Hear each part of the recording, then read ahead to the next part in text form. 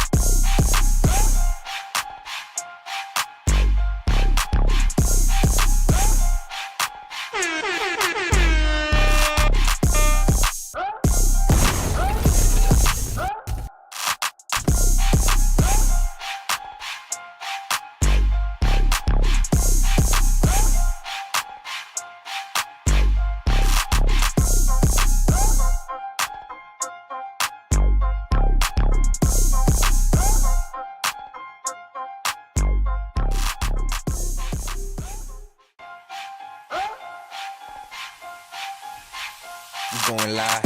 Hey, we going live.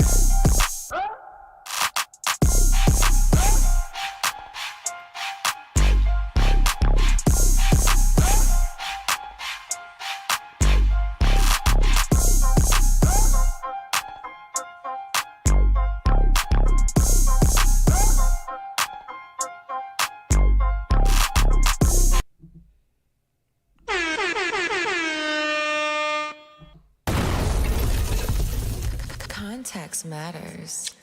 Yes, sir. Yes, sir. Yes, sir. Yeah, welcome back. Welcome back. Welcome back. This is Context Matters, episode 30. Yeah! Yeah!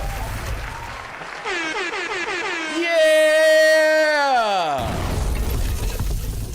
Context matters. Welcome back, baby. This is Context Matters, episode 30, man. 30, man. So you know it's only right that I start the stream off with some good old Moscato for the one time. Welcome back, tribe. Welcome back. You don't have deceit, Stet, but you do have Moscato Stet. You know what I'm saying? We feeling good. We feeling bossy tonight. I decided that it was only right that we celebrate this glorious occasion. In my opinion, a glorious occasion that I started this shit 8 months ago. We are on episode 30. Granted, I had about a 2-month break in there, so it's been about 6 months of this. And we are on episode 30, man. So cheers to y'all. Salute to all my tribe members. All the people who come click on this stream every time I go live that's here before I start, that's clicking likes, that's in the chat, that's dropping money bags, doing the whole routine. This is a mega cheers to you. I know this ain't stream 50 or stream 100 just yet, but I like round numbers. I like the 5s and the 0s. I like the 25s, the 30s, the 35s. To me, it just shows progression in milestone times. But this is episode 30, and I'm here to sip my wine and kick it with my tribe, man. Shout out to Miss Moneybag. She just got home. Just brought me up a nice glass of wine so we can enjoy ourselves tonight. Yes, sir. Let me go ahead and get my routine together as I always do. What's up, tribe? How we feeling? We got 50 in here early.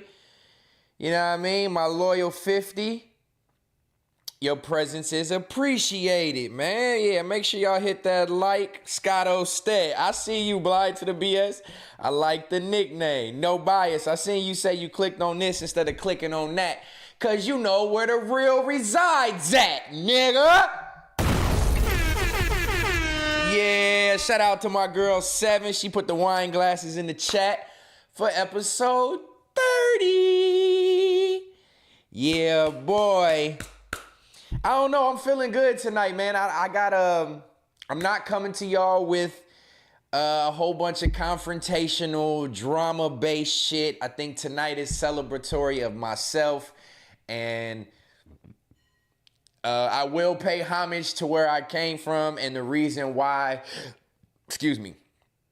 the reason why everybody that's in this chat right now even knows of me for the most part. So I will pay homage to where that came from tonight, because we will go down a little bit of a memory lane, man. A lot of y'all have probably seen the clip on Instagram, a little brief memory lane. I'm sure it could be a lot better if they focus the edit the proper way. But for the sake of the fact of just a little flashback, I'm just going to sit back tonight and enjoy this presence. You know what I mean? To me, this is a present. 30 episodes. They said I couldn't do it. They said I'd be done after 5. They said this. They said that. And I did have a little inconsistent streak right there at the top of the summer due to, y'all know the injury and the reevaluation of my direction. I took 2 breaks this summer. I took an algorithm break, a redirection break in the same thing, and then I took a health break. You know what I mean? But nonetheless, we're not going to drag on about that. I am here for 30 episodes, and I do appreciate everybody that's in here showing love. OG Troll, he said I'm going, no drama. Drama-filled ass niggas, boy. 7 in here, Logo Secret, I see ya. HBK314, shout out to my St. Louis Midwest fam. Logo Secret, VVS, G the guy, what's up, gang? Who else we got in here? My nigga lasted longer than the Ace Boys. That's funny. Put up that goal, skinny neck. Hey, Crippy Z, don't start. I'm finna get on your ass, because I know you built like a trucker, boy. You got black fingernails. I know you do. You hard-working ass nigga. Old grime fighting finger having ass. Boy, go ahead and get them fingers ready for some super chats. My boy said go ahead and put up the goal. Shout out to Crippy Z, man. Shout out to everybody who's just been showing love just flat out. They don't even send super chats. It's not even about the super chats, but for all the ones that do, much love. Alberto, what's the word? Andrew kicking it off. Wait, Andrew, I didn't even get the goal up. My nigga, goddamn, he's sending the super chat already. But I sure appreciate you. He sent me that quick $2. Hey, man, that $2 go a long way, bro. I had to get air in my tire the other day, and that shit was like $3, bro. I was hot. Like, what you mean you don't get free air? So, yeah, man, that $2 go a long way, bro. You replenished me from my air purchase. Shout out to you, Andrew. You've been showing love on the super chats. Much love, gang. I got the knees out tonight. You know what I'm saying? No shoes, comfy shorts. So, it's no sweat, no pressure tonight. Who else we got in here? Let me do my check-in before we jump things off. Steph, what's the word? She said, no, you don't pay for air. I got a situation of why I got to pay for air. I'll have to break it to y'all very fucking soon. But, yeah, man, I had to pay for air. Crippy Z! What the fuck is the third law? This ain't third law, but I clicked the wrong button. Context This matters. is Context Matters. My boy Crippy Z dropped a 30 piece. Make sure y'all hit that like on that joint one time. Episode 30, shout out to the tribe, shout out to consistency, health is wealth. And I'm a cheers to that. Crippy Z, thank you, gang. You are appreciated, your presence, your encouragement.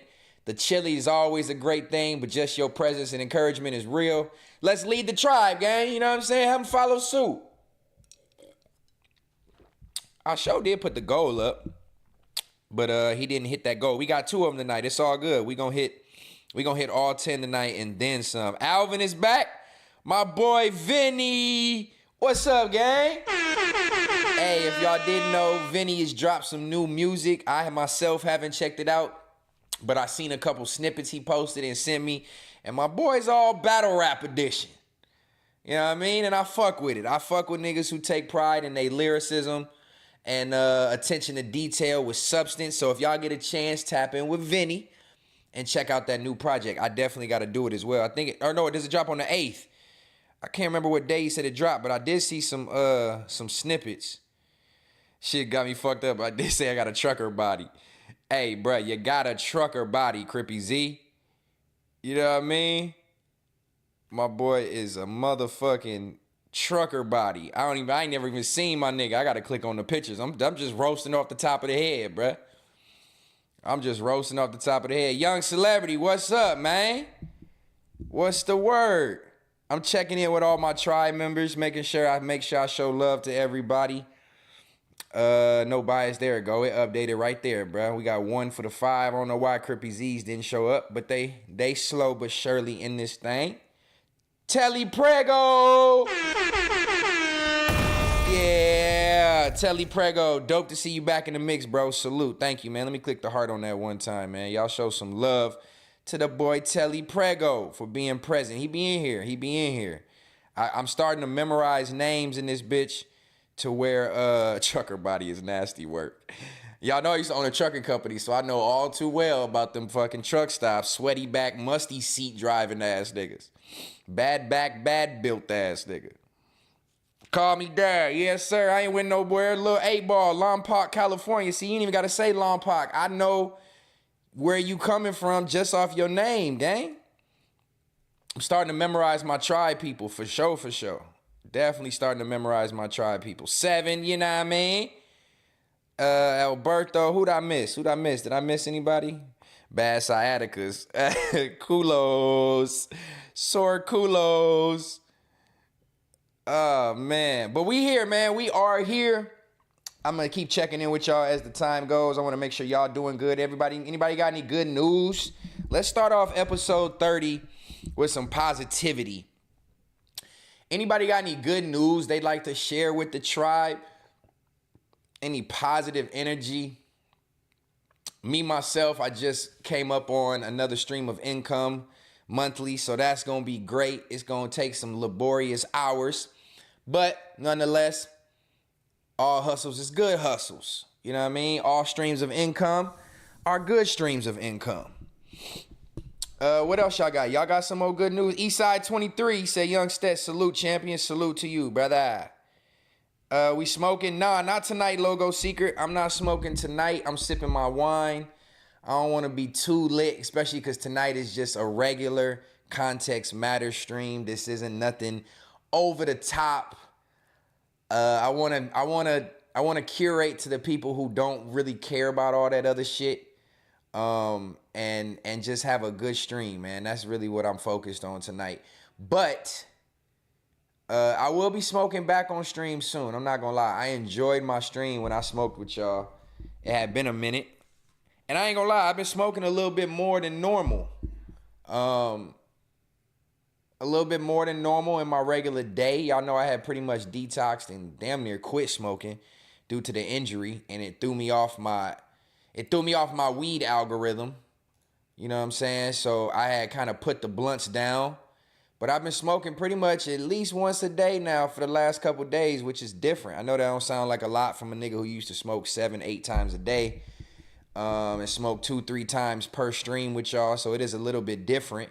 But I have been back smoking a little bit. I'm just not smoking on tonight's stream. You know what I'm saying? Telly Prego just accepted a new role in my job. It's a lateral move, unfortunately, but it's putting me in alignment with some major forward motion. Shout out to Telly Prego. My boy said he made a lateral move, but he still sent me $5. I appreciate you, my boy.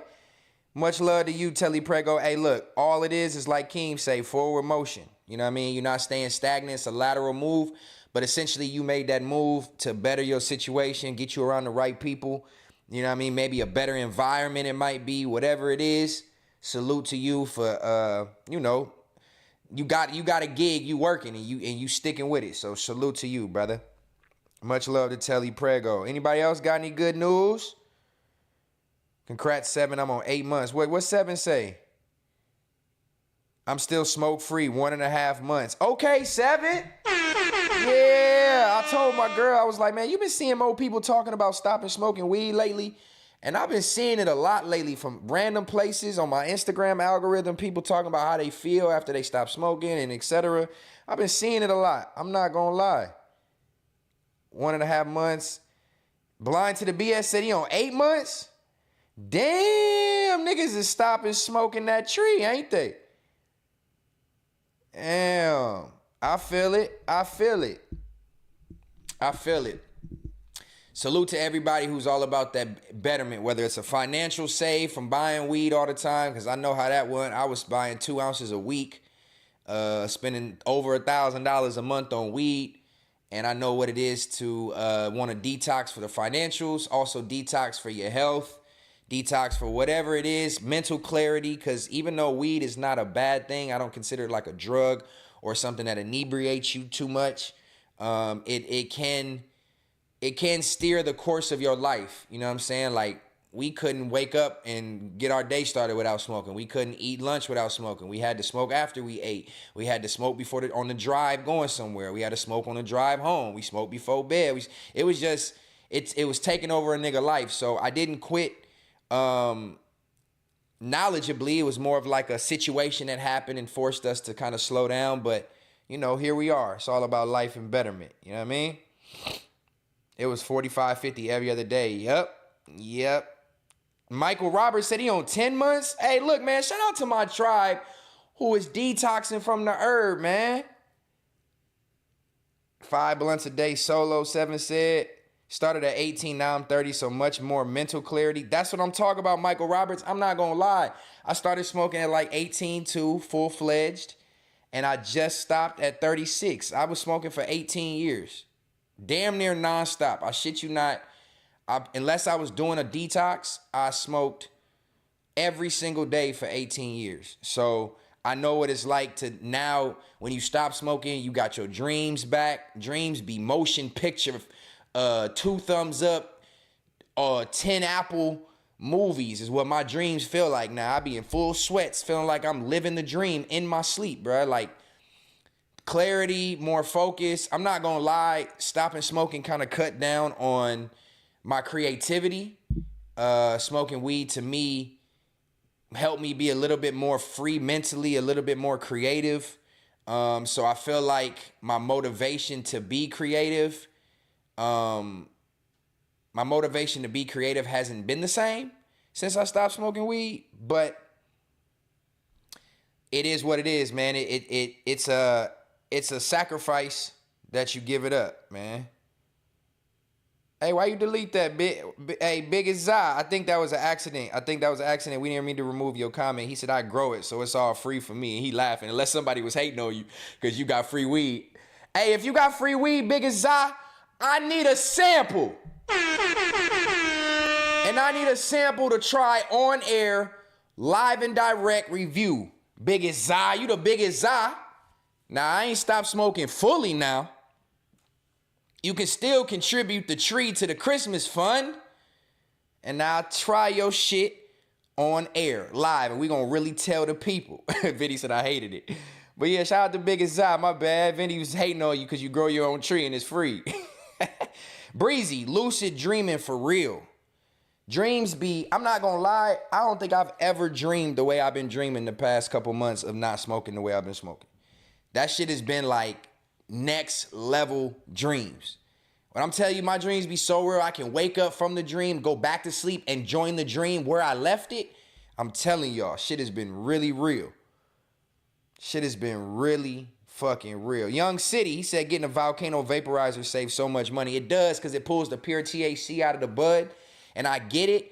But also too, like, pause, like sucking that bag and just getting that vapor out and no like smoke. I was addicted to the action. You know what I mean? I was addicted to the action of rolling up, tasting the weed, you know, smoking, ashing, holding it, you know, blowing the smoke out. I was addicted to the action of smoking more so than just the high per se. But I see why you say that though, Young City. Vaporizers, this all THC, straight high. But tonight is episode 30 of Context Matters. We not smoking, we sipping some good Moscato. Moscato Stet is in the building. I got the knees out, comfy, cozy for episode 30. And as we getting this thing started, Cali Boy said, why Manzers blocked me because I said fair to say fell off the day you left. Truth. Truth in the pudding. Truth in the pudding. They don't like to hear the truth over there. Y'all know that. The only truth they like to hear is Paul Pierce. Oh shit. The only truth they like to hear is Paul Pierce. You know they don't like the truth over there. You can't even big me up nowhere without a nigga, you know, saying fuck me or old boy or light skinned nigga or whatever. Niggas know not to say me by name because I'm the fucking boogeyman. You know what I'm saying? But I wouldn't doubt it though. She block everybody. Welcome to the club. Oh God, I can't believe she's even like a presence still. If you really want to be 100% honest, I can't believe she's even like a presence in that space. But ever since Don't Panic got clipped off, I guess she's the only place to get miswritten captions and bad typed captions, dumbass clips, bias ass clips. She's the only place to get it. So if that's where y'all got to get y'all clips because y'all not watching the bullshit no more, you know, excuse me, get your clips. I don't blame y'all because there's no way a nigga could watch a full stream of none of that shit no more. At all. HBK 314 said, on the gang, nigga scared to say your name. Straight Stoogie man. Stoogie man. Stet Boogie man. Oh God, bro. It's all good. I don't really need him to really acknowledge me or say my name. I'm not about that. Everybody who watches them knows who I am. So essentially them saying my name really don't help me, to be honest. But they know to stay away from it. You know what I mean? Kev Gotti from Cleveland. What's the word? My Midwest people tapping in. All right. He be having out loud conversations when he sleep. Hey, chill out, Miss Moneybags. I know I talk in my sleep sometimes. I'm telling you, these dreams be crazy. All right. So since you just said, and you actually led me right into, shout out to the 80 people tapped in on this Wednesday night. I don't think I've ever been live on a Wednesday. Let me actually clarify that too real quick. In case everybody's wondering what the fuck I'm doing on a Wednesday midweek. I am sticking with consistency. I can't go live tomorrow, Thursday night. Let me just clarify. I can't go live tomorrow. I do have a prior engagement to be a part of, so there will be no live stream from me tomorrow. I decided that instead of just canceling the week and not showing up, let me be responsible and productive and do a makeup day. You know what I mean? Let me do a makeup day a day early so that y'all know what's going on and I can just kick it midweek with y'all and not pop out like a Friday or nothing like that where everybody's busy. I figured I'd do a midweek pop out Wednesday night and come kick it with my tribe. You know what I'm saying? So I appreciate everybody who took the time on their Wednesday evening to see me instead of it being a Thursday. Like I always say, your time, your ear, your vision, whatever you doing, how you listening, you typing, you donating, whatever you doing, it is appreciated. And let's move right in. So tonight, this is episode 30, as I keep mentioning. It is a milestone episode for me. Every 10 episodes is going to be a milestone. I love round numbers. It just makes me feel complete. And I figured since I seen this clip earlier today, that we will actually go down memory lane for a second. Try. Can we go down memory lane real quick where all y'all see me come from? I'm glad I got people in here that realize that bitch is a weirdo. I'm glad I got the people over here that realize, because everybody try to turn on me when I called her out for this shit. You know what I'm saying? Like I called her out for this weirdo, goofy, bias, one-sided ass posting and lack of posting she be doing because she was hating on me, and then I called it out. Now I'm in the wrong and everybody want to gang up on me and I was wrong for doing X, Y, and Z, which forced me into a bullshit fake ass apology that I didn't really mean, but I said to try to save face because I was still on the platform. And yeah, man, I'm glad there's people over here that see the real and see that this bitch has mental disorders, and we got to steer clear from people like that. You know what I'm saying?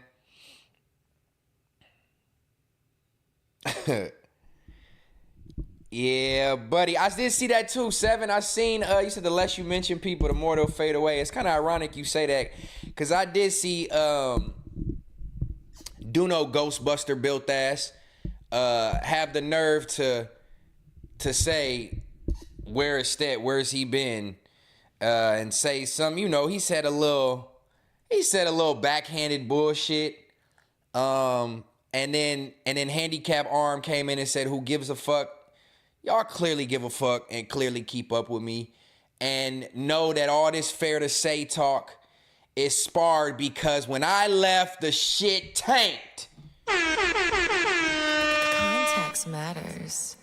The shit tanked when I left. So all this fair to say talk, y'all shooting yourself in the foot, gritting y'all face and gritting y'all teeth because every viewer is telling y'all that fair to say was fucking trash with goofball ass nigga behind the realms. They did everything in their power to push me out, and the show went with me. Why? Because I was the innovator of the shit. You know what I'm saying? He's definitely built like a Ghostbuster. Musty armpit, black ass nigga. Please, if you gonna speak on my name, speak highly, because I ain't never said nothing bad about your non-funny ass. You know what I mean? I ain't never been that guy. But just respect my presence, my boy. I don't want to have to turn up on another person. I actually fuck with cuz.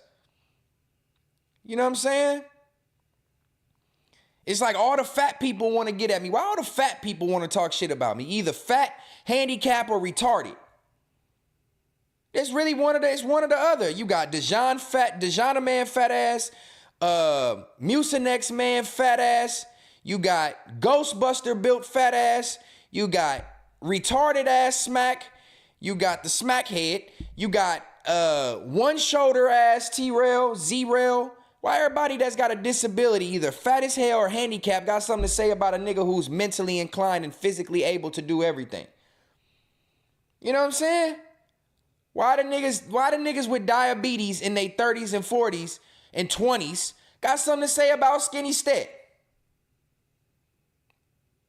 Why niggas with mental lapses and just ignorance and stupidity and retardation, third grade education level, got something to say about somebody who is very articulate, well-spoken, educated, informative, structured, strategic? You know what I mean? Why everybody want to hate on me? You know what it was? I told y'all last episode. Intimidation brings imitation. Niggas was intimidated with me from the jump because I said wasn't nobody over there fucking with me in any creative category, form, or fashion. Niggas felt some type of way. But I ain't gonna prolong that conversation. I will say again to everybody who is still trying to bring my name up without bringing my name up, just tread lightly. Other than Apollo can say what they want. We can go back and forth. It's all love with Apollo. I'm not tripping on them. But anybody else, shut the fuck up, please, and worry about your health and that body fat percentage. Worry about your education. Worry about forming complete sentences before you come talk about me. And that's what I'm going to say. Context matters. I will say, I do want to go down memory lane for a second because I'm not going to lie. I'm going to be completely honest with my tribe. The memories of Fair to Say were great. I'm not a hater. I'm not a biased person. The show that I 90% spearheaded and did everything for, from A to Z. We got people lying, saying that they set the foundation and did the whole and put niggas in here in this position and that nigga.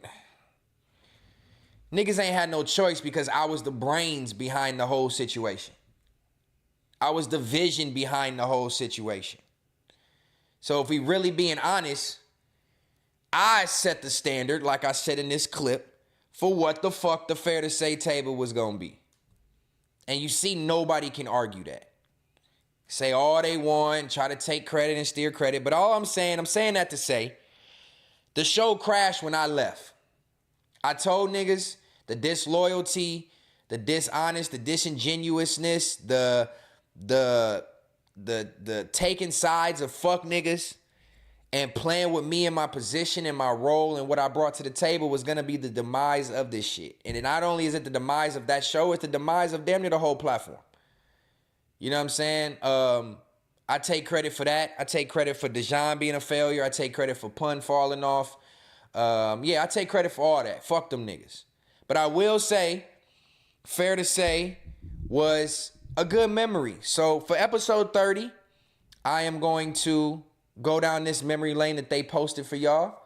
And it could have been more memory-based and less gossip, drama, bullshit, especially with the fat mook that's on the screen.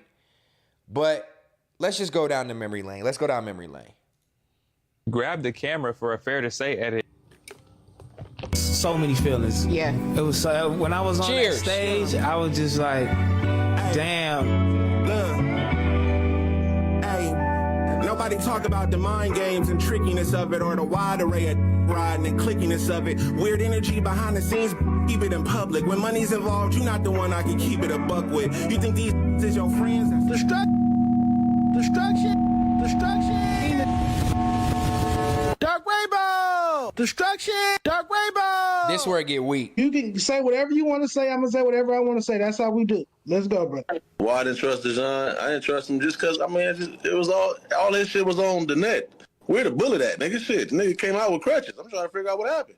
The only bullet that fat nigga know about is the bullet to vibrate on his fucking clit. You fat belly, piss on your nuts, little dick ass bitch. That's the only bullet he know about. And when he said he got shot at No Jumper, somebody gifted him a bullet so he can play with that fucking mangina he's got. Fat funky bitch. That's all it was. It ain't really nothing serious. It ain't nothing to do with his talent.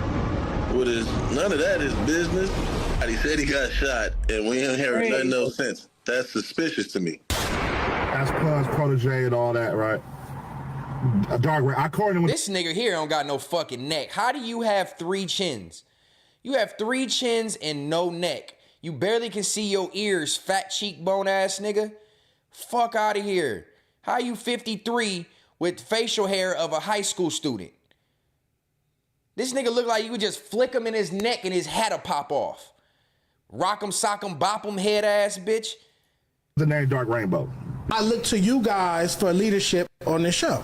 What's up? I appreciate it. Yeah, absolutely. A mics. Yeah, we're definitely happy to have you, and so I know you're appreciative to be here and you're enjoying yourself as well. Love it. So No, you don't want to be real. You want this to be a reality show. You want this to be WWE Dark Rainbow. You want to play this whole fucking character. That shit is corny, my nigga. Dark Rainbow. He's needed in this space, bro, as far as there needs to be villains, bro. I don't come here and play no fucking character. Nigga, I'm come here and do? Is that his seat or not? Go sit right there. He's like, bro. That's another thing, gang. Y'all know, like, that's when you know niggas was intimidated. Bruh, fair to say was becoming the best show on the fucking platform, the most structured, had the only show with pop-up graphics, had our own intro screen, it was fucking perfect, gang. But they was so intimidated and so like, damn, Stet did say he was better than us at everything. Damn, he really showing that shit. He a better host than the main host on this motherfucker. So let's play with his position. Let's play with his seat. Let's make it seem like this ain't his shit. Let's keep poking the fucking bear. You know what I mean? Like, they self-sabotage their own fucking shit out of jealousy. But let's go back down this memory lane. When you was crying. Cause you want This is y'all wanted when you was crying. No, it wasn't no crying. Cry, tears. Yeah, when I got pissed, nigga, my voice cracked, nigga, and I got hot, and my eyes teared up, and I got mad because I was ready to crash some shit. I'm not gonna engage. You don't have to engage. I'm responding With to the another tweet. female. With another. I'm glad you said another, meaning we will both be females. And you need to watch that female shit. Like, dog, he announced that he was gay. Ain't nobody homophobic or got a problem with gay people, none of that weird shit. You might want to watch that. About to skip the fair to says. Roll all the way up. Because that's what we not finna do, bro. Man, this shit taking me down memory lane, bro. Look, this shit is crazy. The fact that I was sitting at that bitch for however many months and spearheading this show and like, nigga, I'm not 6. I didn't fucking tap out and quit because people was hating on me. Nigga, I'm gonna give you more of a reason to hate me. I'm just gonna keep showing up present 3 times a week, more than anybody else streamed on that platform. We was there 3 times a week, putting on a good ass show for 2 hours at a time minimum, being natural, organic, funny, serious, dropping gems, doing the whole thing. Everything that I aspired the show to be, we was doing it. And then niggas just couldn't deal with the shine, so they self-sabotaged something on their own fucking platform. Didn't support it, didn't do nothing for it. Literally, I had to make the thumbnail, the intro screen, the pop-up graphics. I had to post that we was live every episode. I had to be in the chat every episode. I had to steer the conversation every episode, control the table every episode, do the signs, do the painting, straighten the table, set up the cameras. Nigga, I was doing every fucking thing. So to me, it is bittersweet. Like I tell y'all, people are like, you can talk about this all you want. This is a memory that they posted. I'm just talking about it. This was today. It just took me down memory lane because it was like, damn, this was my baby. This show was my concept, my idea, built around characters that was going to be there. Me and Ella, fill the seats, create good content. I designed everything, structured everything, set up the mics, chose my seat, brought the plants downstairs, did everything for this fucking show. And nobody in a higher position wanted to post about the show other than AD. AD was the only one who ever reposted that we was live. And guess where he got the repost from? Me. Niggas talking about posting clips and doing all this. Who was the only person that posted that we was live every time? Who was the... Nigga, I took the thumbnails, pictures for everybody every episode and did the thumbnails every episode. So of course it's gonna have a sweet spot, a bittersweet feeling in my heart. I don't give a fuck what nobody says about me talking about this show. This shit was spearheaded and designed by me. When you create something and you see it through and then it gets low-key stripped away from you, not because somebody chose to take me away from it, but because I removed myself from something that was no longer gonna be beneficial or healthy for my sake, you fucking right, I'ma still have some feeling some type of way about it. You motherfucking right. I did everything for that show. Why do you think the show fell off when I left? The thumbnail got trash as fuck. The intro was gone. They stopped the screen pop-ups. Like, the structure was bad, and then worst thing could have possibly ever happened. Six decided to sit his goofy bitch ass down. And now this whole ass nigga couldn't take the heat, so he like, I don't want to do it no more because nobody likes you. I don't want to do it no more. So the reason why Fair to Say stops as a whole, even though it was already in the dumps, was because the nigga who was doing so much shit behind the scenes, hating and trying to get me out the paint, decided to get in the paint, and the paint was too much for the nigga. So to me, it's just like, all right, you fucking right, I'm gonna talk about it. If you don't fucking like it, get the fuck out. This was a clip that I seen on my page of going down memory lane of a show that I created. So you damn right I'm gonna have my moments of remembrance, moments of the times when it was fun. You know what I'm saying? Showing up 3 times a week, never wearing the same outfit for months at a time, and coming in knowing we got trending topics about us, and I'ma steer the show and lead the show. Everybody could have said what they wanted at that time. Oh, Stet is whack, Stet is this, Stet is that. But as soon as I left, everybody is saying the show fell off when Stet left. So I get it. Most of that shit during that time was trolling. I understand. I get it. But I didn't let it get to me like that whole ass nigga who took the front seat let it get to him. Because I know my self-worth. I know my value. I know what I bring to the table. I know what talent I have. We can't say the same for these young niggas who just want to be popular. The nigga can't even stream on his own no more. You thought he was going to be able to lead a show? Stop it. And now we really getting ready. We seeing what the fuck is going on. It was damn near peak FMW. Thank you. A whole new show, new characters unlocked. Something else to watch that's different than the same faces with the same topics over and over. We gave y'all a different perspective. It was drama-free until this fat, funky bitch, Dejana man, decided to sit down and start making up lies and rumors All because lies and rumors was being made up about him. So he thought, let me just go lie and say this. No, nigga, you're not getting over with that shit over here. Nigga, not on my fucking, not at this table. So when I called the nigga out for it and the people in a position of power took his side and made it like it was a joke and it was all fun, I had to skedaddle. That's what I'm saying, HBK. We know truth in the details. We know truth in the details. That's why One Arm Man, he got so much hate in his blood for me, but can't say why. We know why. We know why. And ever since then, it was like, let me just try to pack this nigga out and see how much he can take and how much until he gonna break. Well, y'all wasn't gonna break me. The breaking point was showing disloyalty. The breaking point was taking side of a bitch ass nigga who called you niggas employees and who has been a fuck nigga and been a snake nigga and a lying ass nigga from jump. And y'all took his side for the sake of laughs, kikis, shits and giggles, and engagement. Because y'all had 2 higher viewed episodes, y'all decided that's the route you wanted to take. Then you lost LeBron James of the show, and then you just went downhill. You turned into the, fair to say, turned into the Cavs when LeBron left the second time. That's what happened. All because of disloyalty, niggas that you known for 15 plus years, a nigga who's been nothing but solid, loyal, been around family, done all the whole shit, and you take the side of Murder Mook back here, and now you don't even have the show at all. Now y'all scrambling trying to reuse the set for another show and do all this other shit because y'all dropped the fucking ball.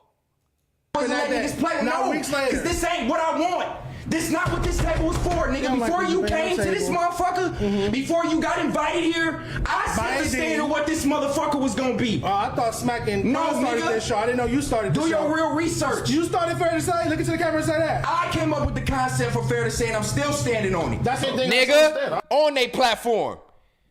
You feel me? I say, listen, cuz, it's only 2 things you can do. You can either get with it or get the fuck on. Either way, I don't care. You never catch these rap at my family function. Scotty, hey, Scotty telling people why you quit, nigga. Telling people why you quit. Yeah, we gotta, Why did you? If you just tuning in, we going down memory lane of Fair to Say. Rest in peace, Fair to Say. It really died in December when I left. They tried to keep this shit going, but that shit just came into an expansion league team. That shit was G League. That shit was bullshit. Excuse me, for lack of better words. So really, rest in peace, Fair to Say, December 2024. Even though it's officially buried now, we going down memory lane because this clip posted up. And I'm not going to lie, it had me torn. It's like, fuck these hoe ass niggas. But at the same time, I know where my podcasting start came from, even though I was already a nigga before that. I know where my podcasting start came from. I know what I spearheaded and what I did and the value I brought to that channel. And we're seeing now that once they get rid of the variety and the difference of people, I was different than everybody else. Everybody else over there is from Cali. I was the only one that wasn't. You know what I'm saying? So I was different. I stood out like a sore thumb. Light skinned, half white, not from California, speak differently, and the whole shit.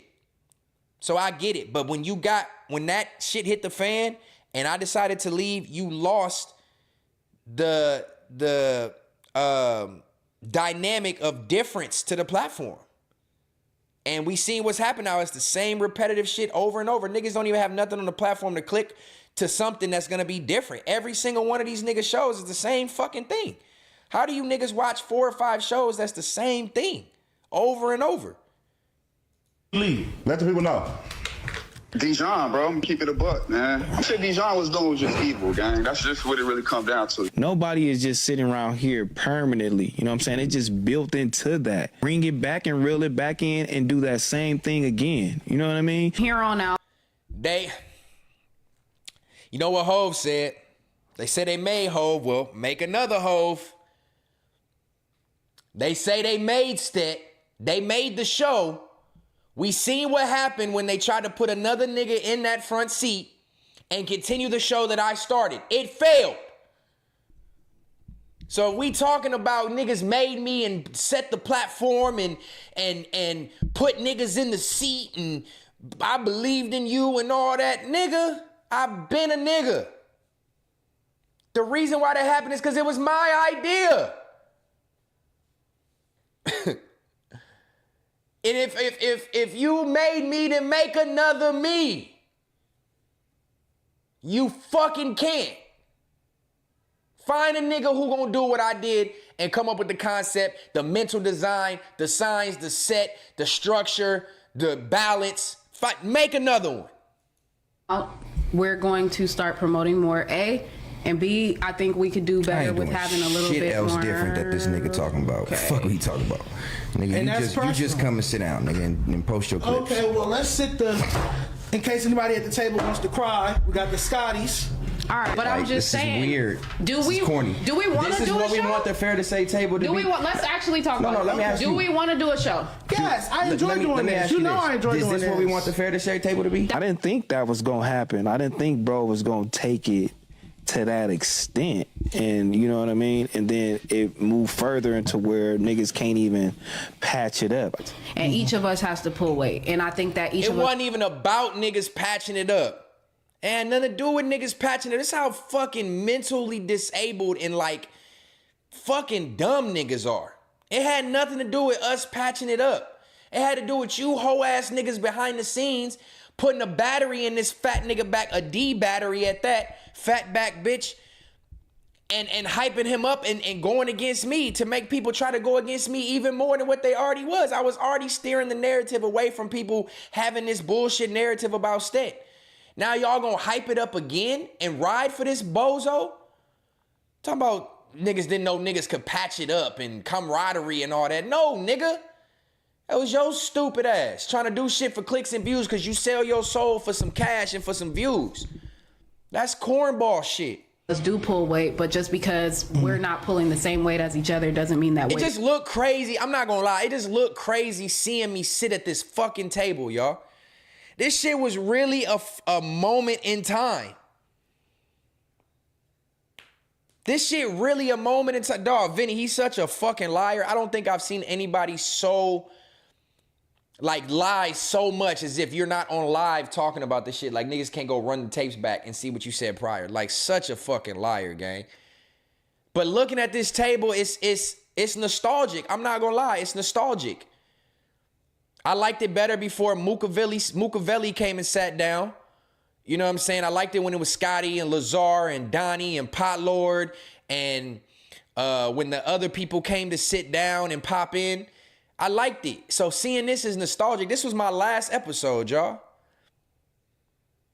This is my last episode.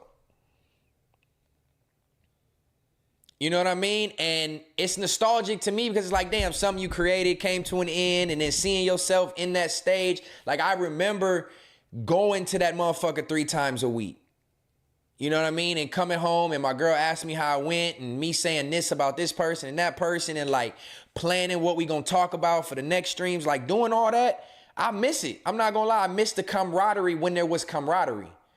But all the underlying hate, nigga, had to get the fuck up out of there. It's not being pulled. Like he announced he was gay, then he was dark. So I'm like, dog, Dark Rainbow, which is a classic name, bro. Business is business. I put in He cares about his clicks, views, and entertainment, and that's what y'all gonna go behind and ignore the real. I can't be associated with it. That's why I had to step away and let the shit be. So you had to quit. King was so messy, y'all. King was trying to get me to say I quit so bad, even though I had already quit. He was trying to get me to say I quit so bad, but I was trying to pull a smooth-ass MacWop leaving BOF approach. I talked about this already back when I first started this shit. I had already quit. I called off multiple episodes. I wasn't popping up. Wasn't in the group chat. Niggas knew what was going on. I had been quit, but he was trying to get me to say it here, and I wasn't trying to say it yet. I was just trying to let my presence be felt. And King, messy ass, I had to walk. I had to step away and give him the rope. Just, hey, bro. You keep talking about get on the rope, bro. When this airs, listen, I'm gonna tell you what the rope gonna do. I don't care what niggas want me to say, Keem. I'm telling you exactly what it is. I'm not telling you as a homie right now. You want me to say the words, I quit. Damn, what a time.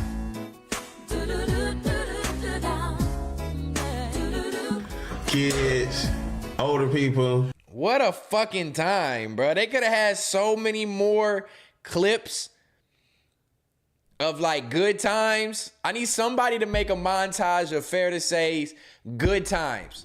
And don't put this fucking pig in a blanket back here in none of the clips. I need the good times, bro. The times when we was laughing, having fun. I'm not gonna lie. Look, this is the episode they try to take my signs down, do that whole corny move. Bruh, they was hurt. They was butt hurt. Nigga, you about to shit cook like in the middle of the episode? This Because nigga that make should've go noodles. further. Oh, man. Oh, shit. You making ramen noodles at the I don't even care to fuck about this scene. Disrespectful fat bitch. Keem should have hunted you down and slapped the fucking turkey grease out your neck. Boy, oh boy, you still got it coming when niggas catch you. I tell you that, fat boy. Good Lord. Yeah, we had to turn the audio off on that nigga. I don't give a fuck. I don't want to hear nothing his sweet ass Joanna Man voice got to say. This nigga's a weirdo. Hove even checked you. Hey. No. We not about to do that. Hey, whatever King. Dog. Hey, Matthew, ain't nobody censored over here. That's the difference. We allow you to say shit until you just talking out your ass. We not too censored, nothing.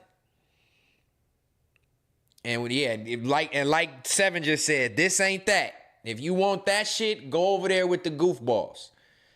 I'm just taking my trip down memory lane with Fair to Say. You know what I'm saying? I'm just taking my trip down memory lane. You can even see in the About his comments. grandfather or his mother. Because then you gonna go about kids like, what's your limit? Homie Drebo. Shout out to my boy Drebo. Drebo sat there and said, this makes you realize the show was actually dope. You fucking right, the show was dope.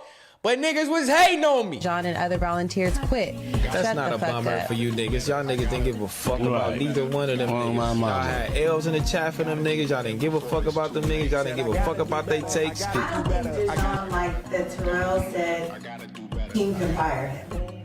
I feel like right after he said, well, We don't care about you talking in the background, you fucking goofball.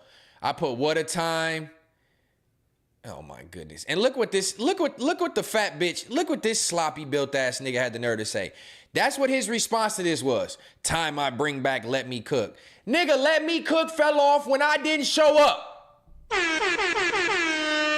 Let's just set the record straight on all of that shit. You try to set a Let Me Cook with me involved and I didn't show up on purpose. And the shit tanked. It was boring as fuck. After that, niggas try to have one or two more fights back and forth between niggas, and niggas wasn't hearing it no more. Everybody was saying getting Stet on Let Me Cook, and I wouldn't fucking participate in your coonery. I did that shit one time. This fat sloppy ass nigga say time I bring back Let Me Cook. Do you not understand that that's the part of the demise of what's even going on? Like, you're a fucking weirdo. You have no good content to give, so you want to bring back a show that makes niggas fight back and forth. You's a fucking weirdo, dog. I'd rather watch Fair to Say than What Can Go Wrong. Facts. I loved Fair to Say. This show was a hit. No hate. 6 just need to step back. Fair to Say over to the homies. Just take out 6. You just a hating ass weirdo. T-Rail laid the groundwork and they still couldn't execute. Groundwork? Nigga, you better check these hands for groundwork. Let's see what else people were saying in this motherfucker. Let me finish this clip. Cause we ain't gonna spend too much more time on this. I'm going down memory lane tonight, tribe. That's what I'm doing. This is some of the best fucking chili I've ever had in my fucking life. I'm gonna let the beginning of the clip play one more time. Just because it was nostalgic. And I'm not gonna lie, it felt good to see. Let me feel good on episode 30. Shout out to everybody who's tuned in to Context Matters episode 30. Context matters. We got 150 people tapped in. Keem was making jokes saying he came in and said Ladies Night was live the other night and people left. Of course, it was their first night back. It was drama related. They was finna pack out Dijon. Of course, niggas gonna do what they gonna do. I done had no issue with it. But we right back with 150. Fuck, nigga. Context matters. So cheers to episode 30 of Context Matters. We still rolling. We still pushing. You know what I'm saying? And we drinking wine to celebrate. We smoked on some show packs last time. Tonight we sip on some show packs. You know what I'm saying? Look, it's nostalgic right here. So many feelings. Yeah. It was so. Let's just rejoice in the nostalgia of a table and a place y'all will never see Stet again. As much as I would love shit to just be good and just, you know, have those good times back, it'll never happen. Because niggas is bitches. And they've shown it over and over and over. But let's just enjoy a few seconds of happy times of a show that is now resting in piss. When I was on that stage, I was just like, damn. Look. Hey, nobody talk about the mind games and trickiness of it or the wide array of riding and clickiness of it. Weird energy behind the scenes, keep it in public. When money's involved, you're not the one I can keep it a buck with. You think these is your friends? I think also too started hurting niggas' feelings when they realized I got paid and I put that shit on blast. I was the only nigga who was getting paid over there. I wonder why. I wonder why. Why was Stet the only one getting paid every time I pulled up? I was making my little $250 a week. You know what I'm saying? G Sosa, I ain't crying, hoe ass nigga. I'm going down memory lane. Just sit back and watch. And you know what's ironic? Whoever made this edit, let's check this out. And we getting off this topic. We gonna get into the show. You know what's... Swear to God. Swear to God. Swear to God. Swear to God.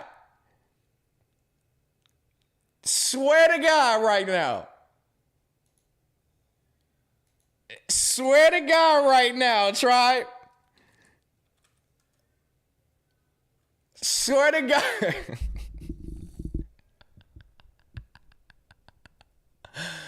Oh, swear to God, tribe.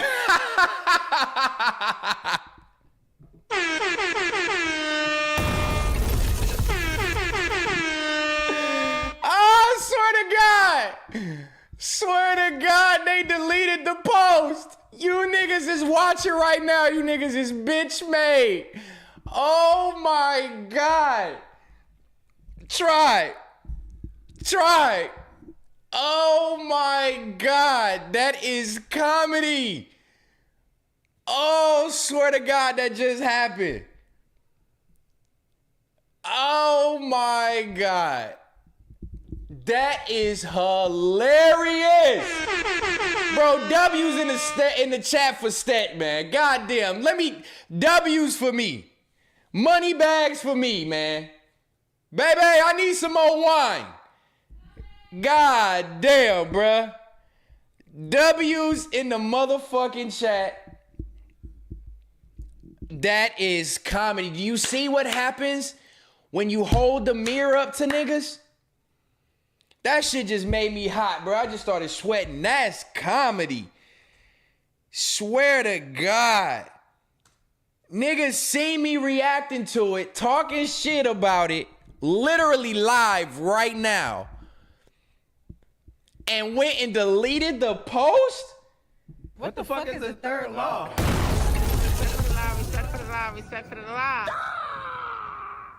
Swear to God.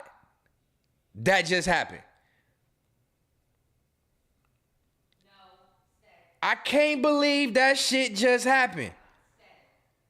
Niggas went and deleted the motherfucking post.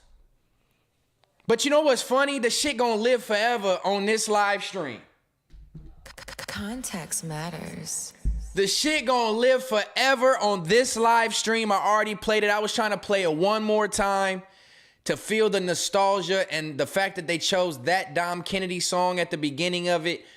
If y'all want to rewind it back and watch it play again on my stream, it's up to you. It's gonna live there forever. It's just what I was about to replay again was the damn Dom Kennedy song that they chose for that clip was kind of ironic. And I don't even remember it now, but them niggas shitty. Y'all see what I'm saying? Them doing that in real time. In real time, babe.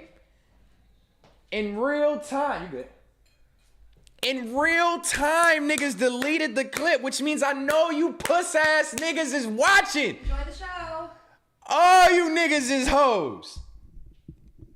It's only 2 people, maybe 3 people with access to that page.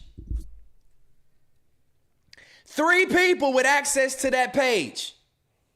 We know which one of you mark ass niggas did it. It's only a handful of you hoe ass niggas that could have did it. Y'all didn't want to show nothing of Stet in a good light. You niggas is pussy, dog. That is funny. We got some super chats, man. Let me check in with these super chats. I don't want to miss none. Hold on, tribe. Let me be respectful to my people that's donating. Shout out to all the super chats. Make sure y'all hit the likes on them super chats too, so that their love is embraced. Let me see. How do I do it? Oh yeah, fan funding. Hold on. Let me read some of these super chats and we just gonna laugh at this shit. This shit is comedy. This shit is comedy. Oh, Andrew Aguilar been going crazy. He sent 1, 2, 3, 4, 5, 6 motherfucking super chats. Shout out to the boy Andrew, man. My dog be showing love every stream. He sent the first one. Which ones didn't I miss? Andrew Aguilar sent $5. He said, how you get caught sneaking in ribs at the function with his sneaky link? No, I ain't even gonna put that on Corey because I ain't got no issue with Corey. Corey's a straight man. DeJohn man just was trying to surround himself with straight people to make himself feel more accepted. You know what I'm saying? But shout out to you for the donation. We appreciate you. Andrew sent another $5. That shit fell off crumbling down like Jenga when the big Stet left the building. You heard? You heard? Andrew said again, fair to who? He said a double back again with another $2. He said, man, take that meatball off the screen. He's definitely a fucking meatball. And he sent another one and said, we all know it was the inflatable tube-man arm that got the post out the paint. Shout out to Square Business too, man. Another super chat, $5. Hey, y'all are much appreciated, man. But you know, I ain't gonna lie, that took me back. I was about to change the whole topic and everything. Niggas talk about it was 6 for sure, huh? Hating is a disgusting drug, for sure. 6 did it. 6 watching right now. 6 for sure. Everybody saying they trying to rewrite history on Cuz. What up, 6? We know you watching. That's funny. Oh man, they be always trying to report my streams. Harry Potter, come on, man. But you can't. Come on, man. I'm Stet the Great out this motherfucker. Chat that chat. Nigga said I'm crying. Slim Duncan, Bigsby Knowles in this bitch. What's up, Slim? Big D 72. What's the word? Kev Gotti from Cleveland. What's going on? Stuck in my ways. Oh yeah. We live and direct tonight. This is episode 30 of Context Matters. And we talk about the matters that require context. You know what I mean? And that require context. I just wanted to go down memory lane. We're going to wrap up on that. Rest in peace. Fair to Gay. But more so, it was rest in peace, Fair to Say in December. The real Fair to Say ended in December, excuse me. I don't know what they tried to do after that. Shout out to Tiny, it's a herd. He tried his best to try to bring some balance back to that shit, but it was just trash as fuck. And yeah, man, we just wanted to go down memory lane. I'm not gonna lie, I missed initially when we started, I missed the camaraderie, I missed the leadership that I had, I missed the fun times, the laughs, the comedy, the streams when we would get off and be like, man, that was a good ass stream. I do miss all that. I'm not gonna lie to y'all. You can come all the way up to the window. I'm not gonna lie to y'all, I do miss the good times that Fair to Say brought. I miss being in charge of something. I miss getting paid from it. I miss being a leader. Yeah, that's fine. I miss being a leader. And yeah, man, I just missed the good times. So I got a refill on my Moscato. I hope y'all sipping something, smoking something, doing what y'all do to enjoy yourselves tonight. I'm going to continue to do the same thing. And we're going to get this show on the road. But since, shout out the guy, what's the word? Smack's shoe. them leaning ass, dusty ass shoes that nigga be wearing. He said, just tuned in, what's the word? Anthony, what's going on? I see you for sure. Big Time was the only thing that was trying to keep that shit alive. Oh, man, y'all funny, man. The umbrella could also block your sunshine. Pay attention. You feel me? At least that doesn't talk to Miss Moneybags like Z-Rail talked to Heather. Could you imagine a punk talking to your daughter like that? Never in life. Especially not on camera. We may have our spats where we get into it in real life, real time. I may tell her to shut her ass up every once in a while. I ain't gonna lie. She be getting on my nerves sometimes. But I'm never gonna disrespect my woman on camera, in front of the camera for nobody, tell you to shut the fuck up and do all the whole shit. Never, none of that. I don't care if she was on camera with me or not. That's not going down over here. I was raised completely different. You know what I'm saying? Andrew Aguilar double back with his 7th super chat. My boy going crazy. Context. We all know they didn't have enough funds to keep paying for Big Time's haircut. You feel me? You feel me? They tried to bring in Big Time, thought it was going to save the show. He's a great character, don't get me wrong. I fuck with Big Time, his narratives, he funny, he knowledgeable, but it just wasn't enough to save something that he didn't create. He couldn't come in and try to hold up the whole house. You know what I'm saying? I had heavy shoulders. You know what I mean? King was talking about my shoulders doing this, right? Nigga that was tired of holding up shit. But yeah, that was fun, man, going down memory lane. Yeah, Derek Shepard, I wouldn't say I'm missing them. This is what we're going to clarify and end it on. I wasn't missing them whatsoever. I was missing the role. I was missing the responsibility that I had. I was missing the fact that I created something and I was able to streamline and headline that shit. Yeah, they played with me about the whole A-Mike and this ain't your seat and this ain't your show. Did everything they could to belittle me, but I always kept my head high. I showed up and did my shit every time. So yeah, I'm not missing them. I miss when the show was good. I miss the camaraderie when it was good, for sure. I would sit here, I can't sit here and lie and say before niggas showed their true colors, I didn't enjoy it when it was black and white. I enjoyed it when it was black and white until niggas started showing their true colors. A fucking rainbow came and all of a sudden everybody wants to show their true colors. How fucking ironic, right? But nonetheless, I missed it. I don't miss it anymore, but seeing that took me down memory lane and made me just be like, you know what? I created something dope. It's a moment in time. It's there forever. You know, and we had something that was being built to be better than anything else over there and they didn't want to see it through and here we are. You know what I'm saying? Fuck them all, we ball. You heard me? I'd be missing that $250 a week. Yeah, that extra little $1,000 a month with some Mac Wop. Mac Wizard. You know what we doing over here, man? We just talking about the matters that require context. That's all, Mac Wop. You know what's funny? Mac hit me. I think I'm gonna tell y'all Sunday stream. But Mac hit me and told me to pull up. I couldn't make the pull up. But we were supposed to do a video stream, and I couldn't make the pull up, so we didn't do the video stream like joining into the Apollo on Tuesday.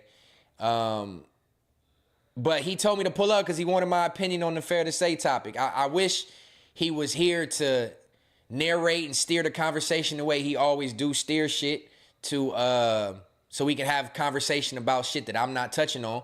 But nonetheless, I touched on what I wanted to touch on. From Fair to Say, and from now on, it's just rest in peace. Rest in peace to season 2 of Fair to Say. Rest in peace to the original Fair to Say. But shout out to Mac Watt. My boy love keeping me in the loop.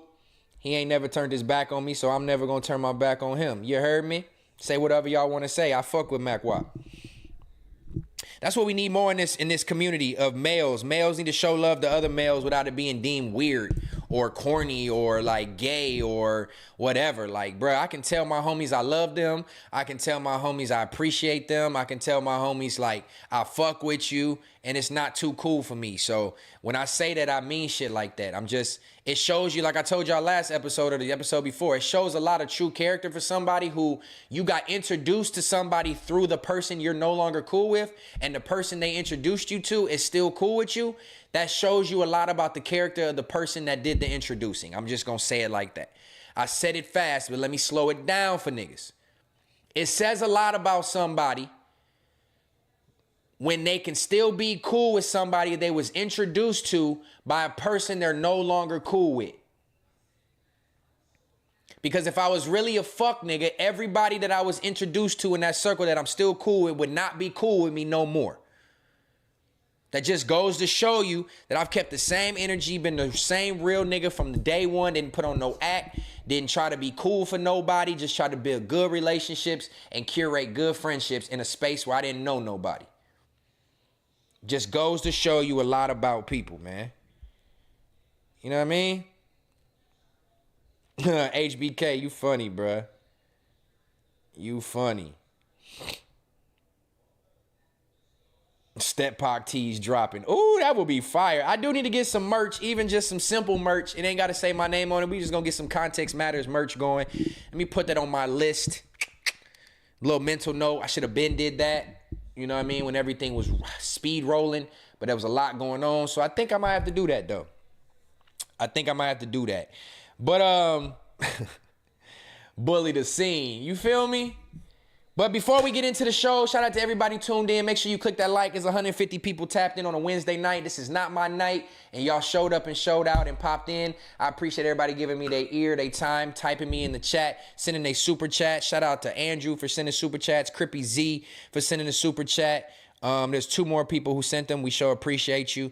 And we going to keep this show pushing. Before we get into the regular topics of what's going on in the world, which is what Context Matters is really about, we had to go down memory lane. And let's jog that memory of y'all's, and let's remind y'all that these money bags, these beautiful money bag pillows, are still for sale. $30 for 1, 2 for $55, 3 for $80, 4 for $100. Order you some money bag pillows, fully handmade, fully customized by your boy. I sewed it, I painted it, I glued it, I tied it, I shaped it, I did the whole thing, I stuffed it. Pause. But shout out to everybody who's been shopping. We got a couple more orders of these came in. Don't miss out. I do want to cap off this at some point and not let them be a little bit of a limited release. But I want to make sure everybody who rock with me has a tangible object. If you want to donate that $30, it goes a long way and get you a tangible object. In return, I'll mail it straight to your house and let you have something dope in the crib. You can also, don't forget, I am the sign man. I made all those signs over there. Every sign you see, them niggas still sit under my fucking signs. Let the record reflect. If a nigga was so trash and so this and so that, they would have got rid of them fucking signs. Nigga, I'm really him. Get you a sign, a customized sign, anything you need, your logo. If you got some brand you want put in stone, you want it in history forever, you can make it into a rug, you can make it into a sign. I got all that going for sale. Tap in with me, Rugged Out Customs, Stet Out Customs, whatever you want to call it. Get you some art, get you something creative, and it will be greatly appreciated. Andrew Aguilar, he doubled back. That nigga that sent 8 super chats tonight. Andrew is going crazy. Shout out to Andrew, gang. We appreciate you. Said shout out to the tribe. Like that like. He sent $2 just to shout out to the tribe, man. So shout out to Andrew. You are appreciated, my boy. I'm Rug Cuz. On God, I'm Rug Cuz. I'm Rug Cuz. You feel me? But yeah, make sure y'all hit that like one time. Crippy Z. Crippy Z's name is Blue, tribe. Context Matters. You are now watching Context Matters. Yeah, Crippy Z's name is Blue, man. My boy's a tool man now. Now he got a wrench. You feel me? Yeah. Yeah. You heard me, Kirby? But all right. We covered all the stuff we wanted to cover for the first 75 minutes, hour and 15 minutes of this stream. Stuck in my ways. I'm gonna be adding more mods. I seen a post on Reddit about me, And people was, I guess they screenshotted me when I had 50 viewers watching the other night. It was towards the end of the stream. And I was getting off and there was 50 people in here. They screenshot it and it was like 4 mods in the comments and they tried to say I was all mod edition and only got 50 people watching and I fell off and all that. Well, tell them fuck niggas to look now. Tell them niggas to screenshot another motherfucking stream and post it in the Reddit. Bitch ass niggas want to delete posts about me. Cause they know. Wine got me feeling good. Wine got me feeling good. Yeah, I tapped in with the Reddit and seen it. But yeah, we went through that. We went down memory lane, fair to say. Just because of the clip was up. I'm sorry y'all can't see it no more. But if you go back to the beginning of the stream about 45 minutes ago, you will see the clip I'm talking about. We went down memory lane. It was a good time for a short time. Nothing lasts forever. And here we are. We are at Context Matters. Had that not happened over there, we wouldn't have this. So I thank everybody who rocked with me, who stuck with me, and showed up and showed out over here. Ever since episode 1, we are on episode 30. Context matters. And while we are in a good vibe and a good feeling, I'm not going to let them clip me, so I'm going to go mute, unmute, mute, unmute, mute, unmute. Let's just reset the room.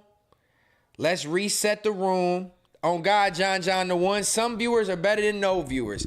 And my viewers showing up more than they showing up for Mucinex, man. Because my nigga trying to stream, and that shit is a fucking kerplunk, a kerfluffle. You know what I'm saying? Nigga done went to try to go stream video games, his old fat boring ass. We don't care. You had 8 streams and now you down to 0, fat fuck. All right, see? I was trying to reset the room and y'all getting me back in my little spot. And I'm not trying to be in that mode no more. I'm trying to get down to some positive energy. Let's get into some positive energy and let's go back down memory lane. One thing we got to give, this post comes from Welcome to the Culture. They say one thing about this generation is that we've lost the art of making true summer songs. The aunties and uncles definitely had it on lock. Shout out to my generation of music. The early, late 90s, early 2000s, when music meant something and we had bops for days and not niggas screaming in auto-tune and just humming and doing a whole bunch of bullshit. We had good music. And I'm going to play it in order for me getting clipped. I'm going to mute it every so often. But let's just reset the room with some good vibes. Y'all remember these vibes?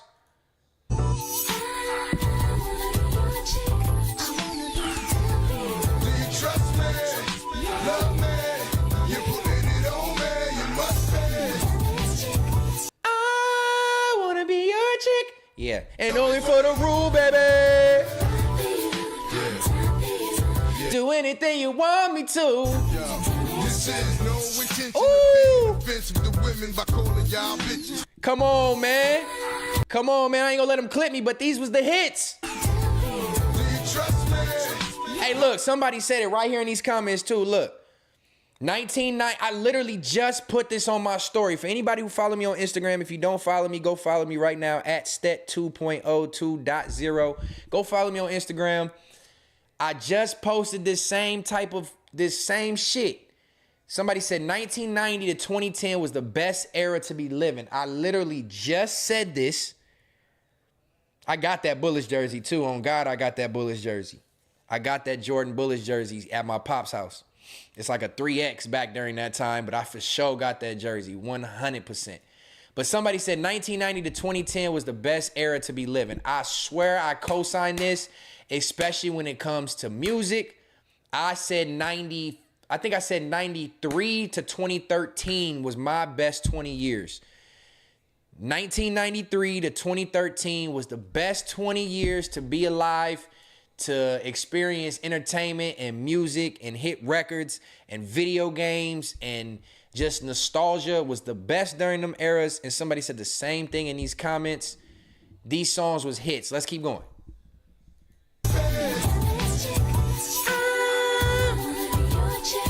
And only for the rule, baby. Hold on, we got another one. What's this? Oh, LL Cool, Stet in the building, let's go.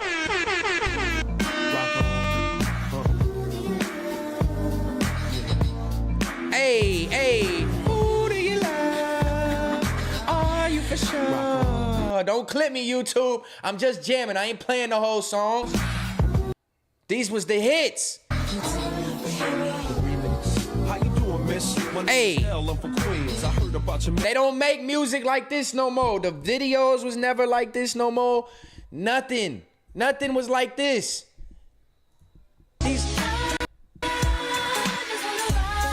Hey, look, we come from the era during this time where a female-led song could be sung by males. Context matters.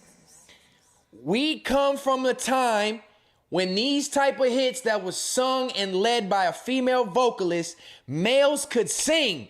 And wasn't nobody saying you was gay, wasn't nobody saying pause, wasn't nobody saying none of that. These was the fucking hits. This was Eve and Alicia Keys. Do y'all know how much this shit used to ring off?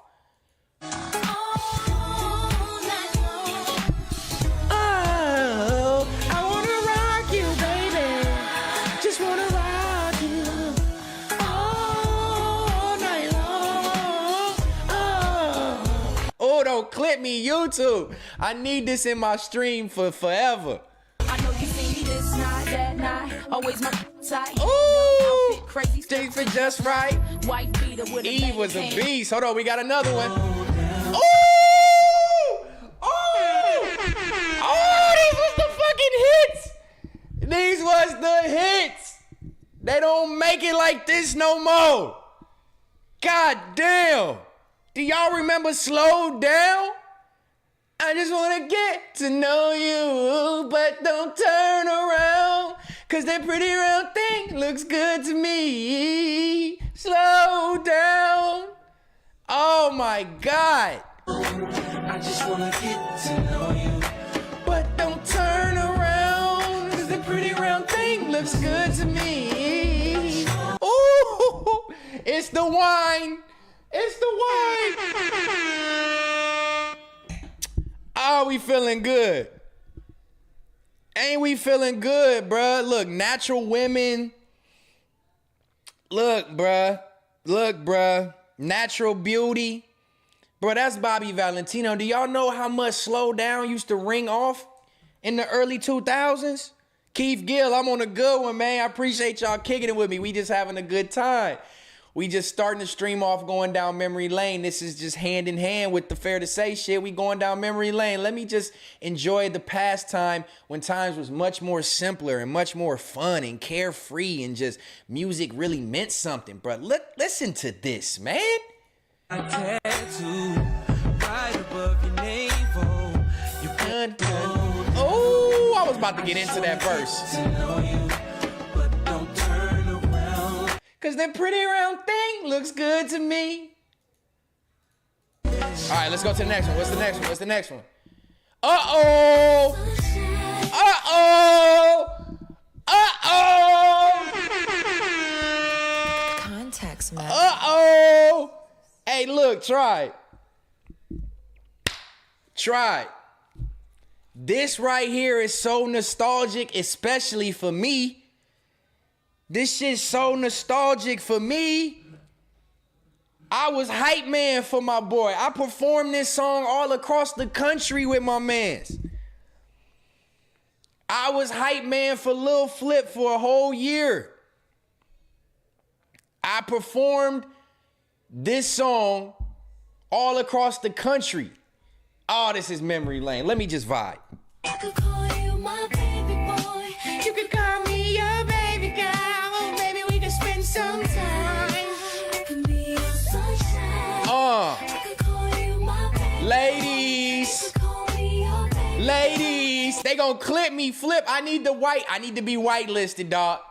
I need to get in touch with Flipperachi. Flip Gates, the #1 fly boy. I need to be whitelisted. I want to play this whole fucking song.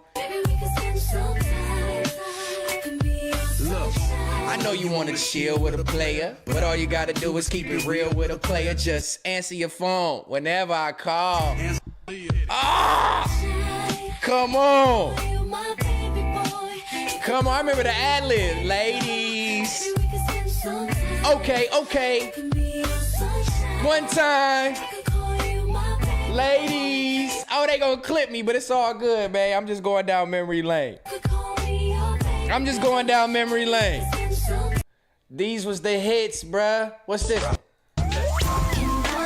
Oh, baby.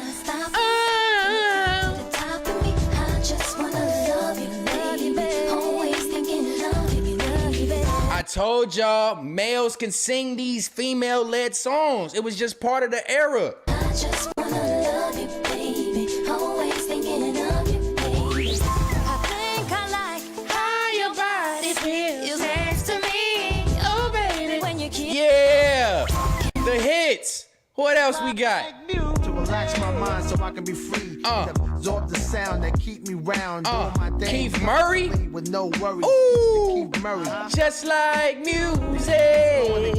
Oh man, y'all lucky I can't. I don't want to be cut off on YouTube. I would play all these.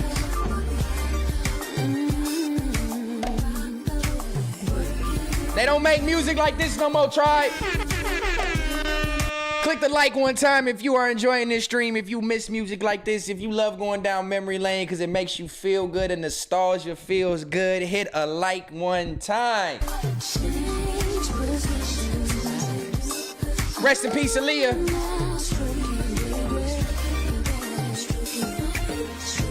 Oh man, they gonna clip me. I know that. I know they gonna clip me. What else we got? Oh shit! Oh shit! Adina Howard! Oh shit! Oh shit! I don't give a fuck what nobody say. Every man fucked with this song, Try. Hey, Harold Shaw, what's up, my boy? Shout out to my dog with Shaw Auto Transport. Just want to shout my boy out one time, you know what I'm saying? A little, we ain't gonna touch too much on why, but shout out to my boy, Harold Shaw, you know what I'm saying? He owns his own tow company, doing it big, doing it major. He's a big supporter of the stream. He let me know for sure he's a big supporter, and the only thing he asked for me is to stay consistent. And he tuned in tonight to see his boy was consistent on a night he wasn't even supposed to be live. Shout out to my dog, man. But look, I just had a moment. God dang, I just had a moment, bruh. What, Adina Howard? Do y'all know this one of the most legendary house party beats from the 90s? My auntie was playing this shit in the 90s when I was growing up. Oh, I gotta let this play. Just like me, I want a roughneck brother that can satisfy me. Just for me.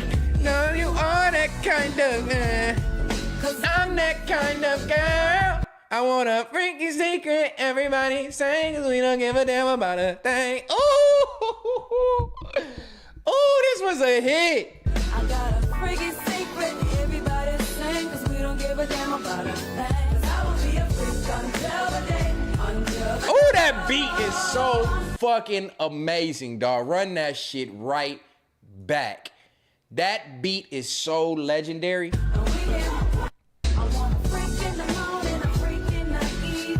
Just like me.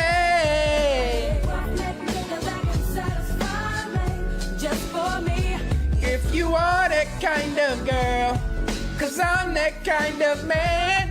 I got a freaky secret, everybody saying, cause we don't give a damn about a thing.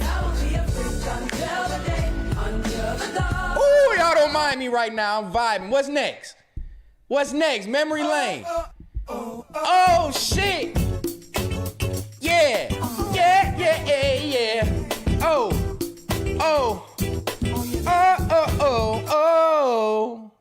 I'm not getting clipped. I'm stopped. Look, they ain't finna give me. You get about 8 seconds. I know you're gonna lose it. Big Snoop Dogg. Hey. Don't clip me, YouTube. We just going down memory lane.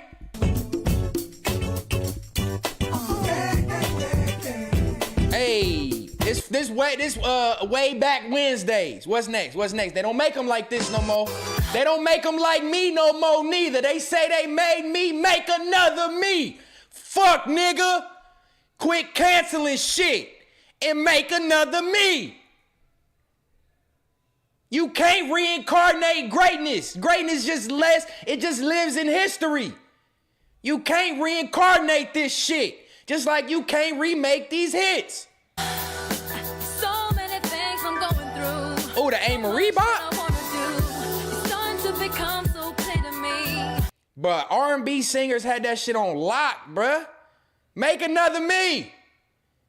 LL Cool Stet. Baby, you like a trip to paradise. Paradise is very nice. Ooh. Yeah. Ooh.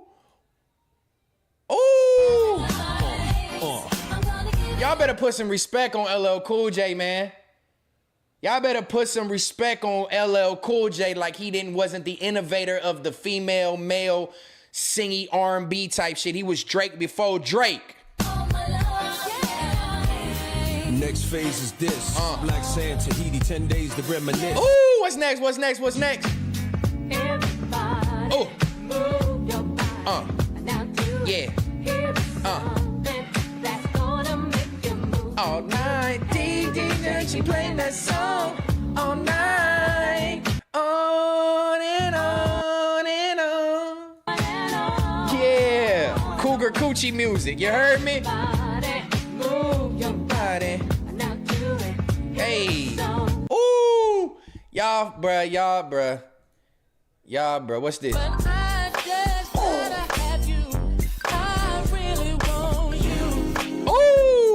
This shit just make you want to just ooh. I really want you. I just got to have. Oh, this that summertime cookout bops, man. Banger after banger, try. Oh man, y'all had to pardon me for a second. Please, YouTube, don't clip me. If you got a moderator in here watching, we just was going down memory lane. I'm not trying to get paid for they streams and they songs. I just wanted to entertain my tribe a little bit and, you know, have some nostalgic feeling. Damn. I miss music like that. Instead, really playing this in the crib. I would play it in the crib too. Don't get it twisted. Them bitches would be playing loud. Every single one of them songs, we'll play that while we cleaning up. Ooh, shit. Ooh, shit. RJ, what's going down? Lou Will, what's up, man? Let me tap in with my tribe. Playmaker, Anthony, Charlie Woo Woo. Yeah, LL Cool Stet is wild. That's what they tried to call me after I did that song with Drebo. They tried to say I was LL Cool Stet. That's all good. Anthony said cookout vibes. Playmaker 888 said that was a hitter. On God. Keith Gill, what's going down? Stuck in my ways. I see you. He called it Cougar Coochie music. Oh, that's funny. He said, man, play Foxy Brown. Oh, Blind to the BS. What's the deal? Who else we missed? I want to make sure I shout out to everybody. Catch it, though. He said, Stet is so white. I'm super white. Thank you. I appreciate you noticing that my father is a full European Caucasian male. Thank you very much. Card says, ladies love Cool Stet. On God. On God. Ray said he be listening to them songs. Called me a unk. I'm definitely a unk. Lou Will. Hey, chill out. You right around the corner from auntie age. So watch it. Miss Moneybags. I was just listening to your song with Drebo. I for sure got to finish that. I told Drebo I just want to re-record it because I recorded it on live. I was off the rum. I was a little drunk. We was bullshitting around. I just recorded some vocals. But if I recorded it the way I would record it myself, it would definitely sound a little smoother. But I definitely want to finish that song. The Jamaican Rum. Them songs came with a plate of barbecue. On God, they did. They make you just want to go to a cookout and swat some flies. They definitely did. They make you want to throw one link on the grill. Y'all comedy. I swear I got the funniest chat. Fuck what they talking about. All right, so look. We are in memory lane. This is a part of the What's the Word topic, so that's why I still got What's the Word on the screen. This is nostalgia night, man. You know what I mean? This was a night that I wanted to show y'all some things that was nostalgic to me, that made me feel good. The music was one. Fair to Say was two. Well, Fair to Say was one. The music was two. And then let's just watch this clip right here, man. I don't know how old y'all are. What year was y'all born, Tribe? Drop your years in the chat real quick. Let me see some engagement. Even if you haven't been typing, just drop your year real quick and let me know what year y'all was born so y'all can just prove to me how fucking old I am. And I just want to see how old y'all were in 96. Because I attribute a lot of shit to 1996, mainly because that's when Tupac died. So for me, that's one of those years and time frames that I attribute. When anybody tell me when they born, I always attribute it to 96 and like how old you were when Tupac died. My girlfriend was 1 year old when Tupac died, which is crazy as fuck to me. And a lot of people are young. 89, Blind to the BS. 36. Inside 96, America's Stet was 36. My boy Ray was born in 94. Kev Gotti, 2001. Stuck in My Ways, 93. Anthony's a 03 baby. God damn, he was born in the 2000s, young buck. God damn, boy, you niggas is young. Luke Warmwater was born in 92. Charlie Woo Woo, he's 21. I know he wasn't born in 21, so he's saying he's 21 years old, so 04. T-Mac was in 95. Best year was 93. I have a 93 and 94. 7, what you talking about? HBK 314 said I was 7. 7, you wasn't born in 77. Oh, you might. Respectfully, you don't look that old. So kudos to you, Black Don't Crack. If you was really born in 77, I think you trolling. Because I don't think you 11 years older than me. 47? No, hell no, 7. You ain't that old. If you that old, you look good to be 47. 7. I'm just gonna put that out there. Where my riots, babies? 83. Somebody said, nigga, I'm 50. Charlie Woo Woo said 50. 7, you was born in 77? Shut the fuck up. You got kids that... 7, you got kids that... Shut the fuck up. I'm going to show y'all the first phone I started with, though, now that you say that. I'm a 7, gotta be trolling. Charlie Woo Woo said he was 21 in 96. God damn. You old than the motherfucker, Charlie. But no, look, I always attribute... That boy said he got 5 grandkids, Charlie Woo Woo. Hey, man, shout out to my OGs in here. You an OG. I ain't even gonna call you an old head. I ain't gonna call you you an OG. You an original gangster. You 50 years old. You was 21 in 96. You was 21 when Pac died. I'm not gonna lie. I wouldn't say I wanted to be older, but I wish I was older during that time.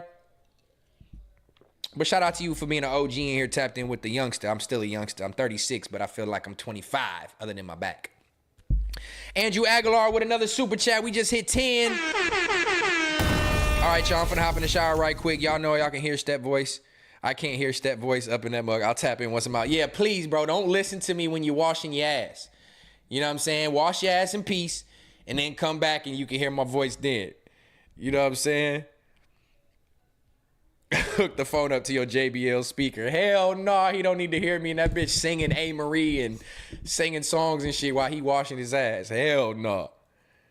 Damn, 7, I ain't gonna lie. You was born in 77. Shout out to you for saying your real age and not being ashamed of it. You look good to be 77, love. Shout out to you. Black Don't Crack. Black Don't Crack. All right, let's finish going down memory lane so we can move on. But shout out to everybody also who put their years in here. 19 Hours said they was born in 95. This nigga said, shut up, Stick. Come on, Alvin, get off my back, bruh. Get off my back. Shout out to all the seasoned motherfuckers, Playmaker said. Yeah, season, man. You know what I'm saying? We just got a little seasoning. You know what I mean? All right, welcome to 1996. If you was young at this time frame, if you've never seen clips of what the world looked like in 96, let's go down memory lane for one last, nostalgic moment. I love nostalgia. It's bittersweet. It make me feel bad but good at the same time. And this takes me back to when I was 8 years old in 96. This is literally my childhood on camera. Let's go.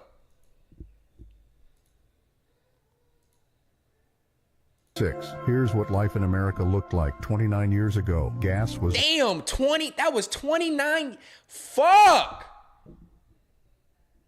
96 was 29 years ago? God damn. I feel like the 2000s, from 2000 to 2026 was not 26 years. I feel like that shit was like 10 years. Like, what the fuck happened? Technology has literally ruined society. Like, to the point where our years don't feel like 12 months. They like 6 months now. I feel like them 25 years do not feel like 25 years since 2000, bruh. Look at this shit.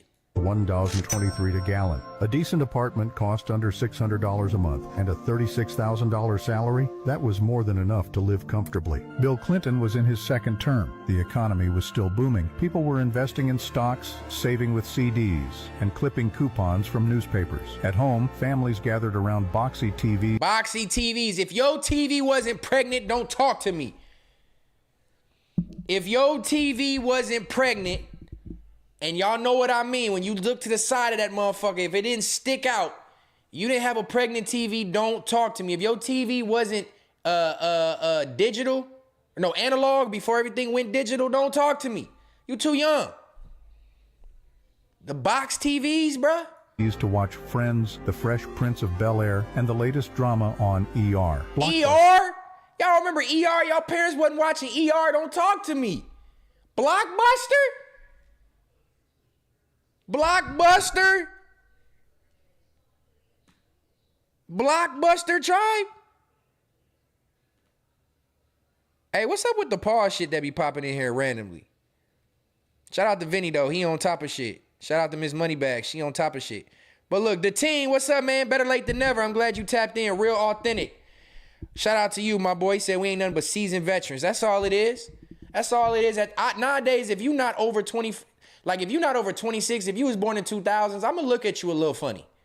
If you was a 2000 baby, all love to my tribe members, I'm going to look at y'all a little funny. Conversation going to be a little different with y'all young asses. Because y'all grew up in a different era. There was internet when y'all grew up. We ain't have no internet when I grew up. You know what I'm saying? This was our fun right here. Was a weekend Blockbuster. And yes, you had to rewind the tape or face the fee. Bro, what? Did y'all hear that, man? You had to rewind a VHS tape before you returned it to Blockbuster, or you was fined $2. Blockbuster? He said, chill, Unc.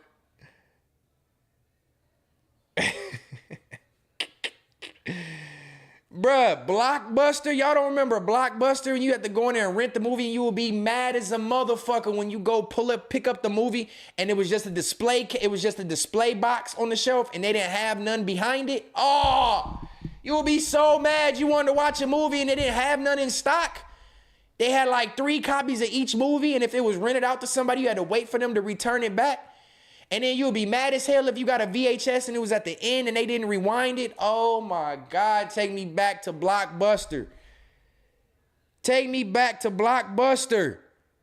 Take me back to VHS tapes when you have to wind the back with your finger. Oh my God. AOL chat rooms were where flirting happened. AOL AIM? Oh my God, what a time to be alive. If y'all didn't experience this, I'm sorry. That's why I asked y'all ages in here. If y'all didn't experience this time, I was born in 79, dead homie. Shout out to Trey Love. He an OG in here too. He was born in the 70s. 9 years older than me, so you 45? Shout out to you, Trey Love. I appreciate all my OGs tapping in. That lets me know that we on a different level in here. It ain't a bunch of just kids just trolling. We in here having good conversations. So all y'all remember this shit. Kev from Gotti from Cleveland said, I'm lost. Bruh, this was a time when look how mundane this fucking chat room looked like, and like this text, like. You've Got Mail was practically the national anthem. Bro, if your internet, to get on the internet, if your internet didn't go,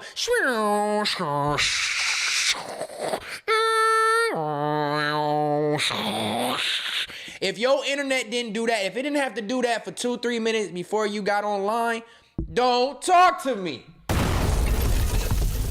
If your parents didn't have to stay off the phone so that you could get on the internet and on Napster to download music, don't talk to me. When ASL stood for age, sex, location in the chat room, if you don't know what that means, don't talk to me. What? If your internet didn't come with a free trial disc in the mail, don't talk to me. What? Floppy disks, blind to the BS, you know. Them floppy disks. Come on, man. That's when the internet wasn't even the internet. You've Got Mail. Boy, what? Come on, man. Take me back to a time when times were way more simple. The best time, look, somebody said right here in the comments, the best era in U.S. history. Oh, to be 15 again, all with my family alive and healthy. I'd give anything to go back. Bro, what? I miss it all. I don't care what anyone says. Life was better before cell phones and social media. Sam Goody, the music store. Bro, what? I'm 47. I will forever be grateful to live through the 90s. The best times. Listen, I'm getting goosebumps. I'm getting chill bumps right now, tribe. I'm getting chill bumps because the 90s was really something special, dog. From the TV shows to the music to the families to the cookouts to the holidays to school in the 90s to no cell phones, bro. Nobody trying to be more popular. If you lived in Illinois where I lived, you didn't know what the fuck was going on in California. You didn't know what was going on in other states other than the news. Like, we were secluded in our own little worlds, bro. It's like now we live in a simulation. Like, the times was so much more simple in the 90s, bruh. I swear to God, I wish some of y'all in this chat, like, the team, you funny. I wish some of y'all in this chat that was born later in the 2000s, in the late 90s, I wish y'all got to grow up in the 90s. I'm telling y'all, there was nothing like it, bruh. There was nothing like growing up in the 90s. I can't speak for the 80s. I wasn't born, but I know it wasn't as carefree and simple and less stressful as the 90s was. The 90s was a different era. Bill Clinton and like, bro, it was just, bro, the country was so different. I would do anything to go back to that shit. I miss every single thing about the 90s, and not just because I grew up in the 90s, because it literally was the best decade ever. Take me back to the 90s. 90s was everything in a bag of chips. Bruh. In retrospect, it was perfect. I miss those days. Listen to what everybody's saying, bro. But it's not even talking about the game systems. You had Nintendo. I started on Coleco. Let me show y'all, since we in this nostalgic time. Let me show y'all the cell phones and the game systems.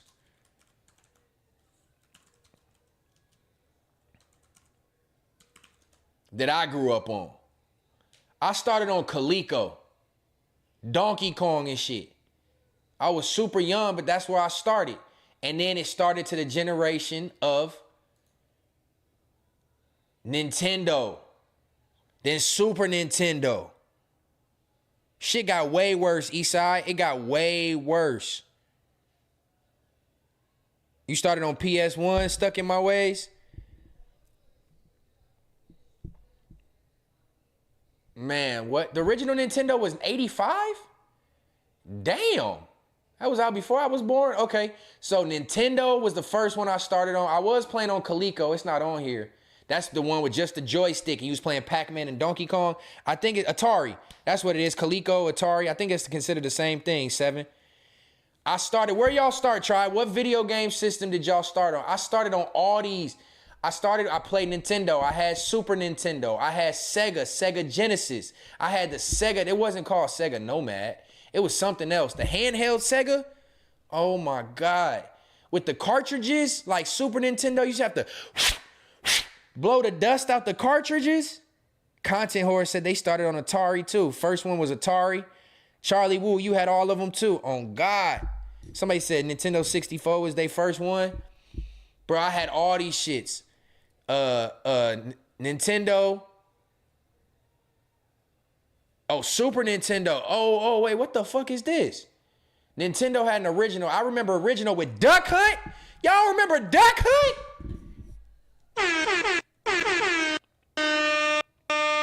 Y'all don't remember Duck Hunt? On the original Nintendo? I don't remember this top-loading Nintendo. I don't remember that. But Sega, Genesis, Super Nintendo came out. That's the one where you had to blow in the cartridges. I don't remember this SNES 2. I guess because I just had the original one. 91? Then PlayStation. Bro, PlayStation was where a lot of people started. Crash Bandicoot. Like, bro, come on. PlayStation, that's when discs first was announced. Nintendo 64. Some of y'all started on 64 with fucking 007 GoldenEye. Come on. Come on, bro. Everybody had the, bruh. Duck Hunt with the gun, bruh. What? The Pokemon 64? Then you had PlayStation 2, Xbox 360 with the original Xbox with Halo on it. I stopped really playing games like I think when the Wii came out. I don't think I ever really played the Wii. And then PlayStation 3, I played PlayStation 3 a little bit. After that, I kind of stopped playing games. But do y'all see this? What a time. Super Mario? Mario Kart? Come on, man. What y'all know about the cell phones, though? Hold on. Let me show y'all the cell phone history. I'm going down memory lane tonight. This special edition of Context Matters. If you are tuned in, you enjoying yourself. If you tuned in just to pass time, I do appreciate your eyes and ears. Make sure you click a link one time. Click a like one time and let me know you are engaged. Engagement is the key to this stream more than anything. Shout out to the Super Chat goal. Everybody who's been donating, your love is really, really appreciated. I appreciate y'all for real more than y'all know. I'm about to drop another goal, and fuck it. Let's see if we can hit 10 more tonight because we really just low-key getting started. I ain't even talked about no news topics, none of that. Shout out to everybody fucking with me. You are appreciated. Carmen Sandiego, oh my God, bruh. All right, let's do this. Let's go down memory lane for the cell phones real quick. Ooh, is this the best one? I think this still missing a few. Bruh, this is before the bag phones. This don't even have all the phones on it. But I started, my first phone activated, turned on, was a Nokia. It had Snake on it. This was not this edition. Hold on, I gotta go find a better picture. Not this edition. What was y'all first cell phone? Tell me, tribe. This right here is a crazy picture. Some of y'all are way too young for some of these phones. This one right here was my parents' first cell phone. With the Motorola with the flip bottom. You used to smack that bitch up when you was done. You would hang up like that. But that was legendary. All these phones low-key was legendary. Hold on. This ain't it though. I feel like they missing some. Let's see what this one talking about. We gonna end on nostalgia on the cell phones and we gonna move on. The brick joint with the big ass battery pack in the back. 1989, yup, I was born in 88. This was the first phone that I think my parents had. It had that big ass fucking battery in the back that you would take out and charge separately. The antenna pulled out and you flipped it closed. Yup, one of the first. I remember this Nokia. My parents, I used to play with all these phones. When my parents would get a new phone, these phones became just like play toys. I remember this joint right here though. This one, the first phone that you could like close from the top and like close it down and hang up on a nigga by closing it. I don't think y'all wasn't old enough, bro. The slide out face. The Blackberries, the two-ways, pagers ain't even on here. My first personal phone was a Nokia.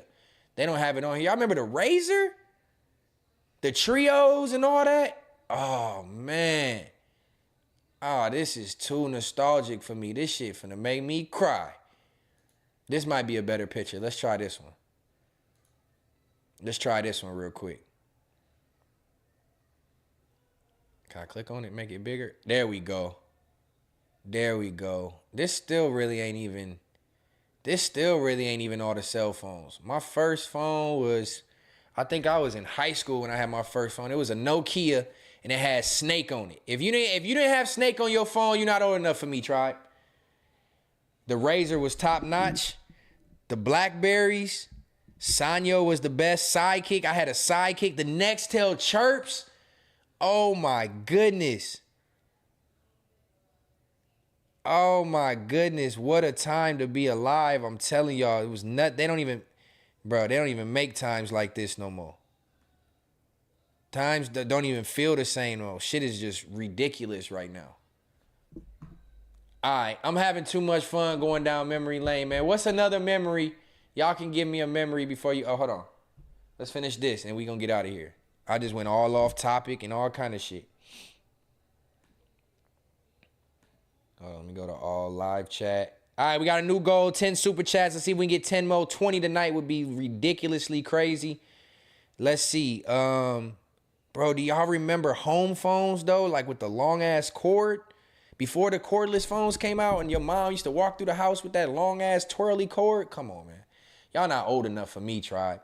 Y'all not old enough for me, tribe. And if your dial-up disconnected, rage. Windows 95 was still... Windows 95 when all you had was solitaire, paint, and the motherfucking pinball game? Oh my God. Oh my God, bruh. Tribe, y'all have to feel me on this nostalgia. Am I freezing or is it good? Let's get to TV shows. You still got a home phone with the same number? Hell no. I hated dial-up. Minesweeper, blind to the BS. I hated that motherfucking game, dog, so much, bro. Specifically because I did not understand it. I didn't get the gist of how to play Minesweeper. I never understood. You just have to click squares and hope the little bomb didn't go off on your ass. Bro, I'm telling y'all, solitaire, however you pronounce it, the pinball game, Space Cadet. That's what it was called. Windows 95 games. I'm still staying in nostalgia. I don't give a fuck. I'm having fun.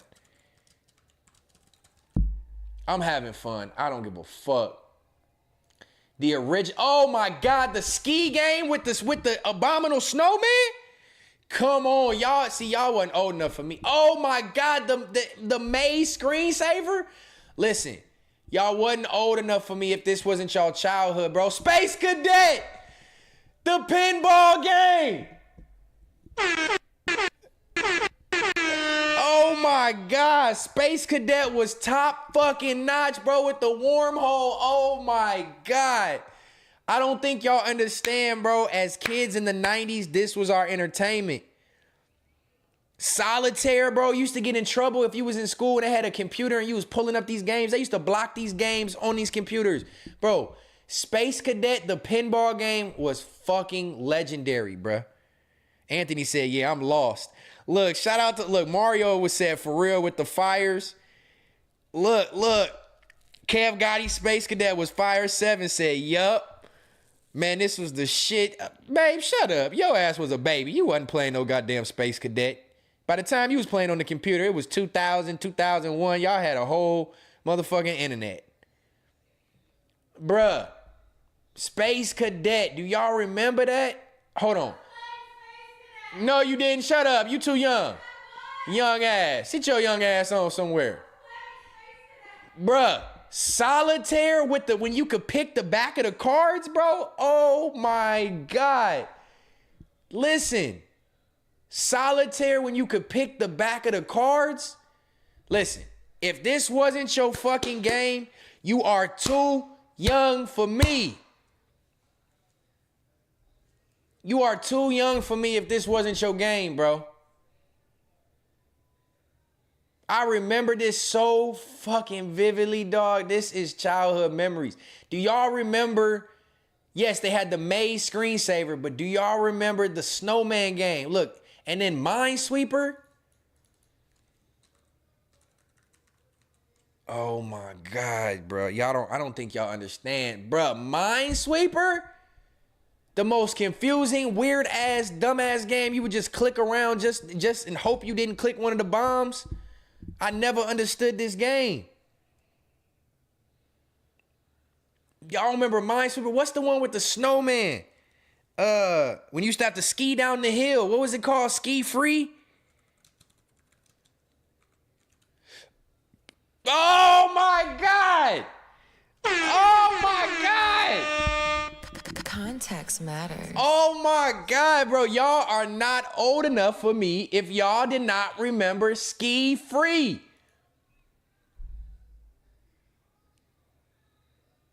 Bruh, this right here, I'm telling y'all.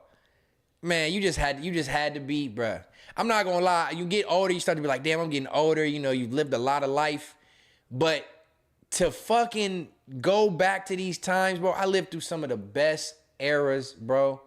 Like, ski free. Like, y'all used to have to go down Wild tonight. Shut up, nigga. I'm showing my age. You used to have to go down the mountain and avoid all the trees. And if you hit this little snow patch right here, it would slow you down. And then you couldn't hit no other people. You couldn't hit no trees, no rocks. They have some jumps that boost you forward. But this little hand-drawn ass abominable snowman would fucking try to come down and eat you. You have to try to out-ski him and get to the bottom of the hill before he would eat you. Dog, I don't think y'all understand how carefree childhood was back then, bro. Hold on. Let me see. Somebody please tell me they got a video of this being played. Oh, they do. I got to take y'all back, Tribe. We going down memory lane. Fuck it. That's what Context Matters is about. We having a good time. Ski free. All right, we're going to play some ski free. Look, this is ski free, y'all. This was what was happening on PCs back in the Look, this sound, 90s. It looks so cheesy. All right, I need some style points. Oh, here we go. Yep, see, you hit the little thing and you would jump forward, but if don't hit a rock or a tree. Now, apart from the arrow keys, I have one thing I can do, which is press F to go fast. Here we go. You ready? Damn, I don't remember pressing F. Nigga had a cheat code. This was the game, bro. I'm just unking. I'm just unking. Points. At the end of this is the iconic abominable snowman who just eats you. And for some reason, they thought that would be a better way to end the game. Whoops. Than to just have it go back to the title screen or something. Is history. And I clearly remember at school. This is history. All right. We're going to get out of memory lane. I don't want to bore my young people to death. Y'all like, what the fuck is he talking about? And people were discovering solitaire and paint like it was cutting-edge tech. At the mall, you'd grab an Orange Julius, browse CDs. Orange Julius? Browsing CDs at Sam Goody and Media Play when you could, some of y'all not even old enough to know you used to go to the CD store, the music store, and you could preview the album on the headphones at the little stand before you even bought the album. You could play like 30 seconds of each song before you even bought the album. Dog, Orange Julius? At Sam Goody, or try on oversized jeans at the Gap. There was no TikTok, no smartphones, no influencers, just mixtapes, pagers, and the dream of owning a Game Boy Color. 1996 wasn't perfect, but it was real. What do you miss most about the 90s? Welcome to 1996. Look at the cars, look at the people, look at the way people dressed, look how carefree life just 29 years ago. Gas was $1.23 a gallon. A decent apartment cost under $600 a month, and a $36,000 salary. Man, I gotta get out of this. I'm getting in my feelings, man. I'm getting in my feelings, bruh. Fries, yup. Damn, bruh. Damn, just going to the mall to hang out at the video arcade. Oh, God, bro. Y'all know, some of y'all old enough in here. Some of y'all old enough in here for sure. What a time to be alive, Tribe. What a time to be alive. If I could go back right now, I'd give up damn near everything. Damn near everything. And look, this is how you know times is changing. We're going to keep it pushing. I appreciate everybody who's tapped in. 100 people still live on this good late night. It is 9:30 on the west side, 11:30 Central Time, 12:30 Eastern Time. Your presence and your ear and your view is much appreciated. Even if you in here just watching to talk shit or to go report somewhere else, I appreciate you. You know what I mean? Engagement is key. But let's go ahead and get into some of these topics that we was talking about, that we're going to talk about.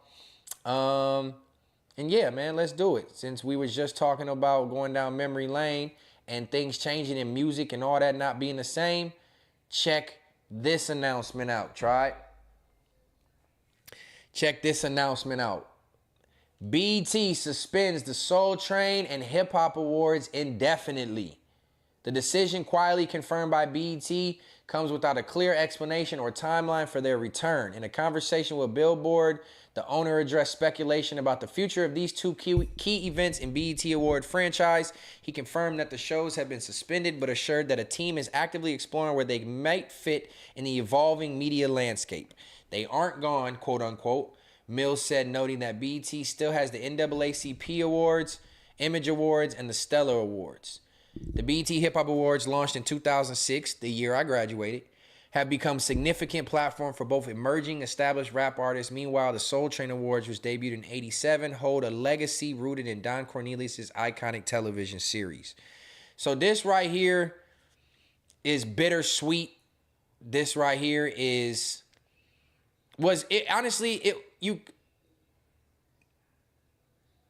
let me see. Hold on. I would say that it's less about being no longer and more about our team having to reimagine them for the changing media landscape that we find. We have suspended them, actively thinking about those where award shows might live. All right, so what they saying is they're trying to adapt those to be more current with the times that we was just talking about, not the nostalgic times, but the times now where life is so different. People's attention spans are little to none. They are frivolously care about shit like this. They started, with the BET Hip Hop Awards started falling off when the main artist said, I'm not going to that ratchet ass shit. Or where they weren't being honored properly. Or the big name artist was like, nah, I'm cool on that. I'm too good for the Hip Hop Awards. You're not about to box me in.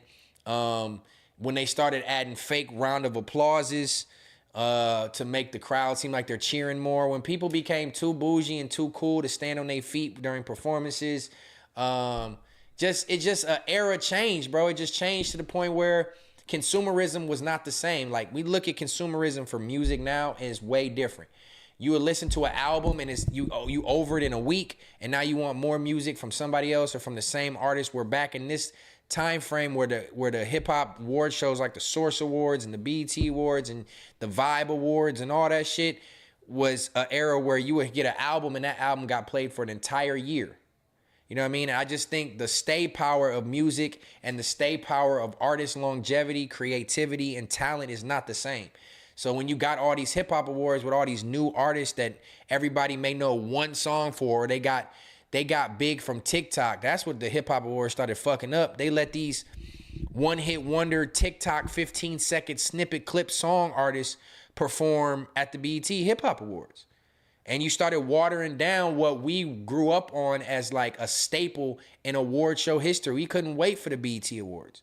Even in 2006, we couldn't wait for the BET Hip Hop Awards and the cyphers to come, and like real rap was appreciated and real music was awarded properly. Now it's about statistics and popularity and who's paying who and bots and who's showing up and who's not showing up. And it's just changed so dramatically where I could see why this was bound to happen. Like, when every time I haven't watched the Hip Hop Awards the night they came on in years. You know what I'm saying? Like, I would just go back and wait for the performances to be played. Crowd be dead. People be half-ass showing up. Shit was completely different, bro. And like I said, our attention spans are so short now that it's like you get one drawn-out, boring moment and they turning it off and their ratings are suffering. So it's for them, for BET, it's costing them more to put on these award shows and set them up than they're making off of viewership, because people are too tuned into their phones. Even when they watching awards nowadays, what are people doing? They scrolling their phone, they watching other people comment about it, they're commenting about it, they're clowning everybody, trying to be funny and talk shit about the outfits and do all that. Bro, I miss the simpler times. Like, honestly, social media has destroyed fucking the world. If we really want to be honest, it destroyed humanity. The BET Awards was something legendary. Y'all stupid. Let the comments rock. We ain't tripping as long as they're not being disrespectful. I don't care. Let them rock. Cephas Stafford. He said, what it do, Chad? What up, my boy? Appreciate you tapping in. Better late than never. Sure appreciate that. Stoners Committee. They could have just made it better, not cancel it. The problem is they've tried to make it better so many times that like they've ran out of things to make it hip. And when you try to make it hip, it just becomes corny. You get all these comedians to try to host it, and you try to like add in these skits and do all this little shit. It just becomes corny. It don't even become about the music anymore. It's about keeping engagement. So they've ran out of ways to keep this shit interesting. I don't blame them for taking it away. Maybe in like 2, 3, 4 years, they bring it back and it has a nostalgic feel. Or even like the Cyphers was trash. Like, who are we fooling here?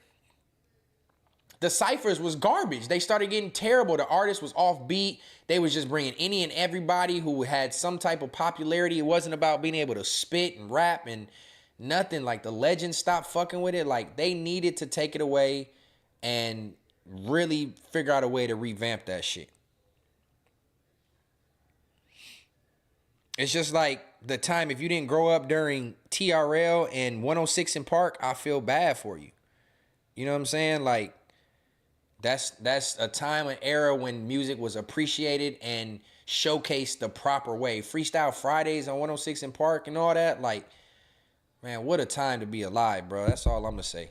But yeah, they suspended the Hip Hop Awards, the Soul Train Awards. I'm not sure why they did the Soul Train Awards, probably because it ain't much more soul, it ain't much soul music anymore.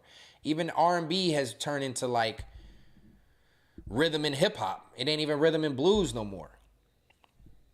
You know what I'm saying? So I see why they try to move away from it, make it a little bit better, come back. Maybe we'll see what happens. But yeah, it was time. It was time to get rid of it. Eddie Today, what's up, my boy? Eddie the Dave, I'm mailing out your money bag tomorrow, bro. I got your DM, or I got your the Cash App, verifying the zip code. I typed in the address. I just wanted to make sure it was the right zip code, so I had to wait for you to verify that. You verified it. I appreciate you, my boy. I'm going to get that shipped out tomorrow, and it'll be to you by top of the week, probably Monday at the latest. Man, Blind Fury, Jin, Poster Boy, 106 in Park was legendary. The original 106 in Park, Free and AJ 106 in Park, Bow Wow, Mr. 106 in Park, 106 in Park, Freestyle Friday 106 in Park. You know what I'm saying? Like, legendary times. Before Roxy and AJ, it was Free, or no, Roxy and Terrence. It was Free and AJ. You know what I mean? That was the legendary times right there. You had to be alive for that. Somebody said R&B died when Chris Brown became a blood. Oh, Rap City and Tigger in the Basement. Oh, God, legendary times. 7, you know. We know your age now, 7. You got some history under your belt. You got some history over there. You seasoned. You a vet. You know what I'm saying? You a vet. All right, let's see. What else can we move into, man? We're going to move out of the nostalgic feeling shit. We're gonna move out of that because it feels too good. It feels too good, and it's low-key bittersweet. It's one of those things where it's like, damn, you watch it, like, damn, it's cringe, but at the same time, it's sweet, man. Like, what a time. We can go back a little bit. How was y'all teachers? How old and what did your teachers look like back when y'all was in school? For all my people that was 90s babies, grew up in the 90s, oh, man, BT Late Night, you for sure right. Midnight Love, Uncut. Used to, when Uncut went off, you had the preacher come on there talking about God. You know what I'm saying? Pastor Kearney Thomas, whatever his name is. That was a time, bro. BT had his legacy. BT fell off. They don't even play music. They don't do nothing music related no more. Everything BT is just shows. But how was your teachers back in the day? The reason I say that, we're getting ready to go back to school. Shout out to all the people with kids that's sending their kids back to school. We getting ready to go back to school. We was talking about old times, and all my teachers was old as fuck back in the day. All my teachers was old, gray hair, grumpy, mean as a motherfucker. And when I say old, I mean old, like 50s, 60s, bro. Even my gym teachers was old and out of shape. We didn't have it was like a young teacher in the 90s was like, the youngest teacher in the 90s had to be like late 30s, bro, early 40s. There was no young teachers. And the reason why I say that, damn, Comic View, come on, man, y'all got to get me out of nostalgia time, bro. I'm never going to be able to move on. But my teachers, the reason I'm saying that is because, yeah, what the fuck? What teachers? Why do what? Yeah. Why? How are teachers? I don't know if this is a teacher, but this shout out to Flacco. I know he like to do clip-worthy shit. Arizona middle school teacher goes viral on social media for the first day of school. I don't understand why our teachers didn't look like this. What changed in history that old teachers stopped teaching and the young teachers took over? I know good and goddamn well if I was in middle school and high school, I'm staring at ass all day. Now y'all wonder why these teachers and you wonder why these kids can't focus.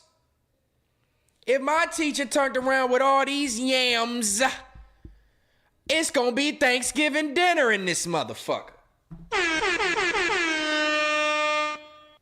If my teacher had cake by the pound, I wasn't finna be beating on the table. I was finna be beating on cheeks. How do teachers look like this? This not fair. This ain't okay. This is a distraction in the school. All right, let me ask y'all this. If y'all older now, yes, if we was kids, we'd have been like, love to have this, right? But as a parent, do you have something to say about this? Or is this just like, fuck it, that's how she's shaped? Granted, I mean, what's she supposed to put on? I mean, yeah, it's a tight dress, but like, what is she realistically supposed to put on? Like something baggy, or like, even she gonna have ass in jeans. You know what I'm saying? So like, what are these teachers supposed to wear? Look, even these teachers, modestly dressed, cute women, cute girls, got some ass, friendly faces, professionally dressed. Somebody said 2 Florida teachers are going viral after their first day of school photo turned heads online. So they're fully covered up, but they're young and they cute. Like, I didn't have no teachers. There was not one teacher. I take that back. I can't remember who she was. We had one black teacher, thicker than a Snicker, thicker than a bowl of oatmeal. I don't remember what she taught. Black lady. Damn, what was she? This was high school. But we didn't have young, cute teachers. It wasn't a thing. So if you got your kid in, I would say not elementary school. Elementary school, yeah, they're not thinking about the opposite sex. They're not really probably looking at ass and titties and being like, oh, my teacher, Miss Jackson, is fine and a motherfucker. They not probably thinking like that at that age. But in high school, as a parent, do you feel like you would have some say so? 7, perfect example, respectfully, because I know you said you got older kids. Do you feel like you would say something if your kids' teachers weren't modestly dressed? Like if they weren't dressed like this, fully covered head to toe, like even though it's still tight fitting, form fitting, she got her toes out, she's shapely, you know what I mean? But there's no boobage showing, you know what I'm saying? She's not really showing too much thickness. Are you critical of the outfits around your kids? Is that a distraction to kids in school? Because honestly, if I look at it like this, high school students nowadays, they fucking. If they not fucking, they talking about it. If they not talking about it, they at least know what it is. They know sexual attraction. They probably know, they probably playing with themselves. They probably whatever, like when you in high school. So I don't think that being super critical of what the teacher looks like or has on is going to matter too much in high school. But middle school, maybe. They're a little bit more impressionable. Like middle school is when I started hunching. You know what I'm saying? So like, I don't know if having a fine teacher would have deterred me from paying attention in class or if I'd have paid attention more in class. I really want to know what y'all think. And I'm going to let him do his thing. Let me do my thing. Damn. Go back to the other one, Stat. Look, Vinny talking about they thick as fuck. Long as she teaching them something, she definitely thick in everything. She's not even around students right there. They probably gonna clown here, but what the fuck she supposed to do? She cover it up. As a parent, chill your ass out, have some class. Damn, seat this world hits from the street. You took it back. 7 said, I don't think I would say anything, but back in those days, kids probably would have laughed at her butt being so big. Fair to say. That's probably true.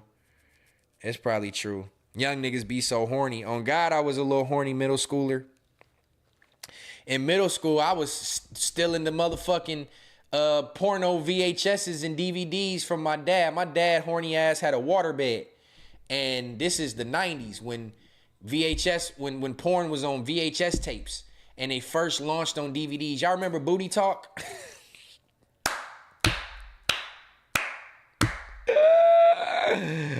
Y'all remember Booty Talk? Y'all gotta be old enough, bro. I'm telling you, see, this is the nostalgia I'm talking about. Booty Talk on DVD, volume 1 through 50, whatever it was, bro. That was when black women, Onion Booty, that's when black women started being on the cover of these porno CDs and DVDs. But on God, look, don't leave that VHS in that motherfucker when you done. Telly, you already know, bro. I used to sneak. Middle schoolers was some horny niggas. I was horny as hell in middle school. You gotta remember though, middle school started for me in 99. 99 was 6th grade, 2000 was 7th, 2001 was 8th, 2002 was 9th. Yeah. So middle school started for me, 6th grade was 99. So like, it was a horny time, bro. I'm not gonna lie. Nigga would wait for couldn't wait for my dad to go to work late at night. He had a water bed. That's how you just go to know the time frame we talking about. They had a water bed, and on the side of the water bed, between the rail and the water bed, you would pull the water bed to the side, and my dad would hide his porn DVDs and his porn VHS tapes in the side of his water bed, along the wall in the water bed pouch. Boy, my ass couldn't wait for Pops to leave for work late at night. I'd go in there and grab them damn VHS tapes or them DVDs at the time. And you know, it was really bad when like you would put the DVD in or put the VHS tape in and you would have to try to rewind it back to the scene that it was left on so you didn't get caught. I don't know why my horny ass was like thinking that if I left it on a certain scene, that if she was ass up in this scene, but when I got it, she was riding, that if I didn't rewind it back to the riding scene, that when my dad watched it the next time, his ass would fucking see that I was watching it and be like, nigga, you horny, you watching it, stealing my DVDs. I don't know if Pops ever found out, but I for sure look Blinky like, bruh, you already know, Blinky. Look, y'all already know. Pops was on L. I'm your Uncle Elroy. Look, y'all know, tribe, this was that time. You had to get the DVD, you would pop it in, it'd be on chapter 14. You know what I'm saying? No, that's when DVDs had chapters, and you would watch it, you would skip, no, I don't like this one. You would skip to the next chapter, different girl, different scene, whatever. And before I even started that bitch, I'm like, all right, chapter 14, chapter 14, chapter 14, chapter 14. So when I was done, I would, and you know what's funny? I don't even like, no pause shit, fellas. I don't even remember, you know, all Pamela edition. I don't even remember really like whacking off like that. I just remember watching the shit, which is so weird.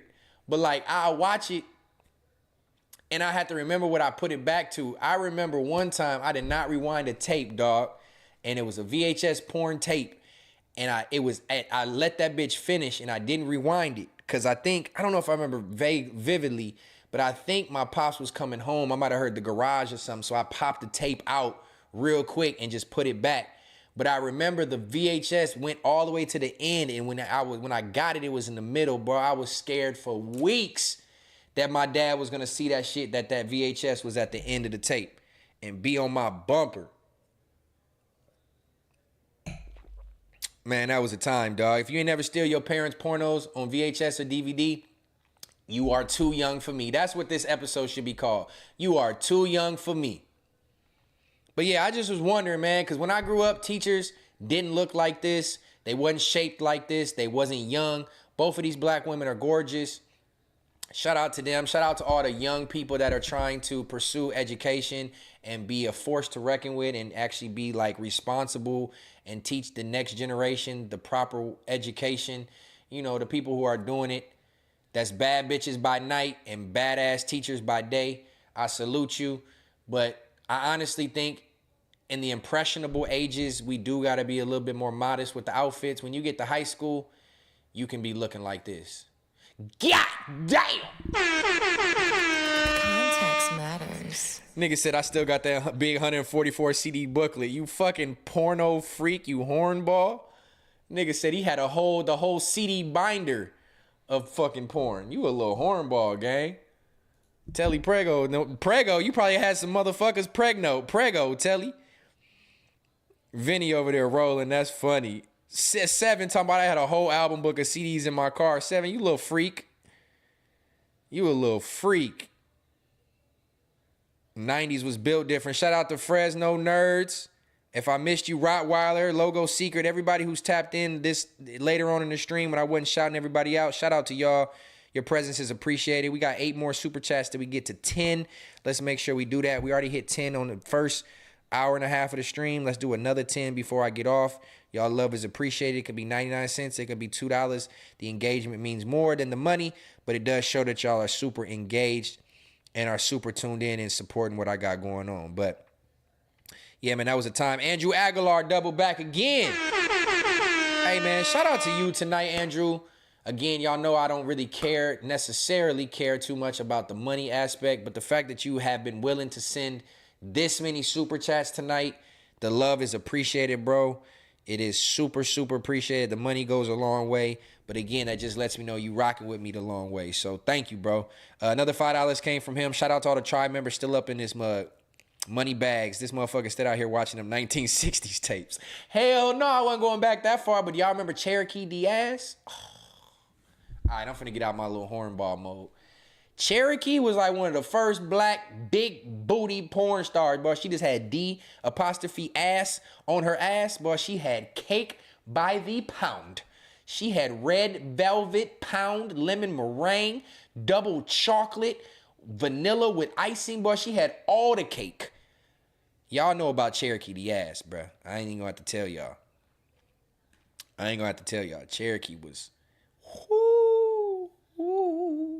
Blinky said, what about when the DVD player came out in the car? Everybody had pornos in their DVD in their car. On God. 7 went to school with Jada Fire. Jada used to suck some mean dick. She used to suck some mean dick. I'm just saying. Buffy the Body, boy, you a little hornball too, Vinny. Speaking of which, all you horny ass niggas, let's move on to the next topic. Next topic. All you horny ass niggas, let's stay right in this pocket. All you hornballs, are you niggas taking the male birth control? Yes or no? I'm putting a poll up this time. I ain't did a poll in a couple streams. Fellas, y'all taking male birth control or no? Engage with this poll for me right now. I need all my fellas to let me know. Is this what y'all think is safe? Women have been doing it for centuries and decades or whatever it is, and they say it messes with their body and all that good stuff. Fellas, you take the male birth control, you can raw dog and shoot the club up all night. Context matters. You can shoot the club up all night. You ain't got to worry about the rubber. You can still contract diseases, you nasty ass niggas. But male birth control pills for men just passed the first human safety test, and experts say the plan is to make available on shelves by the end of the decade. Non-hormonal male birth control pill that temporarily halts sperm production by blocking a vitamin A metabolite in the testes. This approach is different from hormonal options, and early results show it's safe and well tolerated with no major side effects. My motherfucking ass. Ain't no piece of medicine that the FDA approves and passes is gonna not have any side effects. You out your fucking mind. It's gonna make men sterile as hell. You take it for 6 months, you gonna never be able to have a baby in your life. That's all I'm saying. That's how I feel about it.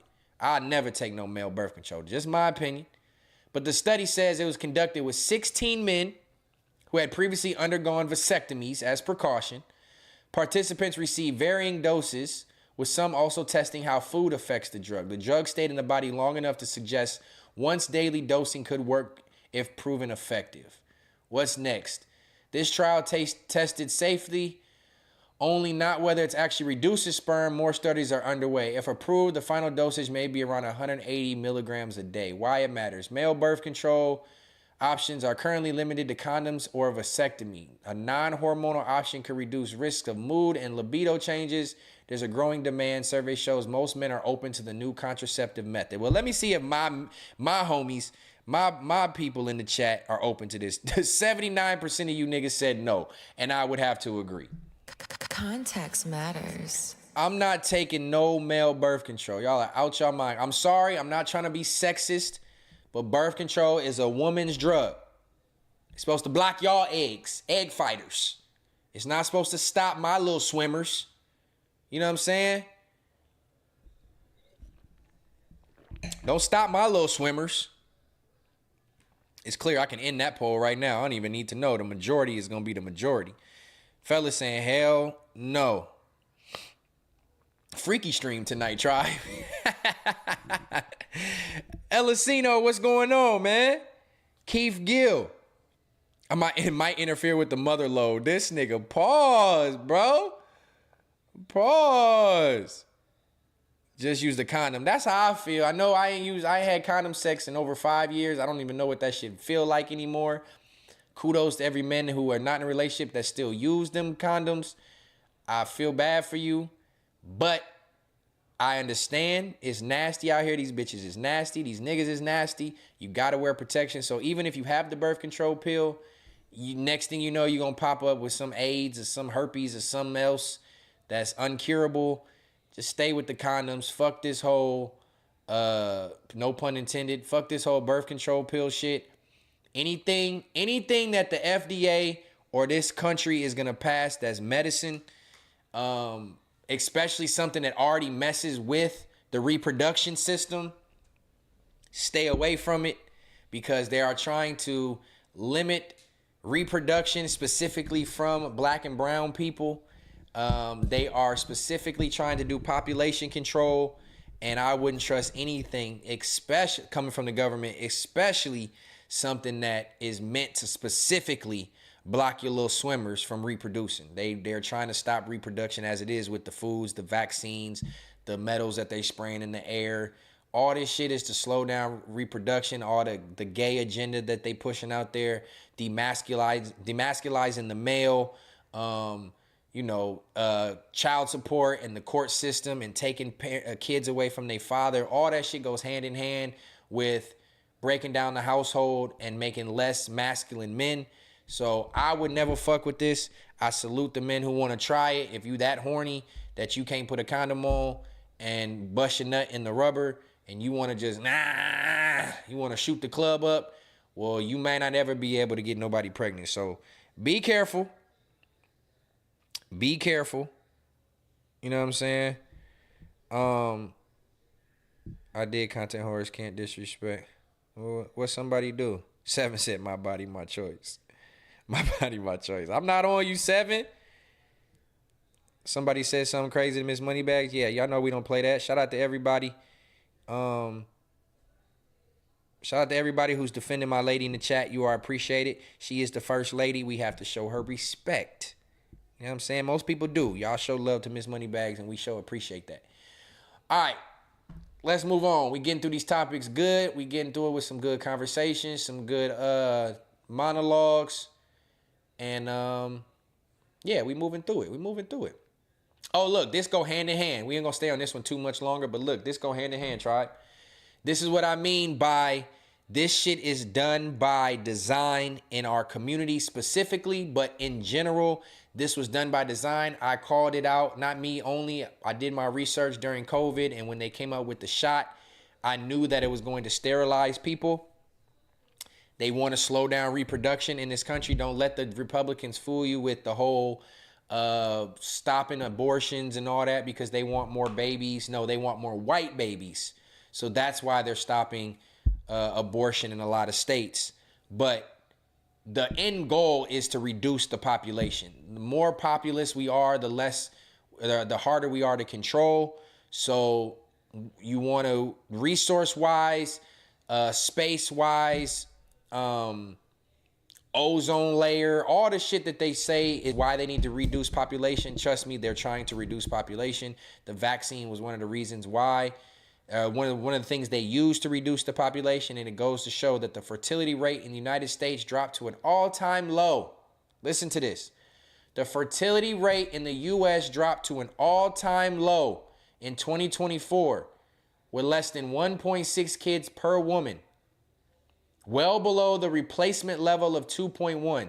This continues a decade-long trend as more women delay or choose to not have children. Now, they're going to try to spice this up and make it seem like the economy and the expenses and money goes into it. I get it. It does. Money is a reason why, and freedom and responsibility with these new generation of people of why people aren't having babies. I get it. But let's not go turn a blind eye to the fact that fertility is down due to the foods, the drinks, the shots, the vaccinations, all that. It's down. The current rate aligns with similar declines in Western Europe. Experts say the drop is part of a long-term shift, not a sudden crisis. Delayed parenthood, economic pressures, and concerns over health care and affordability are key factors behind the trend. Understandably, but I think it's a lot more to it than that. It's a lot more to it than that. But that's what I'm saying. That we talking about male birth control and all this shit. They're trying to limit the reproduction, bro. So we should be mindful of that. Not saying go out and have a bunch of just babies everywhere, but know that they want us to not reproduce, especially in our community. Elisino, thank you, fam. My nip rug, I appreciate you, bro. That's one of my first portraits I did. Y'all can't really see it. Let me see if I can see it on this one. I can see more of it on this angle, but I appreciate you. Yep. It's in the shots, the food, the water, the air. Shout out to Eddie today. If you show right, Miss Moneybags, you show right, my baby. Oh yeah, y'all can see the rug right there. Trying to slump our culture. Sorry, I'm reading the chat, Tribe. Oh, okay. I see you, Vinny. He said he apologized. He was probably just trolling. Because he be showing, content whores be showing love all the time in here. So he good. He just, jumped overboard a little bit. Sometimes it happens. It's all good, bro. We make mistakes, but it's all love. You part of the tribe. You be in here fucking with me every stream. So shout out to you. Just be respectful to my lady, please. Even if you talk about that sunken face, fake ass Kardashian over there, let's just still semi be respectful. You know what I'm saying? Like, at the end of the day, to my lady, be respectful. You know what I'm saying? Cause she know everything. So there's nothing like y'all can say that's gonna get her out of body or make her feel no type of way. I'm transparent with my girlfriend. She know everything. So it's not like you can do anything to like really hurt her feelings, but at the same time, let's still be respectful. All right, let's move on. Let's see. Damn, I actually got a lot on here right now. Hang on one second, tribe. Where we at? All right. So let's touch on this briefly. Shout out to everybody who's still tuned in. We're going to rock out for a little bit longer. It is 10:30 on the west side, 10:10 on the west side, 12:10. Central Time, 1:10 East Coast. If you are tuned in with me, you are appreciated. This is a late night on a night we not normally on here, and we still pushing 100 people consistently. That's love. Y'all are appreciated. Let's get into some news that just came out. Some news you can use. Diddy's ex, Gina, pens a letter to the judge supporting his release on bail. Despite being listed as a victim, number 3 in the federal indictment, Gina, who prosecutors allege was one of Diddy's victims, never took the stand and ultimately refused to testify against him, saying she doesn't view Combs as a danger to me or the community. This is a little Asian thing. Gina, who most people know she got in the public eye because she was going at it with Young Miami. When Young Miami was fucking with Puff, she was going at Gina because Gina was the side chick at that time, and Young Miami was the main. That's where she got into the public eye more so than anything. But what I wanted to bring this up for was because wait, chill out. No, this ain't 50's baby mama. This ain't the one. That's Daphne. 50's baby mama is Daphne, which is who I think was victim number 2 in the prosecution. This is victim number 3. But I want to salute her because I don't know if this is her saying that. I did have the post of her statement. Let me pull her statement up. But she's pretty much wrote a letter to the judge that said she thinks Puff should be free and that he's not a detriment to the community. And I just want to say she deserves some kudos. There's a better picture of her. She a little pretty little Asian ting. She's standing by his side. And I don't know if this is because she's addicted to the lifestyle, the money. Does she want to be the only one that was down for him so that when he gets out that he fuck with her heavy? I don't know. But there's a such thing as a down ass bitch, and she's a down ass bitch. Straight up. She said, damn, Gina. Yeah, she a little cutie. So Diddy's ex, Gina, penned a letter to the judge asking for his release. Let's see what it says. I just want to rock you all night long. Oh.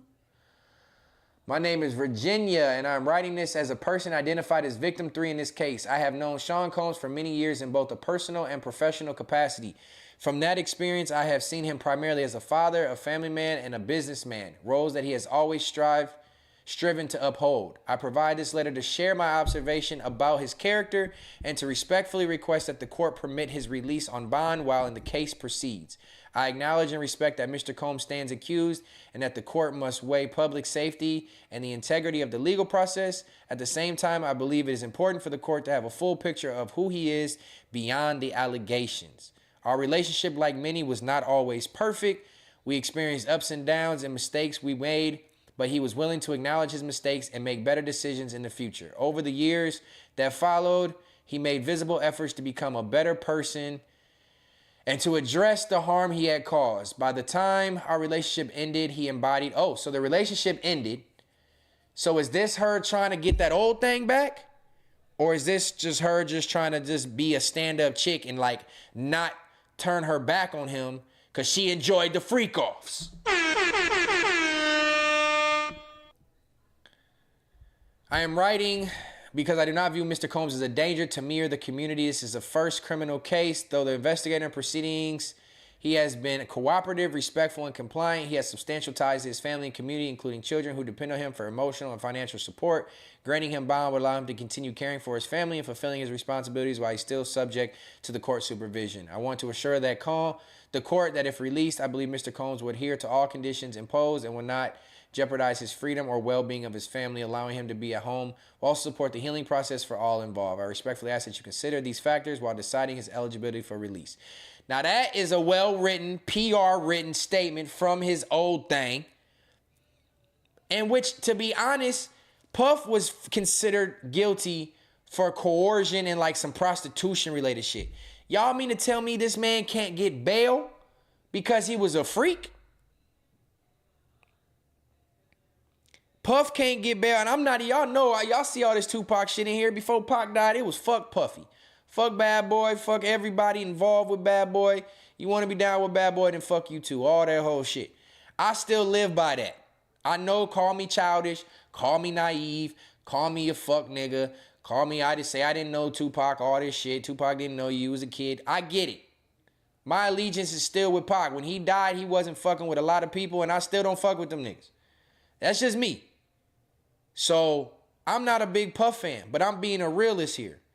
Based on what he was convicted for and is in jail for, he don't belong in jail while he's fighting this case. He offered to surrender his passport. He offered to pay $50 million, put up houses as collateral, put his kids' passports up as collateral, all this, but yet they still holding him in jail for a sex crime that wasn't deemed malicious. He wasn't beating nobody up. He wasn't raping nobody. He was a freak ass nigga. And he's still in jail. So I salute Gina for this, because even if she's not with him, she's standing up for him. She's the voice of reason. She's the one woman who came forth on his behalf and is willing to speak up and not care about the backlash and none of that. She's willing to speak up for her previous man and try to get that man free. She want that old thing back. She want that lifestyle. I get it. But if that's the way to go about it, I think she's doing the right thing. I think she's doing the right thing because, that just shows allegiance and loyalty. That shows a man can make a mistake and still be able to move forward through it with his woman. You know what I mean? All right, let me take this. Are we still late? Let me see. Are we still in what's the word? Let me make sure. Yeah, we are still in what's the word. Fuck it. We got a lot to talk about there. All right, let's move on. No man deserves to be in jail for non-violent offenses, so free Puff. I'm just going to put it at that. Will he ever be able to bounce back to what he once was, his legacy, him as the mogul? No. Will people fuck with him the same way? No. But he don't deserve to be sitting in jail for being a hornball. That's all. All right, let's stay in What's the Word, which is the latest and greatest topics that we've been talking about that we need to discuss. We went over Diddy and Gina. Male birth control, we went over that. The Soul Train and the Hip Hop Awards, we went over that. We went over the teachers being dressed sexually. Fertility rate at an all-time low. These are all topics on my list. We went over them. I don't know if that's really worth talking about. Uber announces a woman-only feature. What do I have? What's my opinion on this? What's my monologue on this? Let me sip my wine and think for a second. Shout out to 86 people still tapped in this late, man. I appreciate you. It is episode 30 of Context Matters. Make sure y'all click that like button 30 times because we are making milestones over here. They thought I was going to quit. They thought this shit was over. They thought they could run me out. And little do they know, I'm really him. Blame the wine. I'm talking shit. All right, so look. I didn't really have much to really like monologue about this, but I guess I'm just going to freestyle it. I've been drinking. I want to touch on all my topics so that when I go to episode 31, there's nothing left over. Uber is testing a women-only ride option called Women Preferences, a gender-matching feature for women drivers and passengers to feel safe and comfortable. Now, on one hand, I'm for this because there is creepy-ass men in the world. Creepy-ass women too, but there's creepy-ass men in the world. So on one hand, I'm all for this. Like, yes, women should be able to be comfortable and be respected and not be hit on and all this if they're uncomfortable on their Uber ride. Some women don't want that. But again, I think that's selective because if the woman was being hit on and she was single by a man that was driving that she was attracted to or she liked, she would welcome the advances. But in this case, a lot of times these Uber driver men be crazy, creepy, smelly weirdos. And so a lot of these women ain't really dealing with it. So they're coming up with a feature now to where rideshare, you can ride with like-gendered people. I'm here for it, but at the same time, this is more separation between the sexes, which is, again, goes back to reproduction and is literally trying to pretty much Uber. This is Uber saying, we know we have creepy-ass male drivers, and if you want to ride with a woman, you have the choice to ride with a woman. But I guarantee, which is the fucking sexist part about this, I guarantee that as a man rider, you can't pick you on a woman driver.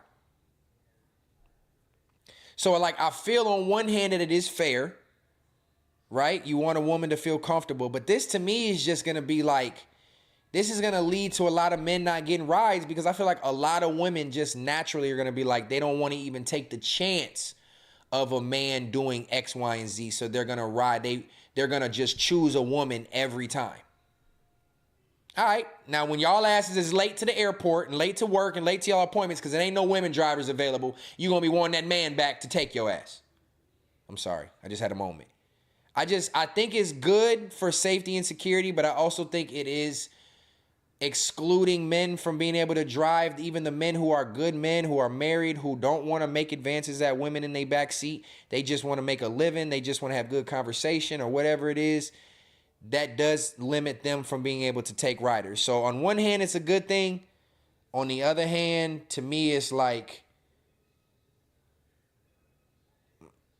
it's like, if men can't pick to have women riders, then why should women riders be able to pick to have women riders? I don't know.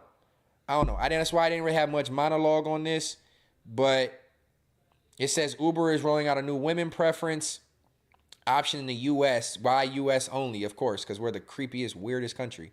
To give women riders and drivers more choice and control. Women riders will soon be able to request female drivers on demand, book trips in advance with women drivers, or set a default preference in their app to increase the chance of being matched with a woman driver. For women drivers, a toggle in the app will allow them to accept ride requests exclusively from female riders, even during busy times. Oh, so it's saying the women drivers can also pick to have women riders. See, this is too far, bro. This is getting too far. I know there's creepy men out there, but they need to vet their drivers better. I don't know. I'm gonna leave this one alone and see how this pans out. But if my girl ever need to take a ride share situation, she would be taking women only option. Oh, that's funny. Look, my ass had all that to say and just said as soon as I talk about my girl taking a ride share, she gonna be all women option. That's comedy. That's comedy. All right. Since we were just talking about my girl, let's finish this last what's the word topic. And my girl is from Cincinnati, Ohio. Well, technically not really Cincinnati. She's from the outskirts. She a suburb ass baby. You know what I'm saying? I ain't gonna give her all that. But let's see if I can segue over to this. Y'all heard about this Cincinnati? Excuse me, this wine got me burping like a bitch. Y'all heard about this Cincinnati brawl? Damn, pause. Not pause as in like pause, but pause the video. Okay, so the Cincinnati brawl has been going viral, where it was like a race-related fight, where there was a couple white people, a white woman, 2 white males, I believe, and a bunch of black males got into a huge brawl in Cincinnati outside of a bar. The white boys got beat up. The white woman got knocked out cold, face fucked up. Now, I'm going to play the video so we can see this. And then we can give our opinion on this situation, because I do have some opinion on this. Let's let this play. Damn, I kept my headphones on this whole goddamn stream. I wasn't even playing audio. Bop. Bop, bop, bop. Bop. Drop, kick, bop, stomp. Bop. Ooh, catch another one. Bop. Ooh, another one. All right, so look, I'm going to stop it right here. I do not agree with... Now, let me tread lightly on what I want to say. So supposedly the report is these are German white people. I don't know if they're Americanized, but I think they're German. They were spewing racial slurs towards certain black individuals. So when the fight started, anybody who was black joined in. And rightfully so, to a certain extent. You can't be hurling racial slurs out to a certain race and expect everybody that's in that race to not react. Even though it wasn't directed at everybody, you got to expect that to happen. Now, on the other hand, I am going to say that it was not right that everybody black around wanted to get their anger out on the white people who said these racial slurs or who was fighting black people. I don't necessarily think it's agreed that everybody should just pack them out. But at the same time, you got to know what you're getting yourself into, right? Let's let this play.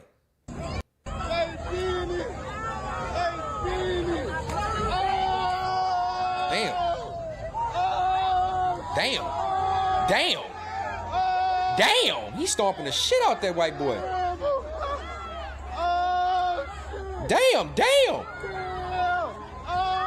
Packing her shit up. Oh. Take that motherfucking Air Force to the face.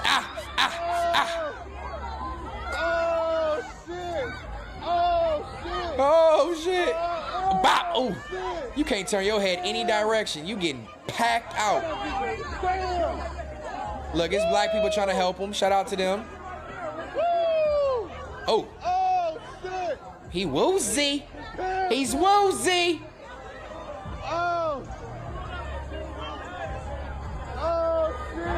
I got a feeling I know. Oh shit, my bad, y'all. I got a feeling I know what was going on here. To me, this looks like a black club was let out. All the black people was in the street, kicking it, parlaying after the club, getting to their cars, waiting for valet, doing what people do after the club. Some white people walked from down the street from a bar, and they was trying to get through the crowd of the black people. Something happened. They said something slick. Somebody told them to get their ass out the way. Some verbally was said when walking through the crowd, and it turned into this huge situation. That's to me what this looks like. You can hear the rap music playing in the background. You got a bunch of black people with the camera talking about, oh shit, and you got a bunch of black people jumping like 3 white people. To me, this means the white people wasn't minding their business walking through the black people, and they said the wrong word, and now you getting beat up in the middle of the street in Cincinnati.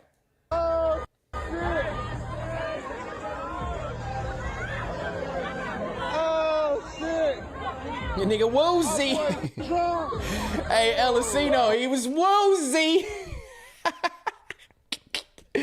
That nigga said, if you fall, expect stomps. It's traditional. Well, again, if he said a racial slur, he deserved all 10 of them toes, 20, 40, 50, 60, 70 of them toes that was coming his way. And I think that's what happened. I'm going to play the next clip. Hold on.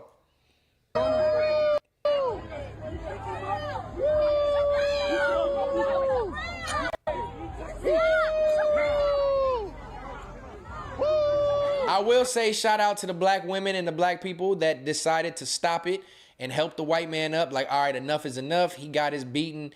Let's let him live. Literally, like, let's not kill this man out here. Let's let him live. Stop beating this man up. So salute to them. Ooh, he's woozy.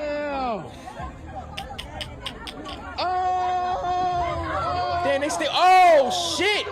I didn't know that happened. Oh, okay, so this is where the woman got laid out. God damn. They finna try to arrest, they did try to arrest, they arrested a bunch of these black people, which is fucked up because the next clip I'm gonna show you, the white people started it. I'm just saying. I didn't see where the woman got laid out. I didn't know this was part of the clip. Let's watch it. Hey, check out the white lady right here in this little flower dress. She got mollywopped. She must have did or said something right here. Watch it right here. Oh, the woman hit her first. Oh, and then another woman hit her. Okay. Same sex violence. Bop. And then the man cleared her ass. Mop. Oh. Oh, she's snoring. Oh, see, okay. I know I'm trolling right now, but this is, I don't know whether this is okay or not. It's not okay ever for a man. I wouldn't say ever. See, I almost contradicted myself. I don't think it's okay for a man to hit a woman unprovokingly. If this woman is trying to beat up your girlfriend, if this woman is trying to punch on you, you got the right to defend yourself. Granted, men are going to be stronger than women, so you got to like tread lightly and try not to lay this bitch out. But she's snoring with her eyes open. She all Vivid Dream edition. Laid her out, pussy all out. Pussy just in the air, all downtown Cincinnati seeing the bush. Laid her ass out. Ooh, she's blood coming out her mouth. Ooh, she hit her head on the concrete. Ooh, see, I'm not for that. I don't like that. I don't like that, but also I don't respect her trying to punch people. So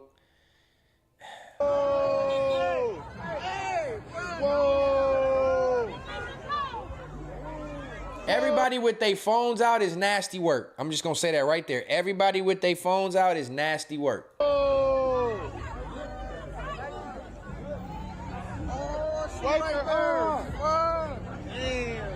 Help her up. Help her up as you film her and zoom in. Help her up. Nigga, put the fucking phone down and go help her up. I hate that shit. I'm not gonna lie. I hate that shit, bro. I hate that shit, dog. It be them videos you see with somebody filming and they screaming, call 911, but they filming. Bitch, hang up the motherfucking camera and pick up the phone and call 911 then, since you want to be such a Captain Save-A-Ho. Yeah, see, I'm not for that dropping the white lady, but she did attack. She did attack. Here go another clip. Hold on. We got a couple clips from this.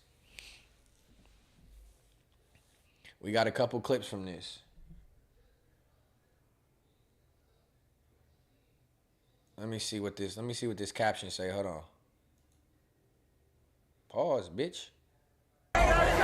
Pause, bitch. Sorry about my internet, y'all. It be lagging. I got to get the internet people out here to activate the outlet in the room so that I can move the internet box up here and hardwire the connection in so that we get better stream as far as like streaming shit goes. So I apologize about the lag. All right, look. So it says it wasn't a simple fight. It was an organized hate crime and most importantly, a clear organized lynching attempt to white people. Oh, y'all talking bullshit now. Because look, the proof is in the pudding. Right here. This is what I want to show y'all. I watched this one earlier. Look who touches who first. Look who touches who first. Watch this. Watch closely. Oh, wait. I don't think it caught it on this angle. Oh, yes, it did. Yes, it did. Yes, it did. You just got to watch it. I got another angle, too. I'm going to show y'all. This right at the beginning. Watch this man right here in the white shirt behind the guy in the black shirt. This is the group of white people. It's like 3 white guys, and I guess their wives or girlfriends or whoever was the women.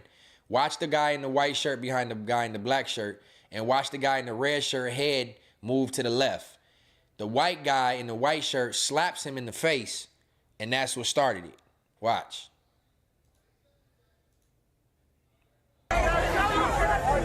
Bop. See, that's where it happened. This is my internet. One more time. Bop.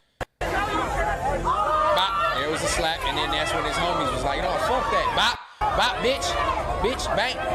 Now, do I agree they should have jumped him? No. Whoever he slapped should have got his ones first. The nigga who punched him for the sake of slapping him, he deserved to punch him. He's the one who wowed out first.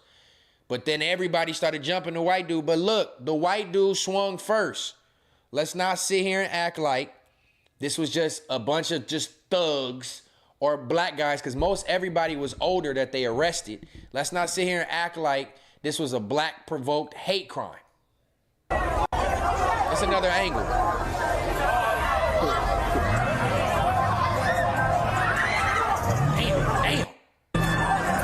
Damn, that nigga was eating all kinds of rubber. Oh, shit. Why that shit lagging like that? I want to see that kick in full-fledged motion. I'm just a bystander. I don't have my cell phone up, but I'm just a bystander. I want to see that kick in full-fledged. Come on, man. Why y'all buffering stupid? Oh, shit. Oh, shit. They fucking them white boys up. Oh. Oh, they packing them 3 white boys up.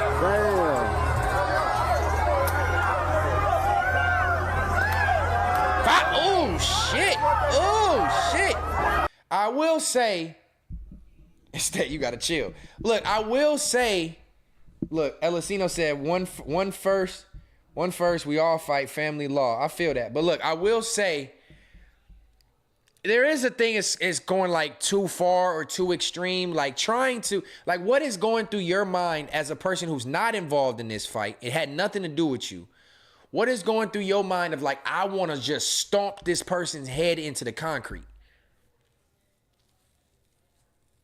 What is going through your mind to just say that, something like that? Like, all right, I'm just so mad and so whatever that I just feel like stomping, I just want to stomp your head into the concrete.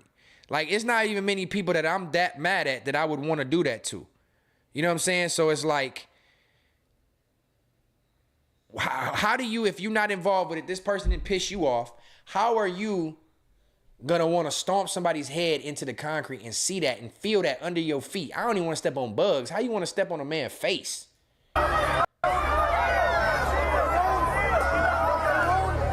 Like, do y'all not know that if one of y'all step on this man and kill him, that y'all going to jail for manslaughter, for murder? They're drunk. I get it, but see, that's why I don't like really getting wasted like that. Just because you drunk don't mean you got to take all your anger out on somebody who you ain't got nothing to do with. That's my defense to this. Gooney, don't do that. Damn, it was 3 of them white boys. Gooney, let him go, Gooney.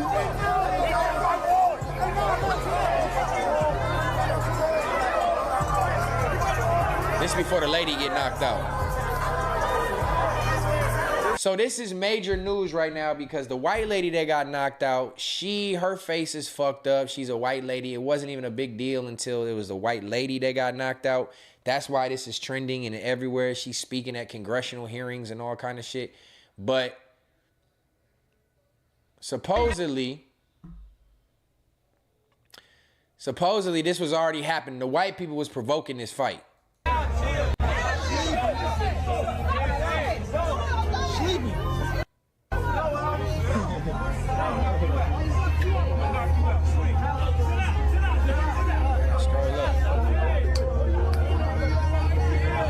Somebody broke it up. And he still was running his mouth and he slapped the dude in the rail. Look, watch, you're gonna see it on this clip, I think.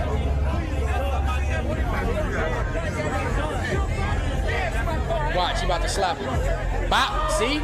That's the first clip. This is where it all started. They was squaring up. Nobody hit nobody. It was broken up first. White boy, the German dude, was drunk, I'm assuming. Put his hands on the black man, and then at that point, it was just all out mayhem.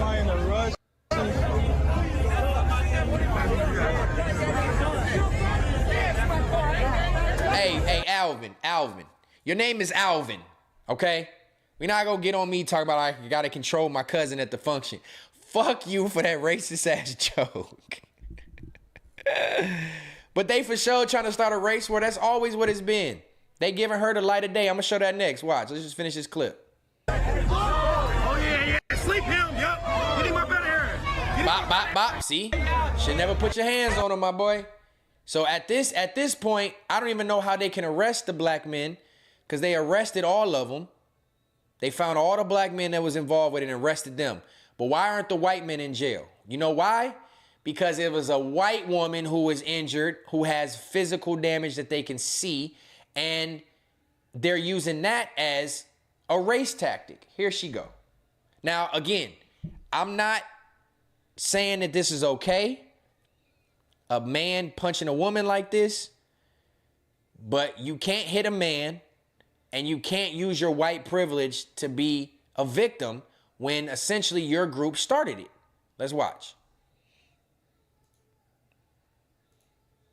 First and foremost, I just want to say that I don't want to relive what happened to me, 8 or 9 days ago. I'm here to talk about the future and how we can change it, how we can prevent this from happening to anybody else.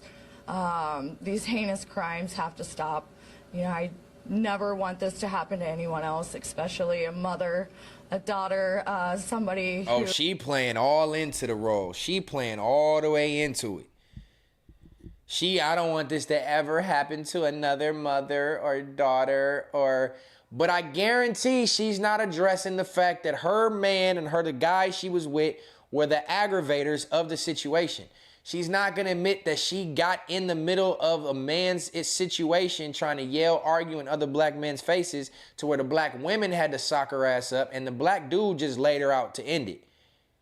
He should have let the women finish it. I agree. But at the same time, you can't provoke people and think just because you're of an opposite sex that nothing can happen. I'm not a condoner of it, but I'm not saying you be naive to think that nothing can happen. Who is loved, so I just know what it's done to my family. Blind TBS says she'll be all right.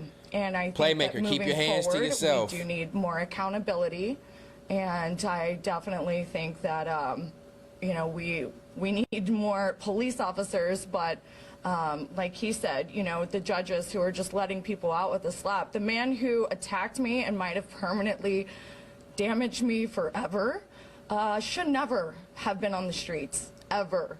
And the fact that he had just gotten out of jail previously for something he should have been in there for years, it's really sad to me because I can't even fathom how many other people who have been attacked by the same type of man over and over and over in Toledo, in Columbus, Cincinnati, Dayton. Our streets are being taken over and nobody is doing anything. The streets are being taken over by who? By black thugs? Like, this is all propaganda in my opinion. I get it. But why is if this was anybody else, not a white Karen, would she have the same access to these news? She got a whole press conference she's speaking at. She's showing her war wounds. Like, to me, this is all propaganda.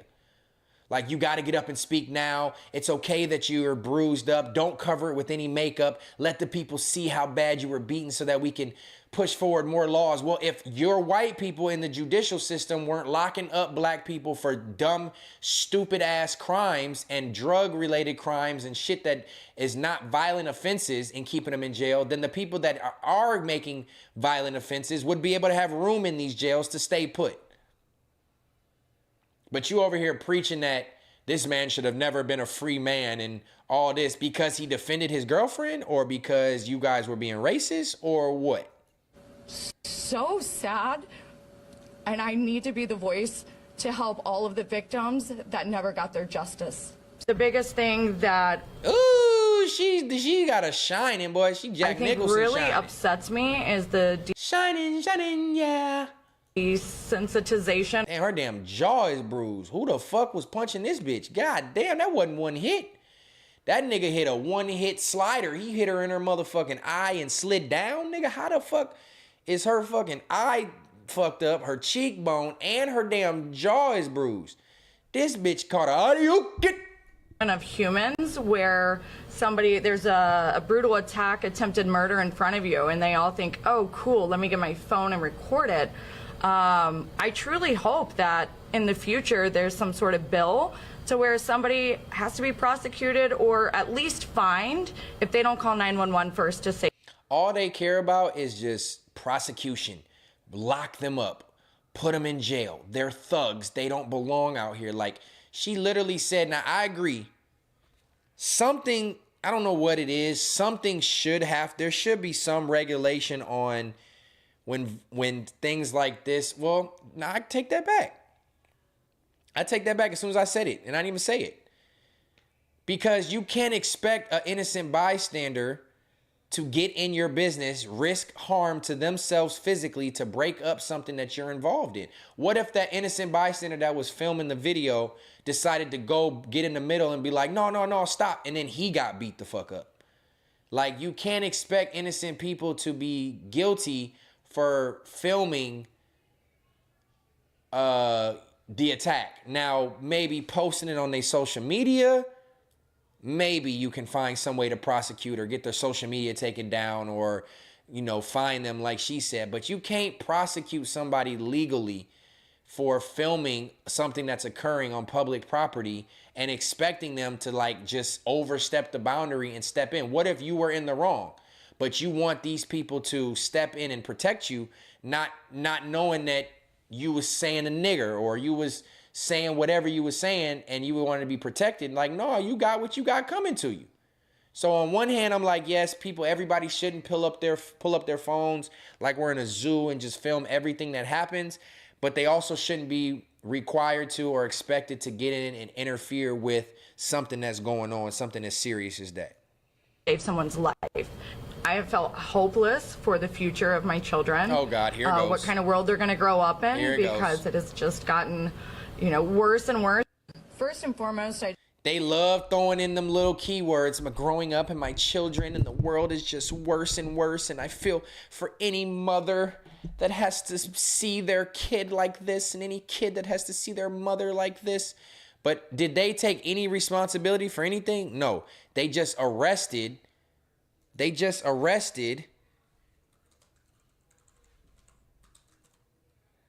Oh shit, what the fuck is that? What the fuck is that screen? I don't know what that shit was. Hold on, y'all. They just arrested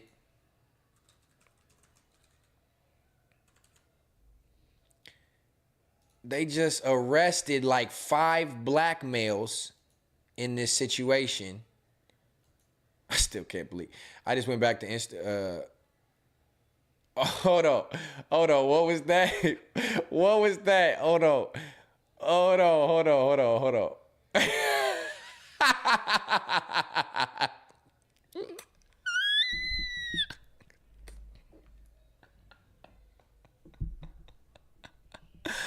Hey, shout out to Tiny, man. I don't know if Tiny spearheaded this post, but it's a her. Shout out to Tiny, bro. Look at this clip, dog. Look at this clip, bro. Stet reminiscing about Fair to Say gets cut short. This is funny. Oh, this funny, bro. I don't even want to. Hold on. Let me play this, man. Let me play this real quick. And you know what's ironic? Whoever made this edit, let's check this out. And we getting off this topic. We gonna get into the show. You know what's... Swear to God. Swear to God. Shout out to the congregation. Swear to God. Swear to God right now. Oh my God, that is comedy. Swear to God right now, tribe. Swear to God.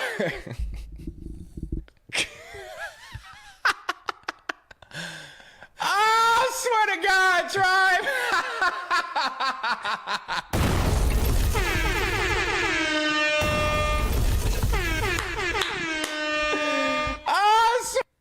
Just sit back and watch. That is funny, man. Shout out to Tiny and his team for clipping that. That is comedy, bruh. I gotta go back and watch that myself. They really pulled the clip down because it was showing me in a good light and they didn't want that on the page. So they took the clip down as I was reacting to it live in real fucking time. That is one of the funniest moments, I think. That's one of the funniest moments that I've seen, that I've been a part of on this show. God damn. They blacked her eye bad. Shit. Ooh, they fucked that. How many times did they hit this bitch? Damn. But look, these the people that they arrested, but they didn't arrest the white people. They didn't arrest the white people. They arrested 3 black males. They look older. So you know they wasn't just up to no frivolous bullshit. They was really reacting to something that the white people did. And the black lady. That's crazy, bro. A racial slur can be heard during the brawl, sparking outrage nationwide. See? It's what I'm saying. You faulting these. I just want to say thank you so much. Boy, she couldn't wait to show them bruises on camera. She got fucked up, though. God damn. To everyone for all of the love and support. Dropping clips to a stream that ain't even finished yet is always brazy. Hey, look, Sean Harris, that's what happens when you got this effect, bruh. Them hoe-ass niggas said they don't watch, but was watching me in real time. Didn't like what I had to say, so they took the clip down. These niggas is straight Garfield, bro. These niggas is straight feline. That is crazy. You have sent your prayers, your blessings. It's definitely what's keeping me going. And ooh, she got fucked up. You have just brought back faith and humanity. So God bless you all. And thank you. I appreciate everything that you're doing for me and my family. It's been very, very hard. And you didn't have to get on here and make no statement. You didn't have to show your face beat up. This is all propaganda. This is what your attorney is telling you to do so that you can claim money, sue the state, get these people in jail. Whatever you're trying to do, you doing this for attention at this point. Because who in their right mind gets on camera this beat up and speaks out? They wait till they're healed most of the time, or covers it in makeup. She's looking in the mirror right now. She's in the bathroom, you can tell. She's looking in a mirror to see how she looks while she's talking. This is all bullshit. I'm still recovering. I still have a very bad brain trauma. Thank you. Thank you, everyone. Holly, a single mom, was one of 6 victims brutally attacked during a downtown Cincinnati. Look, she putting her hands on people. Street brawl that went viral. So where the black woman had to jump in and say, "Stop touching my nigga." Viral. She was knocked unconscious in a fight that witnesses say was fueled by racial slurs and alcohol. It was definitely fueled by racial slurs and alcohol. It was definitely fueled by both. So why are the 4 black people being arrested? Yeah, I don't know, man. 6, get your ass out of here. Yeah, nigga. You fucking quitter. You're a spitter and a quitter, you fucking goofball. You couldn't take that hot seat, huh? Couldn't take that hot seat, so you was watching me live and you decided to take the clip down so I couldn't enjoy my reminiscing. We was reminiscing at the beginning of the stream. I can't wait to go back and watch that shit. I was reminiscing. I was in my feelings. I wasn't even talking shit about nobody for real. I was just literally just speaking the truth. The show was the best when I was streamlining the shit that I came up with and created. And you got sensitive and took it down like a pussy.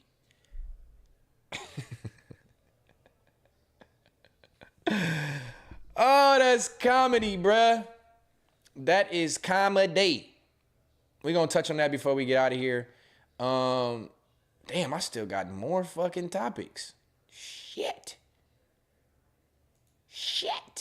Oh, well, we kicking it. Fuck it. Shout out to all my late night viewers, man. If you in this bitch from the late night, click that like one time. Oh, this is a perfect segue. And actually, let's switch it over to, we not on What's the Word no more. We are on dropping some gems. Let's drop some gems. Food for thought, digestible wisdom. All right. This is like perfect segue off of me laughing at the reminiscing thing and them taking the clip down and the jealousy and envy. Listen to what my man had to say right here. I'm going to just read it, the caption first, and then we'll let him talk.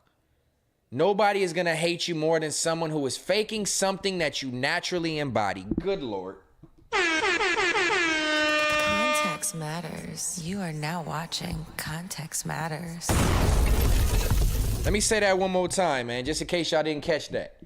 Nobody is going to hate you more than somebody who is faking something that you naturally embody. God damn. Listen to that one more time, and I want y'all just to think the way that I was treated, the actions that followed. Just listen to this quote again and tell me it don't line up. Nobody is going to hate you more than someone who is faking something that you naturally embody. Let me let y'all sit with that for a few seconds.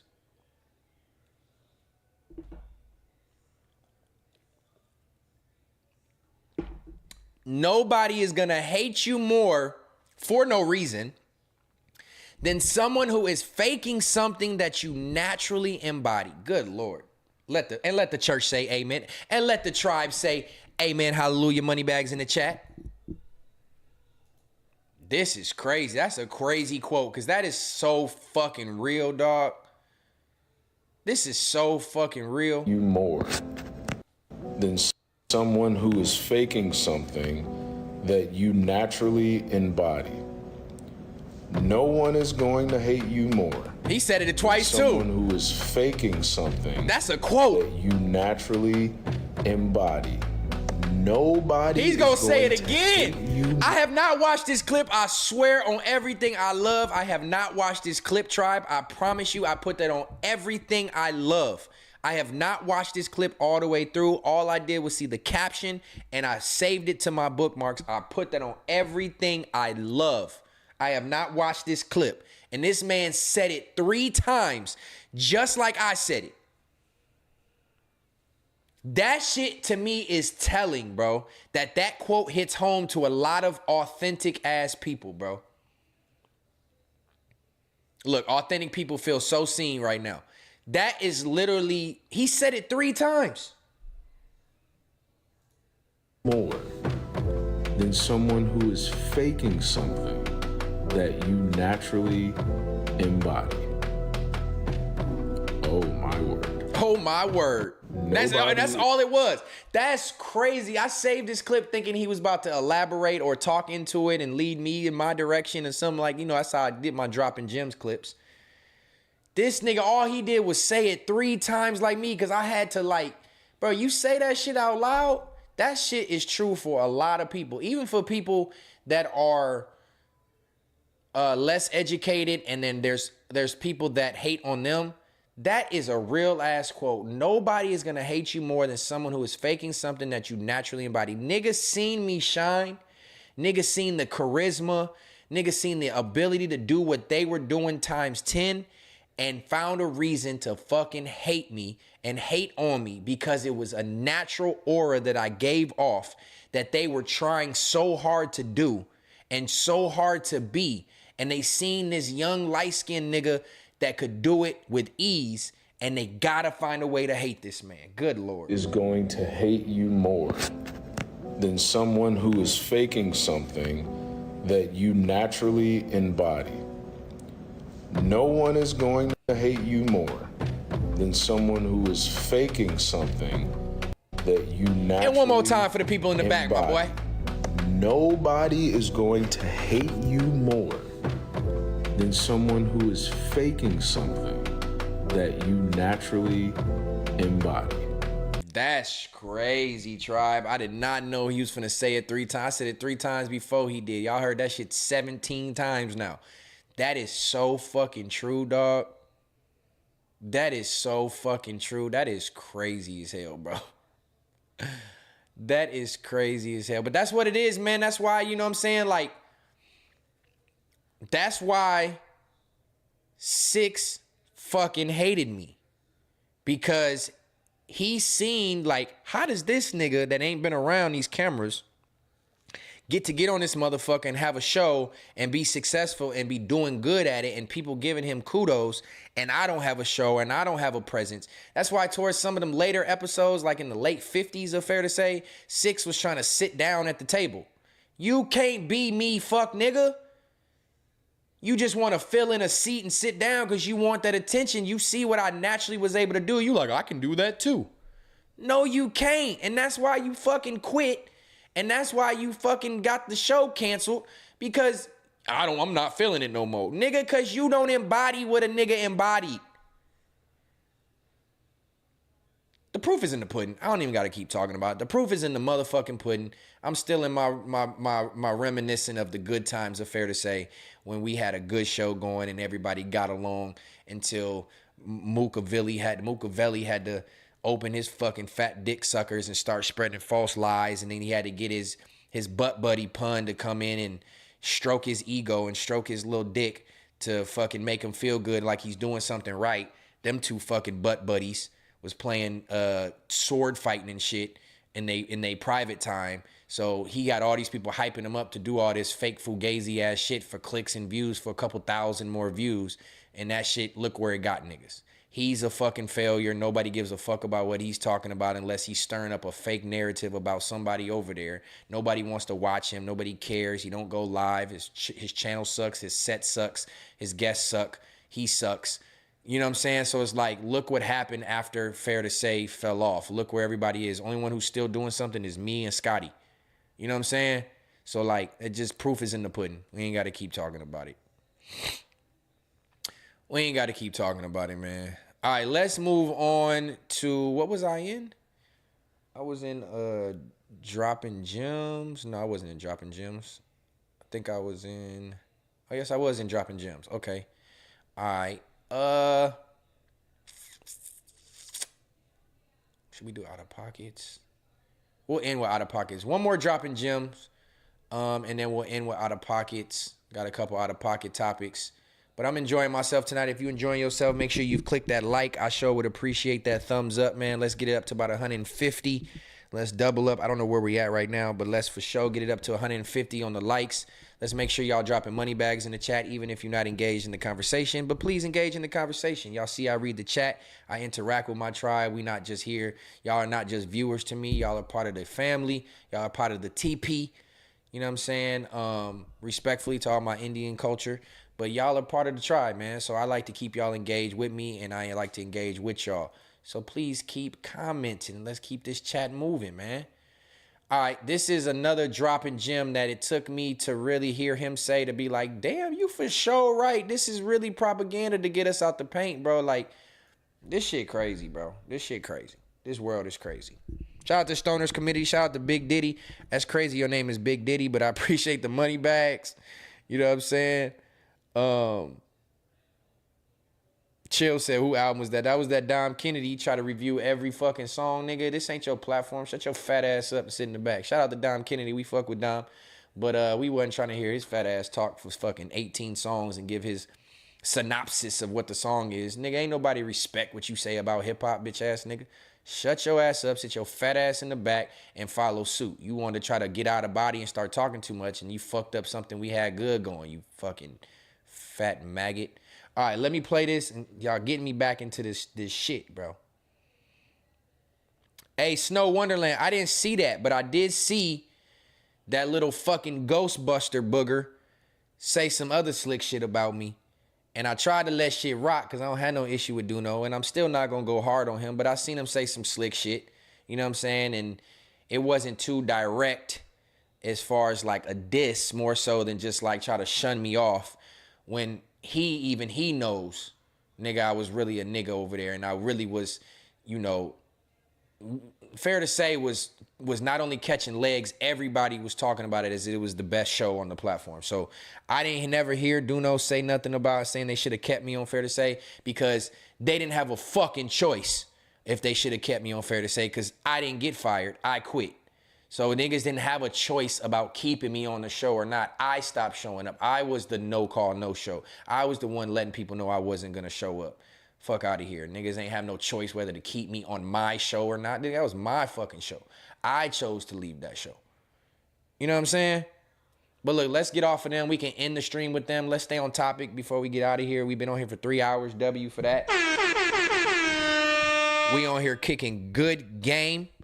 You know what I mean? And doing this solo. How many of them niggas can do that shit solo for 4 hours and have good dialogue the whole time and good conversation and steer good topics? You know what I mean? And have good things to say. Nah, you won't hear that from niggas over there. You got the same rerun ass shows over and over. Like, let's create another one of the same people talking about the same topics, laughing at the same jokes, doing the same shit.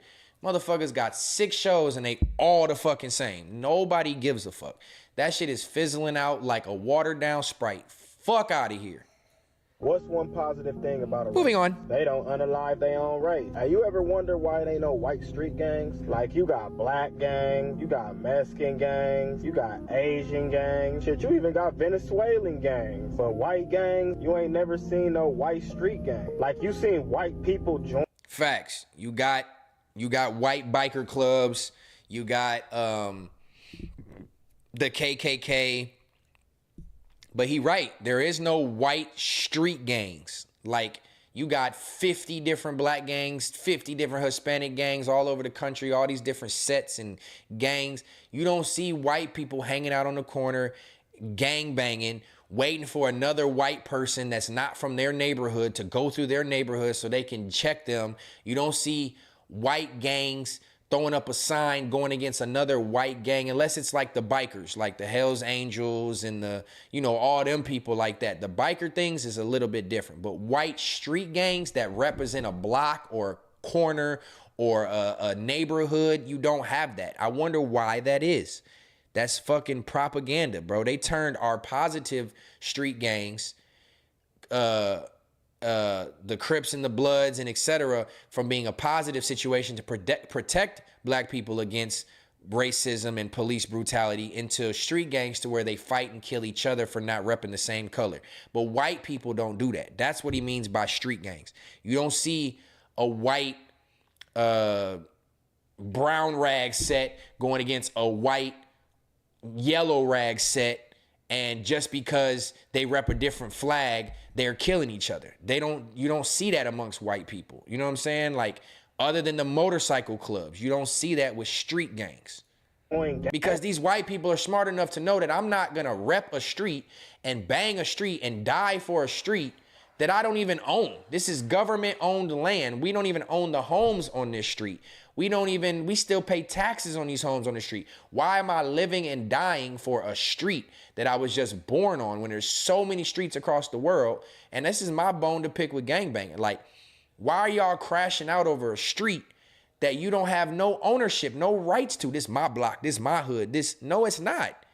That is the government's block and government's hood. And I think the white people knew, like, I'm not gonna create a gang and be a part of, white people join gangs, but they don't create gangs and go against other white people. Black people are the only people, and Hispanic people are the only people, Asians too, who will go against their same race just for representing a different area of town. That is insane, asinine to me. I'm intrigued by the culture, but I will never understand why that's a thing and why it doesn't happen in white society, bro. Gangs, but the gangs they join are either black gangs or Hispanic gangs. Like, it ain't no area that be like, yeah, that's the white niggas hood. Like, how the fuck whites got a prison gang, but they don't got no street gang? Like, no, white people, that's what I'm saying. Y'all saying in the chat that white people do have gangs, but they aren't in those poverty areas. No, because even if you have white, like, upper class people who want to protect their neighborhood and shit like that. They want to protect, they don't want crime and violence and loitering in their neighborhood, so they'll speak up. But you don't have white gangs that will go to war with other white people just off the strength of where they're born. This is what I'm talking about. You don't have white people in Beverly Hills beefing with white people in Malibu and killing each other because they're from different areas. They don't have people in fucking Inglewood, white people in Inglewood beefing with white people in Compton because they're from this part of town. The white people are more protective of what's theirs. They're not trying to kill each other. I know you got like skinhead crews and shit, but they be on some racial shit. If they was on some gang shit, they would have to beef with the whole city, with the Hispanics too. That shit make me think, like, if they be on some race shit and they don't be beefing with each other, I wouldn't be surprised if they slid through the hood a couple times, unalived some black people, and made it seem like some other black people did it. But yeah, the closest thing to a white... He said, they do have white gangs, you just don't know about them. Then they're not white street gangs. This is what I'm trying to say. Pay attention close to the words I'm saying. I mean that respectfully. I'm not trying to make anybody feel less than, but pay attention to what I'm saying. White street gangs. Yes, they got the CIA and the FBI and the KKK and the police and the Illuminati and the one percenters. Yes, those are white unions and white gangs of people. But when you think about the terminology of gang, you think of violence, corruption, crime, control, dominance, fighting within. That's what you think about when you think about gangs. You don't have white gangs, street gangs, beefing with other whites over where they're born. If you have white people beefing like in the mafia, like I see some people in these comments, mafia clans, they don't beef with other whites. The KKK is not killing other white people. You know what I'm saying? The Italians and the mob, they weren't just killing other white people unless they was interfering with the money, unless they were messing with their wives, or unless they were like trying to be the bigger crime family, but it was based the derivative off of crime. We don't have like mafia related street gangs like that. It is all propaganda. It's keeping us all locked in this gang mentality of my clique is better than your clique, my street is better than your clique, your street, and I'm willing to die and fight for a street that we don't fucking own. Street gang is the police, but white gangs, never seen no white street gang. Logo Secret, show me, I'm interested. Maybe we'll watch something on Third Law Sunday. Show me some videos and some documentaries of white street gangs who kill other white street gangs. Not influenced white people, groups of white people, like 3 or 4, who follow black people and want to act like them, and so they're going to crash out. No, show me legitimate white street gangs that are fighting and killing other white people simply for the sake of where they're from or what color they rep or whatever. Nothing personal involved. No, you fuck my baby mama. No, you slap my kid. No personal white on white crime. I'm talking about just frivolous white on white gang crime. Show me where that is, because I haven't seen it, and I'm half white. What's one positive thing about a racist? They don't. Hell's Angels are motorcycle gangs. That's a little bit different. That's a little bit different. And then you can count on two hands motorcycle gangs and how many actually beef with each other. But you can count on hands, toes, feet, your girlfriend's hand, toes, feet, mom's hand, toes, feet, how many black and Hispanic gangs there are, separate gangs that are only separate because of a street that they live on. Got the same morals, same principles, same foundation they grew up in, same poverty, same streets, same schools, but choose to segregate themselves based off of a street or a color, and they kill each other off of that. You don't see that in the white community. Alive they own rate. Have you ever wondered why it ain't no white street gangs? Like you got black gangs.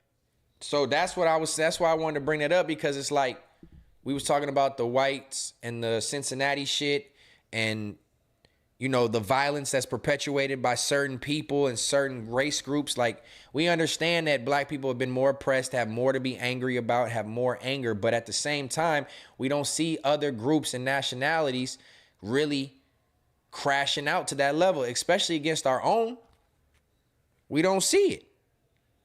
Is that by design? Like, I mean, how can the government control white people from forming a white gang? Are they just smarter than that? Are they not bold enough? Do they have enough resources where they don't need to do that? Do they see it as dumb? Like, what is it that's caused white people to be like, nah, we not gonna form our own white Bloods or our own white Crips or our own white Hoovers or white Pyrus or whatever? Like, you don't see it. You don't see it. All right, we're going to move on out of that. We're going to get into some out of pocket. Nah, that's crazy. Let's get into some out of pocket real quick. And this will be our last segment of the night. Again, I appreciate everybody tuned in. Everybody who's having some good dialogue with your boy, you are appreciated. Let's go to this. It's a perfect little segue right here because I didn't watch this full clip. All right, so this could be in What's the Word, but I decided that this was out of pocket. Y'all crazy. Yes, she chills. White gangs are more business and in office. Our gangs are more in the streets, and we see hearing about it more. That could be true, but the white gangs you talking about in office are what? Police, FBI, CIA, the Republicans. Like, that's the white gangs y'all talking about. I said white street gangs. White people hanging out on the corner, repping a flag or a color, beefing with another white person for driving past in their neighborhood. You don't see that. I love y'all to death in my chat, but you don't see it.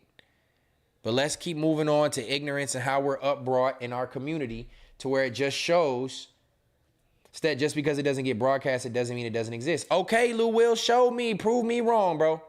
Y'all can DM me. Y'all know my Instagram. I respond to everybody who DMs me. DM me. Send me these white gangs that y'all talking about. White street gangs. Don't send me no bikers.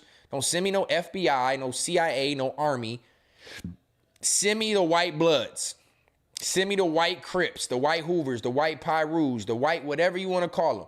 Send me them who are beefing with other white people simply because of where they live. That's all I'm saying. Send me that. YouTube white street gangs, it's all there. All right, maybe I'm wrong. I just don't see it. It's not broadcasted. It's not as a detrimental thing. It doesn't influence the youth the same way that this ignorance in the black community affects the black youth. And here's a perfect example of how upbringing has steered our people in the wrong direction. If y'all have not seen this clip, this came out about a week ago. There's 3 black boys in a Walgreens attempting to steal. Let's let the clip play.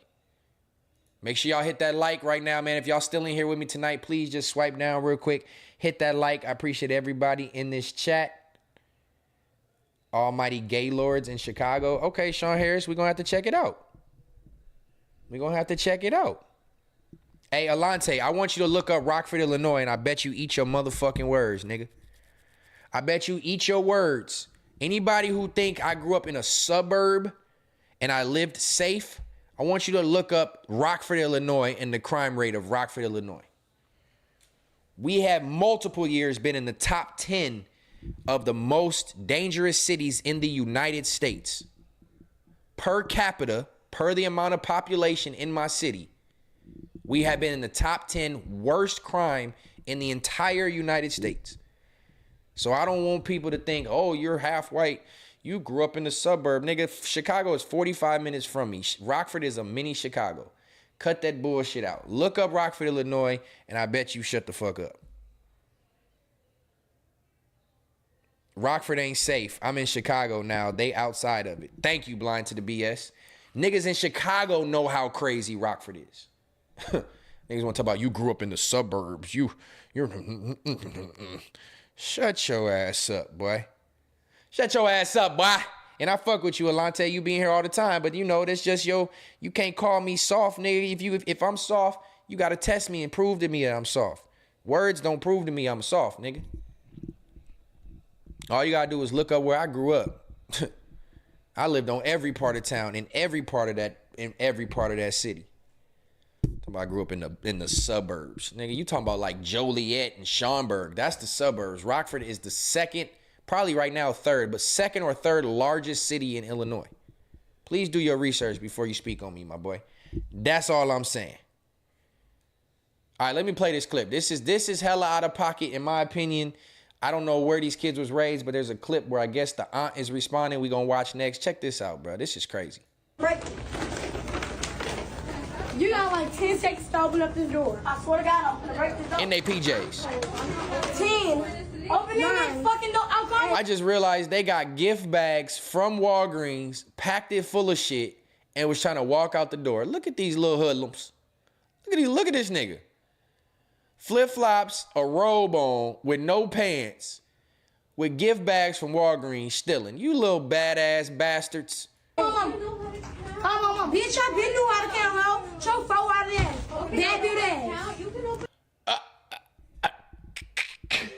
the door. Open the door. I'm gonna open up this door, because I'm not playing. All I fucking know is y'all better open it. I'm not playing. You know how to count. You have hands. Open the door. Open up this door before we break this bitch. Break it. Go ahead. I'm gonna break some up in this bitch. On God, I'm gonna. You guys must be dumb. And you can tell they talking like what they hear in their household or what they hear on the internet, bro. These are kids talking like this. Do not play with me. Do not like that, bitch. Stat highlighting black crime like racist white folks. Mr. 25 AG, this is the first comment you made. Shut your stupid ass up. Shut your dumb ass up. Shut your stupid ass up. Highlighting black crime. No, I'm highlighting what is out of pocket. I don't give a fuck if these was Asians, Hispanics, whites, Puerto Ricans, aliens, dinosaurs, or sharks. Bitch ass nigga, they are fucking out of pocket. Highlighting black crime. I got 75 people watching.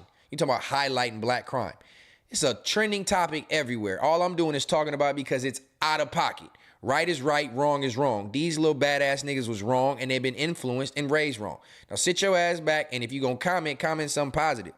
Nigga in here just fucking find anything to say. You can't open the door. Do not play. Open this door, I'll trash it. You can open it. I will trash this out. I'm closed. All right, we're sorry. Sorry, open this door. Open it. You got like 10 seconds to open up this door. I swear to God, I'm gonna break this door. I'm closed. 10. Open this fucking door. I'll call my mom. That nigga sassy than the bitch. 10, 9, 8. Bitch, I been knew how to count. 4 eye, bad built. Been knew how to count, ho. Show 4 out of that. Bad do that. You can open the door. Open the door. I'm gonna open up this door, because I'm not playing. All I fucking know is y'all better open it. I'm not playing. You know how to count. It's funny because these little badass niggas came from their house around the corner in their PJs like we finna go to Walgreens and steal. Come on. And got locked inside. Open the door. Open up this door before we break this bitch. Break it. Go ahead. I'm gonna break some up in this bitch. On God, I'm gonna. You guys must be dumb. I'm finna break some up in this bitch on God. You mean to tell me they ain't learned that shit from their parents? I would like that fight with y'all. Do not play with me. Do not like that, but you can't open the door. Do not play with me. Open this door, I'll trash it. You can open it. I will trash this out. I'm closed. Oh, he's sassy. He was for sure raised in a single parent household. He was for sure raised in a single parent household. Look, this the shit right here, the response. I think this came from the aunt or something. I didn't watch it. I just saved it. Let's see what this shit say. But either way it goes, it's still out of pocket. Ain't no fucking 8, 9, 10, 12-year-old black kids should be in Walgreens by themselves stealing by the bag. I was a bad kid. I stole too from Target and stole and shit. But I wasn't in that bitch doing a steal haul. I steal a pack of basketball cards or motherfucking a pair of socks or something stupid. Yes, we was bad, but it wasn't about being misguided. I wasn't talking like this either. These niggas is, listen to this shit. Okay, so y'all, let me address this motherfucker. Oh, Lord. Oh, Lord. So was I wrong now? Look at the mom or the aunt. Just look at her. What y'all sit up right. So, these people in the comments, what y'all got to say to them? Okay, so These people in the comments, what y'all got to say to them? She hopped on this camera with a red, nasty ass wig with red hairs glued to her forehead. Prop the camera up so that the kids can reply to the comments instead of making a statement saying she didn't entice it or provoke it. This is their sister. Okay, so y'all. Come on, man. Now we know why the kids was in there doing this shit. Look at how they're being raised. This bitch ain't got no forehead. She got red hairs glued to her forehead like they baby hairs with this nasty ass lace front wig looking just nasty ghetto. Address this motherfucker. Let me sit up. What y'all? Let's address this motherfucker. Let me sit up. Sit up right. So, these people in the comments, what y'all got to say to them? okay, so please, can people stop saying they mama poor, they can't afford food, our mama can't afford food. And second of all, we fully dressed. We got get clothes. more money than you, bitch. Second of all, Oh my God. Oh my Lord. Elisino, this burning my soul too, bro. Look at this shit, bro. Look how the sister is letting these little ass kids talk. I couldn't even let it finish, bro. Y'all dicking. Get off dick. Y'all niggas about my pussy. sister. This is not my mama. This is my sister. She make more money than you. She got her own house. She pay her own bills. She got more shit than you. You broke. You ain't getting no more shit. And that was not food inside that bag. That was snacks and toys. And if it was, yeah, that's what y'all like the fuck. Matter of fact, everybody steal. Matter of fact, y'all got food. Everybody.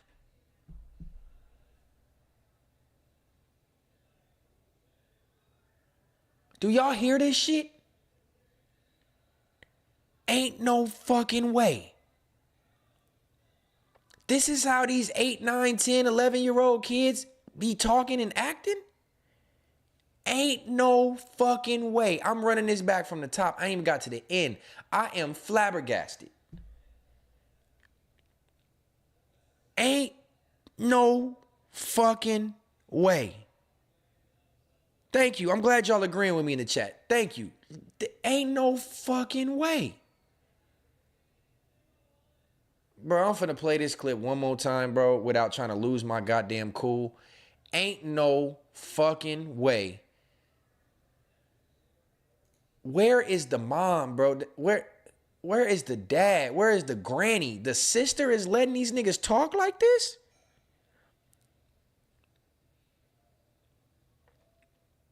Bro, this is insane, bro.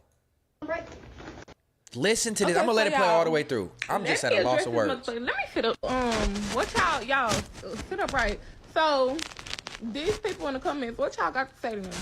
Okay, so please, can people stop saying they mama poor, they can't afford food, our mama can't afford and food. second of all, we fully dressed. We got get clothes. more money than you, bitch. Second of all, we get more money than you, bitch.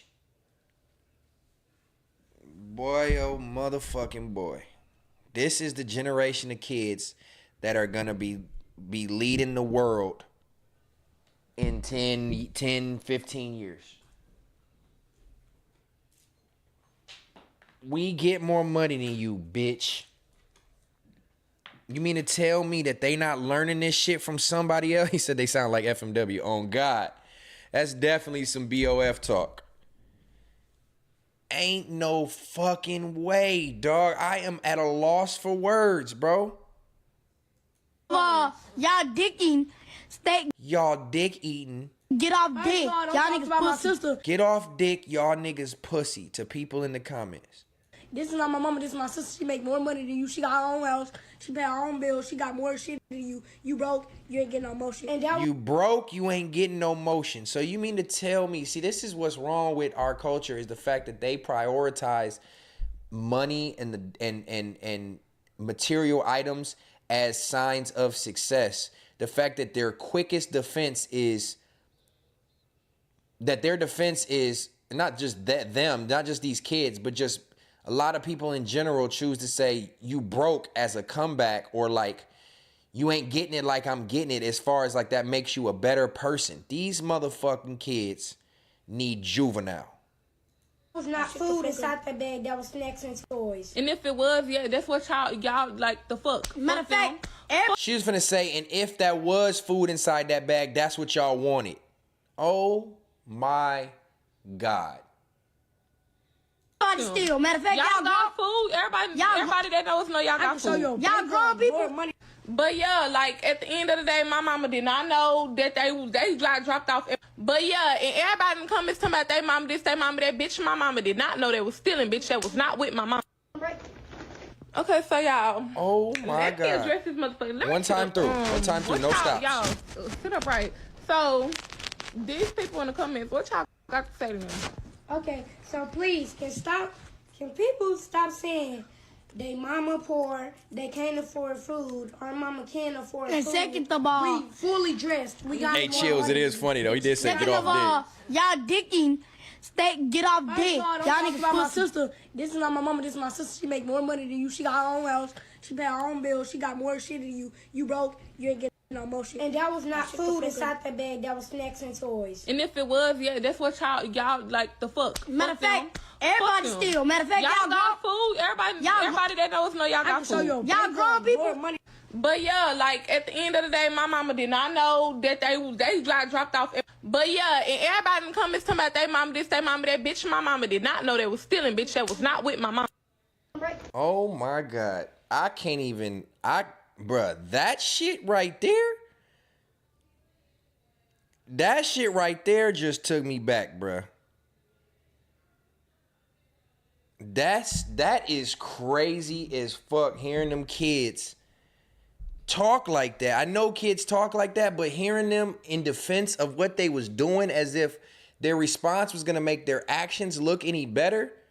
Oh my God. And the sister hyping it up. Oh my God. That just wore me out watching that shit. I'm too fried for this. I'm in tears. Shout out to Chills. Sean Harris said, Lil Ray them. Last Spoil says, now I hope someone teach them the New Testament one day. Somebody said 1 hour with, who said that? Somebody said, you might have to soundbite that. On God, hey, Vinny, that's funny. I don't support that activity, but I might have to soundbite that. Get off dick. Elisino said 1 hour, I'll set them straight. On God, whoop them little kids' ass. I swear, I'm not even for the whooping on kids, but some kids need they ass whooped. Oh my goodness.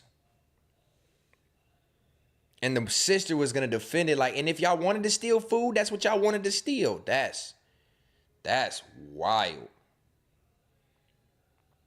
That's wild. Look, we gonna stay right in this pocket. I'm vibing tonight. Hope y'all vibing with me. We've been on here for, how long we been on this bitch? Been on here for a minute, it feel like. Goddamn. 4 hours. Ooh. Context matters. A good 4-banger. Show me some of them fuck niggas that can do that shit solo. Nigga, fuck niggas talking about. Go delete some more clips, puss ass nigga. Fucking weirdos. We did a 4-banger and I'm still not technically done with the shit I wanted to talk about. I skipped a few things. It's just go to show you, bro. See what happens. Word of the day, asset. Don't fuck up your assets, people. Don't fuck up your assets. Could you imagine where Fair to Say would be right now if I was still present? Godly. But look, this just go to show you the upbringing. These are the people right here that are having kids. Who in their right mind I guess you maybe not in your right mind. Who does this type of shit, bro? Like I get for having fun and wilding out and doing a little bit here and there, but bro, if liquor is making you crash out like this and do shit that's gonna jeopardize your future of livelihood or fun or whatever, like why? These are the type of people that's having these kids. Get some attention, okay? What's your man or your girl? Let's do this. Do the beat, okay? Let's have a come see me. I'm gonna help you. I'm not gonna help you till they come, because I'm here. Somebody help me. It's over for you. I got my staff come.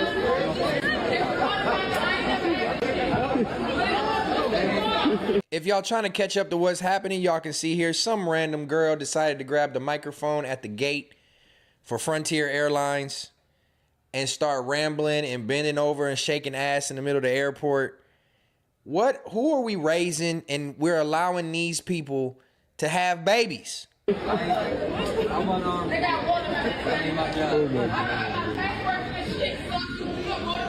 Cussing, shaking ass. It'd be different if you was on there just trolling like, I'm your flight attendant. I mean, I'm your gate attendant for the day. Please come up to me. I'll be checking you in. Like if you was just trolling, having fun, and was like the police or anybody that heard it was like, all right, cool, get off the mic. You tripping, go sit down. Like this your last warning. But you on there bending over your ass. You cussing. There's kids all in the airport. You being loud and ignorant. Like there's a time and place for everything, bro. I'm all for everybody being themselves.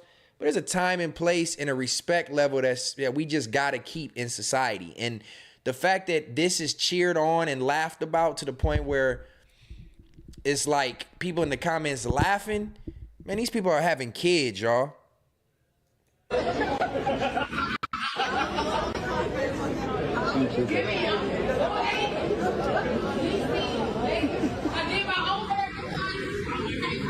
I wish I could hear what she was saying more, though.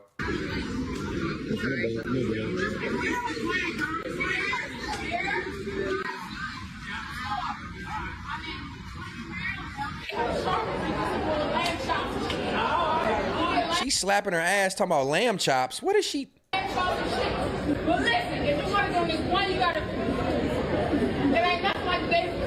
Put the lips on y'all. Did I have a girl put the lips on y'all or some man? Because it wasn't like that first day. Oh my God. Well, you had some little penetration or no tration. Penetration or no tration? What? It wasn't like the first day. Listen, the girl, I'm saying, open the boy, you know what I'm saying. But I'm just saying, record me, make me laugh. Make sure y'all add my little head by 2, I'm 4'8", and I got. Is she shouting out her Instagram? And bending over again, shaking ass.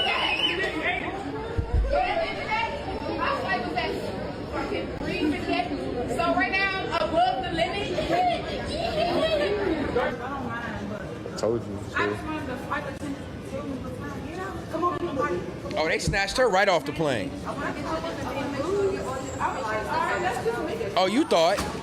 Damn, with 6 cops. God damn. Fun caught up to him.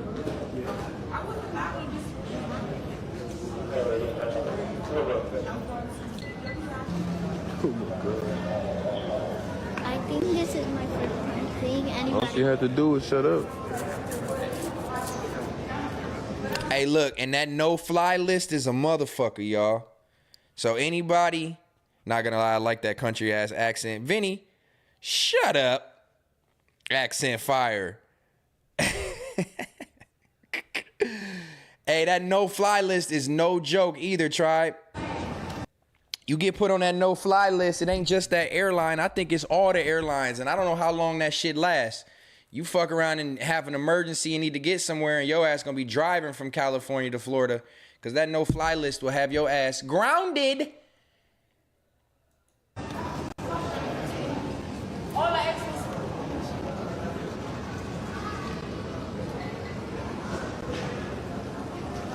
I've seen some drunk people in the airports and people act crazy. I've seen people get kicked off flights. Real quick story. Me and Miss Moneybags was going somewhere. And I think we was going to Houston to visit my family. We load on the plane. Everybody's on the plane boarded. I got my 3 dogs with me. So it's me, Miss Moneybags, my 3 dogs. Our 3 dogs. We get on the plane fully loaded. Everybody's sitting down, seat belts buckled. They done gone through the whole spiel. They getting ready to get everybody be in your seats for takeoff. We getting ready to take off. The plane doors shut. Next thing you know, they get on the intercom talking about we need to deboard everybody off the plane for the safety of our guests or something. So they vaguely talk about what's going on. Supposedly there was somebody in the back lavatory that was either sick or not cooperating and wouldn't get in her seat. It was a woman that I guess that was in the bathroom. She was either too drunk or too fucked up. She was sick. She wouldn't leave the bathroom to go sit in her seat so the plane could take off. She ended up getting into it with the flight attendants. The flight attendants ended up calling the pilot. The pilot called the police. The police needed to come on board the plane. In order for the police to come on for an unruly passenger, they had to deboard the entire plane. I got my 3 dogs with me, bro. My dogs travel very fucking well. They travel very well. They're quiet. They sleep. They don't bother nobody. They're not barking. They not trying to play. They're not doing nothing. They chill. So it's early. We trying to get on this plane, let them go to sleep. They're already comfortable in their spots. We had the middle seat open for 1 dog, two dogs on the floor. They sleep. We chilling. The plane tell us we got to deboard the plane before an unruly passenger. Man, everybody on the plane is hot. We like, what the fuck? Just get this bitch off. Like, what do we got to get off the plane for? Delayed everything. Made everybody get off the plane, leave your bags, get off the plane. Everybody end up having to get off. I'm hot. I'm pissed. I'm one of them people that if some crazy shit's going on in public and some shit that's just out of pocket, I can't close my mouth. I'm a fucking hothead. I have to say something about it. I'm just angry. So I'm pacing the motherfucking gate now that we back in, pissed. Like, bro, what the fuck is going on? I'm holding my 3 dogs like they ready to lay down. I'm irritated at the highest degree. After everybody's off the plane, we're all just standing around ready to reboard again. Off comes 3 police officers with this short stud female. This black girl could tell she was a stud. She come off, she like she's been crying, but not like emotional crying. She like she been crying like tears of anger type shit. Because she didn't look like she was sad.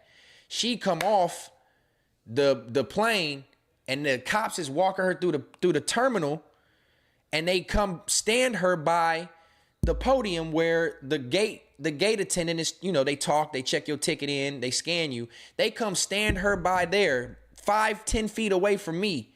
I look over, I'm just mean mugging this bitch like, what did you do that you didn't get off the plane? And she talking loud. So now she's loud out in front of everybody. Now I ain't going nowhere without my bag. I ain't leaving nowhere without my bag. And the cops just quiet. They just standing there with her and waiting for the flight attendant to go get her bag off the plane. And she just loud and ignorant. I ain't doing shit without my bag. Man, I looked at this girl in front of 250 people that was in there just staring at her. I said out loud in front of everybody. I said, man, what the fuck is wrong with you? You got everybody in this plane off the plane for your stupid ass. You over here being loud and ignorant. You could have got your dumb ass off the plane. I just go off, right? I just go off on her. She start yelling back at me. She arguing, fuck you, bitch, nigga. Some, I'm blah, blah, blah, blah, blah. I'm like, man, shut your ass up. You wasting everybody's fucking time in this airport because you don't want to get your dumb ass in your seat off the plane. So I'm just going off on this girl, right? They end up having to remove her from the terminal and walk her away.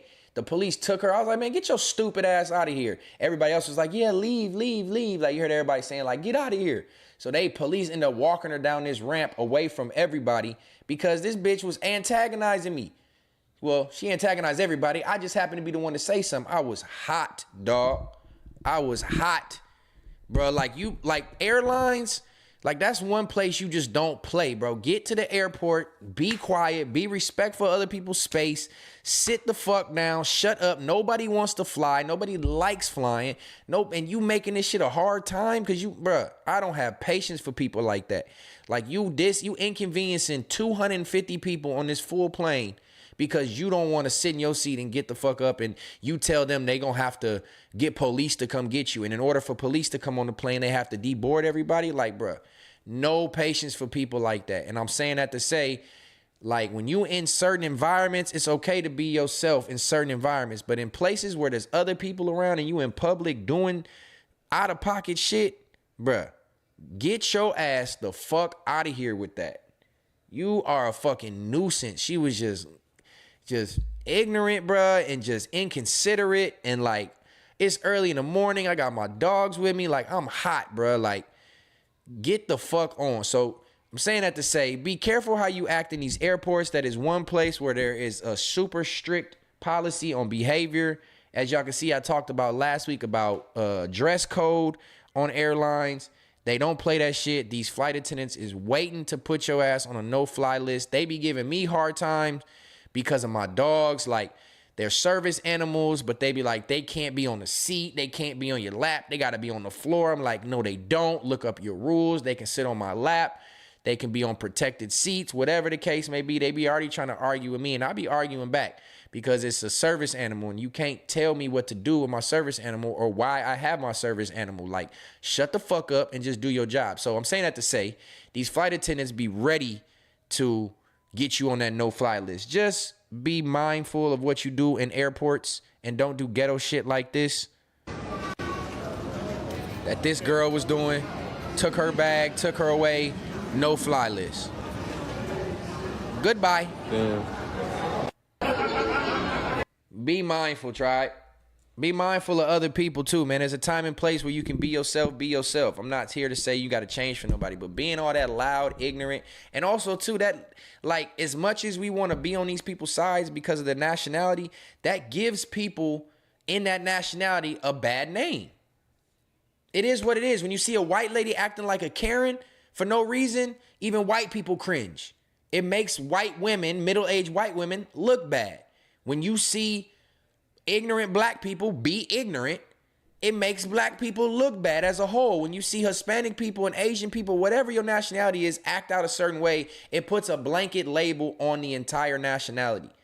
There's a time and place for you to do certain things, man.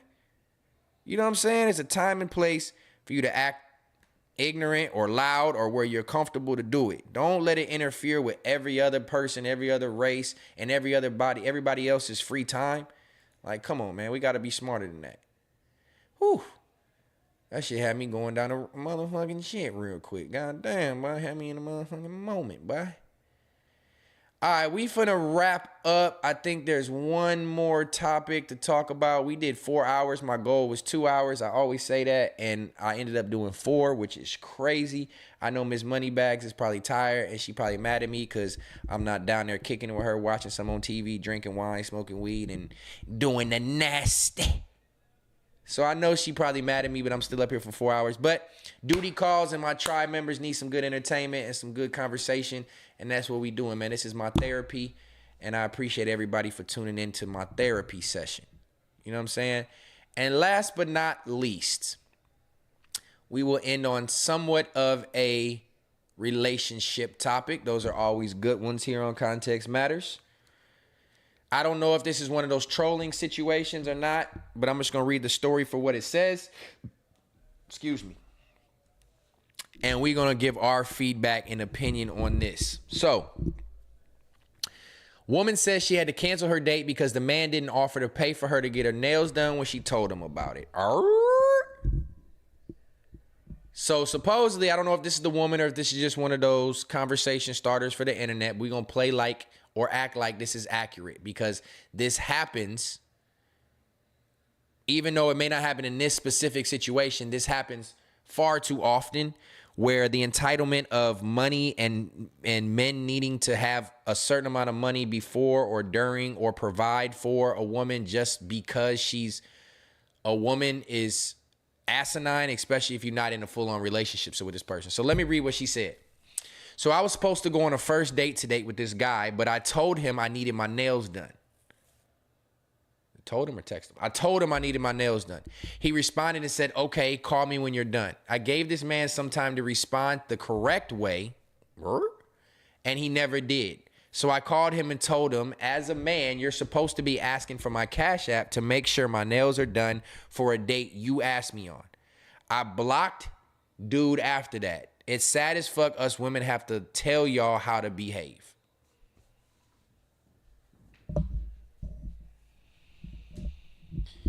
Oh boy, oh boy, oh boy, oh boy. Boy, oh boy, oh boy. So I don't really know how to respond to this, but I feel like it's fucked up that this is a narrative that's placed on, especially in our community, that black women are so pro dollar signs before anything. Like, to the fact that a woman is even asking a man to pay for her nails to go on a first date that they've never kicked it, have no relationship, no prior communication, no friendship, and you want this man to send you money, or you think he's supposed to send you money for you to go pamper yourself or buy yourself something for a date, is hella out of pocket. Hella out of pocket. And it could be white women last spoil. I'm not gonna lie, it could be white women, but it's problematic that it's more common that we see this. Maybe this is what's our algorithm, that we see black women doing this, bro. It's like in our society, these women are prioritizing finances over love, over genuineness, over like, all right, what if he would have got on the date and seen your nails might need to be done and was like, you know what, I'm gonna take care of your nails next time, or you want to go get your nails done with me this week, like something like that. You don't even allow for that to be an opportunity. You immediately jump down and throw asking for finances for a man to send you money. Why is it okay? Why is it okay for a woman to be broke and ask for money or not have her own, and it's like required upon the man? But if a man is down and out and needs his woman to spend something or do something or go 50-50 on something, it's the end of the fucking world. What has happened in society where money became the main focus in these relationships, especially in our community? Why do black women, and I'm just saying it in this situation because I can only speak on the community that I'm obviously a part of and that I see. Yes, I'm half white, but I don't always see all the white news and all the white drama, right? So I'm speaking on our community right now. Why is it that black women feel like they don't have to spend money and provide, and that a man should pay for everything and they just get to save all their money and just go shopping with it? What on earth, what has transpired in society to make women think that it's okay that a man works all the hours, spends all the money, but you don't have to spend any money, or you don't have to work, or he's supposed to provide and take care of, and you're supposed to ask for money, and men are supposed to just be these ballers that just pay for everything, hair and nails and eyelashes and ass shots and heels and purses and nails and jewelry. Like, especially when you're not in a relationship with this person where it's like y'all have built something together. And this is an understanding between y'all relationship that's different. But these single women with these demands of like, you gotta pay this, or you gotta have this amount of money, or you gotta buy me this, or come with gifts, or like, bruh, you bitches done lost y'all fucking mind to think that in this society where money to make is already hard, jobs are already hard to come by, bills are expensive as fuck, that y'all can just get paid to be pretty? No. Especially not when you bitches is single and dating out here just fucking multiple niggas and going out showing your ass and half naked and all this while you single, and you expect a man that just because he wants to pursue you that he's supposed to pay you, send you money. Bitch, you are just pretty much essentially saying you're a prostitute, and then the only way he's gonna get a chance to get that far is to buy you gifts and pamper you. Like, you bitches done lost y'all fucking mind, dog.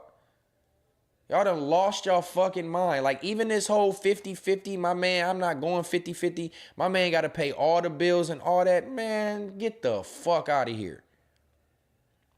Especially if we're a unit. If we're a unit, of course we're going to split a lot of shit. Some months might be 75-25. Some months might be 100-0. Some months may be 50-50. What is wrong with these bitches that don't have nothing to offer but a little look, you know what I'm saying, and bring nothing to the table but some ass, think that a man is supposed to work all these hours and time and give his hard-earned money to you to pamper yourself while he don't have nothing? The entitlement is disgusting, dog. The entitlement is disgusting. What is wrong with these women? Elijah the King, what's the word? Lost Spoil, what's the word? Wolf Rose, I appreciate y'all tuning in on a late night. Y'all just getting in this joint. I don't know how long y'all been in here, but I see y'all talking. Shout out to y'all. Much appreciated. Plus all the people who still in here. Elisino, Hank the Tank, Blind to the BS. Who else? Who else did I miss? Lou Will, you been in here. Vinny, of course. All the people who's been in here the whole night, I appreciate you. Sean Harris, he said the music and the culture champion it. I'm telling you, I don't know what it is. This lifestyle, this brainwashed to think that just because you're a pretty girl, that men are supposed to pay for your time or pay you with goods for your company. Like, bro, you fucking prostitutes and lost y'all fucking mind. There's no point in being in a relationship when you can get what you want for nails. Oh God, like, bruh, y'all bitches is giving it up for nails. It's just the entitlement, like, to think that you deserve a man to pay for something material for your time, or just pay for everything. So you're supposed to have a job or not have a job and sit at home and live off your man's dollar and him pay for everything while you just sit around. Or you're supposed to have a lower income job and you're supposed to save all your money for your pampering and shopping and spending, but the man is supposed to work to make the money to pay the bills for you to live comfortably, but you don't have to provide anything besides some pussy? You hoes done lost your motherfucking marbles, dog.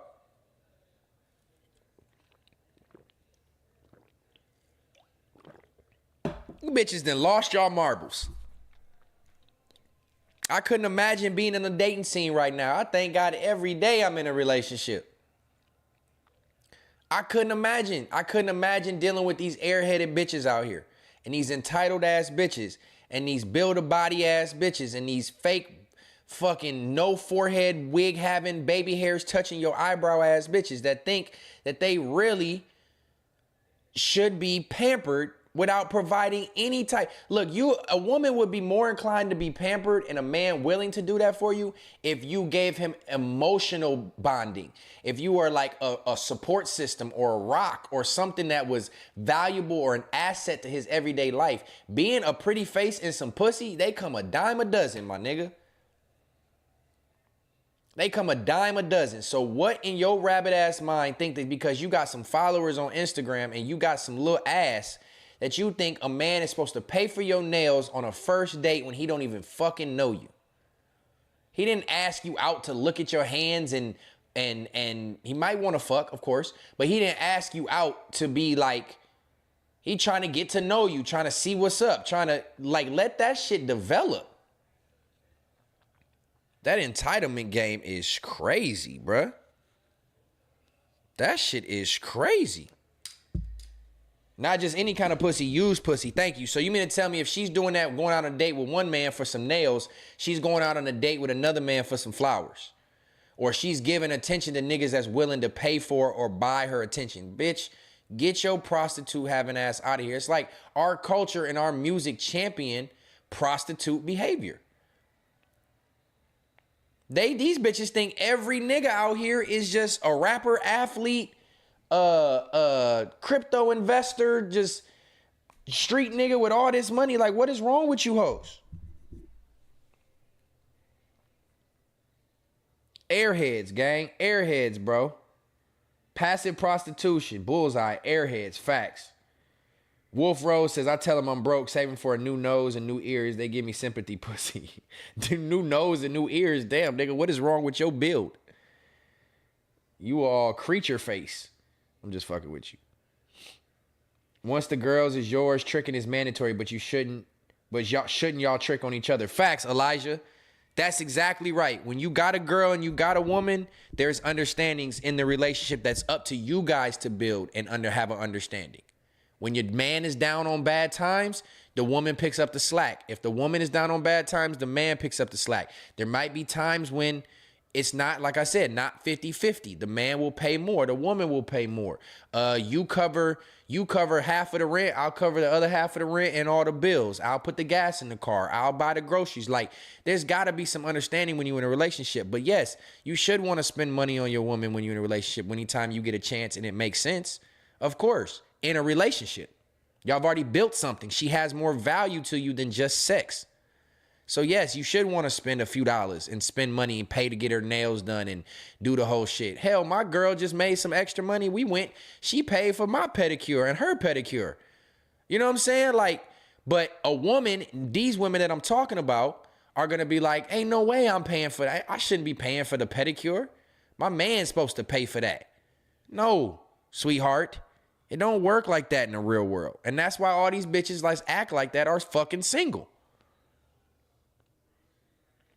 They single.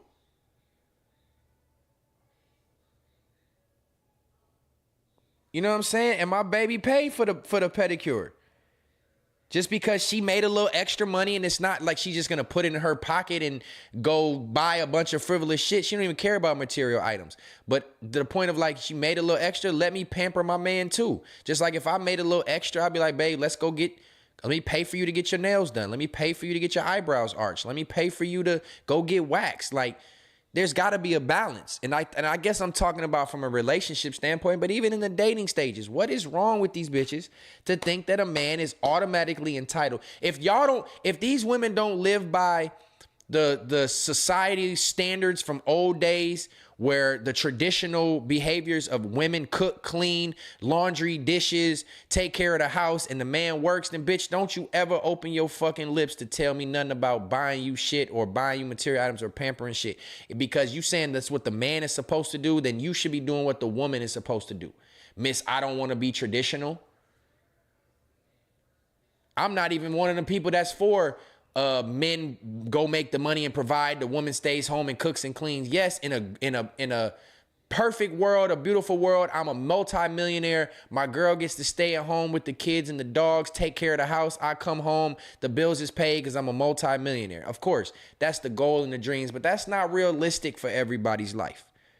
So these bitches that have these unrealistic bodies need to have some realistic standards. Shit is getting out of pocket, dog. This is the division in our community. This is another reason why the black community has this division, because it is other women and other races, I know. But it's black women that champion this behavior and this attitude and this personality about finances and money and tricking and spending money. And then I'm not going 50-50. It's our people. And that is further separates men and women in our relationship, which will slow down and limit reproduction, which will in turn kill off the black race if you're not reproducing at a high enough level. They already separate the household. They already, another thing I hate, like, how do women want to go and call themselves single mothers? No, you're a mother that is single. You're not in a relationship. Don't call yourself a single mother and a provider and all this if you have a man, the father in their life, supporting them, paying child support, doing all this. You're not a fucking single mother. I know that's completely off tangent, but I hate that term, dog. I hate when women get on motherfucking places and complain and ask for pity because they're a single mother. And 9 times out of 10, it's by choice, because either you was airheaded and fucked up and you fucked up the relationship, or you had such a bad attitude that you couldn't get along with the baby father, or you was fucked the nigga, had a baby because he paid for your nails to take you on a date, and now the household is separate and the man doesn't grow up around the son, and you run around calling yourself a single mother as for like a pity party. No, bitch, you are a single woman that has a kid. You're a mom that is single. You're not a single mother. A lot of these women have the fathers present in their life. Now, for the ones that don't, okay, you're a single mom. But majority of these women who run around talking about I'm a single mother, like even these famous people that get hella child support, these famous men who have these baby mamas who get child support, the dad is present, etc. They run around here talking about I'm a single mother.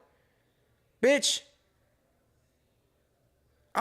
man, let me get off here, man. Let me sign out for the night because I'm a little hot now. I need a goddamn another drink. You know what I'm saying? Because let me check in with the rest of my tribe for the rest of the night. Let me get off this topic and check in with my tribe real quick, man, because we had a legendary stream and I don't want to get too out of body. We can double back around. Oh, shit. Let me end it on this because these are part of the same topics. Let me end it on this and then we'll summarize the stream and we'll get up out of here in like 10 minutes. All right, so look. So looky look. This is what I mean by entitlement, airheadedness, money hungry, materialistic bitches. I'm not even calling them women. These are materialistic, money hungry bitches. I'm gonna just finish it when I get off. I'll bring it down. Because I'm getting off in like 10 minutes. I'm just gonna go over these last two topics. Thank you, baby. Shout out to Miss Moneybags. This is what I mean, tribe. This is what I mean. And this is why shit be having me hot, because social media, music, these people have unrealistic standards in our community, which is the fucking backwards, dog. This should be the white people talking like this. Listen to these black women say what they think their wedding ring should cost. Just listen. This is what I mean by ignorance is fucking at an all-time high in our community. Listen to this. What's the most a guy should spend on a wedding ring? I definitely want a huge rock, so I'm gonna guess that it probably costs about at least like $500,000. Does it cost that much? Like diamonds? I would say maybe like, I don't really know, but I would at least hope somebody's spending like 30,000 to 50, right? Like, you bitches is out your motherfucking mind. Who do y'all think y'all fucking with out here? The average wedding ring is probably like $3,000 to $5,000. The average wedding ring. If you're splurging for a regular person, splurging is like 10 grand. 15 grand if you really going above and beyond for a wedding ring. How much do these bitches is airheads, so you want a big ass rock and a huge wedding ring, but you don't even know how much the diamonds cost? This stupid bitch in the pink talking about $500,000. $500,000 for a wedding ring, bitch? Are you Kobe's wife? Are you Kim Kardashian? If you don't even have that much money in the bank, what the fuck makes you think a man is gonna put a ring on your finger for $500,000? Bitch, I will rob you. If I seen an airheaded bitch like this walk around the street with $500,000 on her finger, I'm calling Miss Moneybags, we pulling the ski mask down, and we cutting that finger off. Cause you are a fucking airhead who don't even deserve to wear a wedding ring for $500,000, bitch. Listen to these hoes. Like, is that the amount for a ring? Like 30,000 to 50,000, I'm just asking you what you think. I think, yeah, I mean, I don't know, like 20 to, I think definitely in a 10,000 range, like 10, 30, 10, 20, 30, 40, 50. And you saying that because you think the money that is spent shows that it's more important. That doesn't mean a nigga love you more. It doesn't mean you're more valuable. So for you to say you are demanding that a wedding ring is $10, $20, $30, $50, $500,000, bitch, what fucking planet do these hoes live on? Something and above, like for sure, but not 10. I'd say like 30. Okay, so 30,000 is the max he should spend on a ring. The minimum. I mean, I don't know how much rings cost. So I have no idea, but I'm definitely still going for it at $500K. $500,000, bitch. You haven't even made $500,000 in your life. I can tell, because you wouldn't sit there and say you don't know how much wedding rings cost. You've never been in a position to shop or look for wedding rings. So it lets me know you're not settled down quality. And then the fact that you don't even know the value of 500 grand in comparison to a fucking ring. You dog.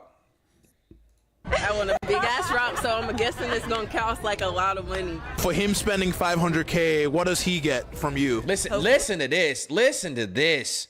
Listen to this. I get to be the mother of the kids. I get to live a beautiful dream life. and he supports my career. You said, what does he get? Airhead? For my ring, my cost, I say like $50,000. He definitely will have a loving wife, a loving mother of the kids, a supportive person overall, and uplift careers and everything. So, what's the most a guy should spend on a wedding ring? These bitches I definitely are want a airheads. huge rock, so I'm gonna guess that it probably costs about at least like $500,000. Does it cost that much? Like diamonds? I would say maybe like, I don't really know, but I would at least hope somebody's spending like $30,000. If you this much of an airhead, you not getting no rock, bruh. That is crazy. You're gonna have a loving wife because he paid $50K on a ring. I'm telling you, that's why I got the right girlfriend. Even my girl, like, bruh, what the fuck? These bitches are clueless. These are the type of bitches that ask for men to pay for their nails before they go out on a date. That's that type of woman. This is what we dealing with in our society, airheadedness. And last but not least on the relationship topic, before we get out of here, shout out to my 62 people who's still in here. It is 12 o'clock on the west side, 2 a.m. Central Time. Is it? Motherfucking, it's 3 a.m. on the East Coast, 2 a.m. Central? God damn. Context matters. We ain't had a stream like this in a minute. Shout out to y'all, man, who stayed up rocking with me. I really do love y'all, for real, I mean that, like, for real. Because everybody got lives and want to go to bed, and y'all decide to stay up and kick it with me. That shit mean a lot. That's love. Everybody who stayed in, it's a big W for y'all. W for my tribe. Pick y'all letter right here, fellas. Ladies, y'all can participate if you still in here. You can only pick one. Which one are you choosing? A, the 25-year-old with no kids. She's submissive, got a GED, but she only make $15 an hour. Or you can have the 35-year-old, mature, 2 kids. She's bossy, 2 degrees, and she makes 6 figures. It's a cold little pick right here. It's a cold little decision to decide between right here. I'm not even gonna lie. 25, she's younger. No kids is a plus. Submissive is a huge plus. GED means she dropped out for whatever reason. She still has some education, but she only make $15 an hour. Or you got a 35-year-old, she got 2 kids, which are probably, at that age, they probably 15 years old, maybe 13, 15, 2 kids. She's bossy as fuck. She got 2 degrees, and she makes 6 figures. That bossy. Somebody said, Sean said, be easy. Wolf Rose said the 35-year-old. Hank the Tank said 25-year-old. Logo Secret said A, the 25-year-old. Cephas said the A, the 25-year-old. Lou Will said the 35-year-old. Damn, Alvin, you got 3 kids? Your ass need the goddamn male birth control pill. You over there hunching, Alvin. You got little Alvin, Simon, and Theodore over there, don't you, nigga? Elisino said A. Oh, this is crazy. Mop Whack. What's up, gang? Shout out to Mop Whack, man. My boy ain't been in this bitch in a minute, bro. I appreciate you tapping in on a late night. No, not Mac Wop. It's the mop, not the map. Mac. You know what I'm trying to say. I don't know who I'm picking right here, y'all. The stoner community. B, he said be easy. He said easy? You know what's going to throw me off on that is the bossy and the 2 degrees. You ain't finna be walking around here acting like I'm stupid just because you got 2 degrees from college. And you for sure ain't finna be around here bossing shit around because at the end of the day, I'm still the man. I don't know. But the 25 is too young for me. So where I'm at in my life right now, 25 is too young to be messing around with, playing around with. I like that she's submissive and the no kids. The GD is a little lacking. Could deal with it. The 15 an hour, I understand that. That's not the end of the world. I would hope she's aspiring to make more. But the age is a little too young. I'm going to have to go with B. Pick the 35-year-old. Deal with the 2 kids. Man, that bossy shit. This is a cold little pick right here. This is a cold little pick. 25-year-old will bore me in a week. On God, them bitches be airheads. I'm not looking at the look of the women. I'm not looking at the look of the woman at all. I didn't even take that into consideration. I'm just taking the stats into consideration. It would be hard for me to be with a 25-year-old, but it would also be hard for me to deal with a woman with 2 kids. Now, if they was older, maybe, but it for sure would be hard for me to deal with the bossy over submissive. So okay, let's see if I had to check. I'm going to check 35 over 25. I'm going to pick no kids over 2 kids. I'm going to pick submissive over bossy. I'm going to pick 2 degrees over GD and 6 figures over 15 an hour. So I'm have to go with B because it's more on B than it is A. You can make the 25 a boss, the 35 2 kids and bossy come with baby dads. I'm cool. Ooh, that's a good point, Chills. That's a good point. The bossy shit is an immediate negative. I feel you, Elijah. I hate that shit, dog. I hate that shit. Even Wolf Rose said the bossy, nah, see, niggas don't play with that bossy shit. You can be stern and stand on what you stand on, but trying to be bossy, nah, bro, I can't deal with that. I be ready to strangle my girl. She be trying to act tough. Girl, I will strangle you. Figuratively. I'll be going to B's company parties getting lit on God's Stoner Committee.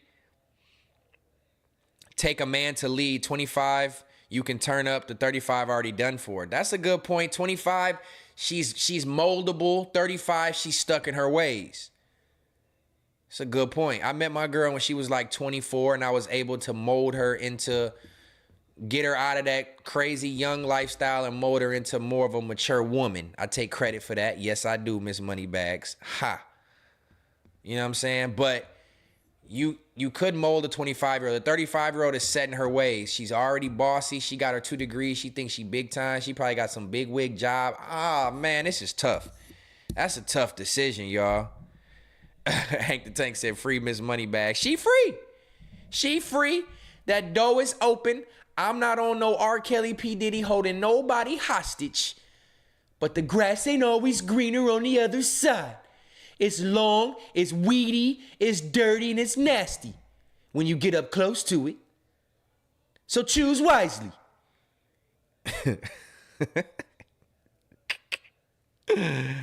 Oh, man, that's funny. Yeah, all right. You getting ahead of yourself, Miss Moneybags. You getting ahead of yourself. Get that fucking comment out of here. I still control the narrative around here. That shit out of here. All right, man. We gonna segue out of this. This has been a dope-ass, fun-ass, nostalgic-ass stream. W's for the stream. Moneybags in the chat for the stream if you rocking with me. If you need a real money bag, DM me. Let's get you a money bag sent out, money bag pillow sent out to your crib. It's only right that all my tribe members and supporters have one for a quick little $30. I show if I seen it too. I seen it. Fuck y'all for seeing shit. Cause y'all, the backstory is I was the property manager of an apartment complex that Ms. Moneybags lived on the 2nd floor of. I lived on the 4th floor. She was living there as I was working there, and I was dibbling and dabbling where I worked, technically. And so she trying to say that I was just supposed to be some easy dick upstairs. Heifer, you done lost your goddamn mind talking in my chat like that. You wish. She was in love after the first motherfucking week. Let's just put it like that. I'm finna block her out the chat. She finna go in timeout, y'all. She can't say nothing else for the rest of the chat. Hold on, put user in timeout. Ms. Moneybags, you are on a 5-minute timeout. She just got timed out, tribe. Yep, all the messages, comments is deleted. I put my foot down. Ain't no bossy females around this part. Stay your ass downstairs and in Ms. Moneybags' place. You can't type now. You can't type, huh? Sit your ass there and watch the show. Watch the damn show. You on timeout. She can't even talk in the chat no more, tribe. Like I said, I cracked that ass for living downstairs in my apartment complex. She got the dick once, was hooked like crack, and was motherfucking addicted and in love after 1 week. Truth in that details. Context that matters. Matters with those contexts. Fuck out of here. Nigga, what she think this was? Try? Talk about free the bag. Fuck y'all, tribe. Y'all supposed to be on my side. Miss Moneybags is in timeout right now. She yelling from downstairs. We ain't trying to hear it. Stay your ass down there.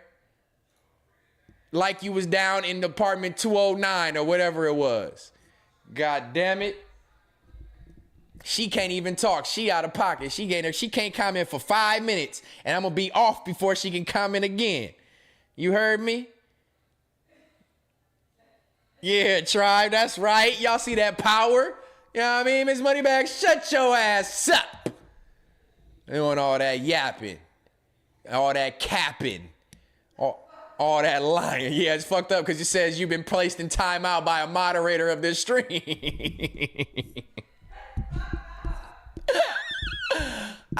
We gonna get out of here on that note. It's been, damn, I could have sworn I just said I was on here for a 4-banger. It's been 4 hours and 45 minutes.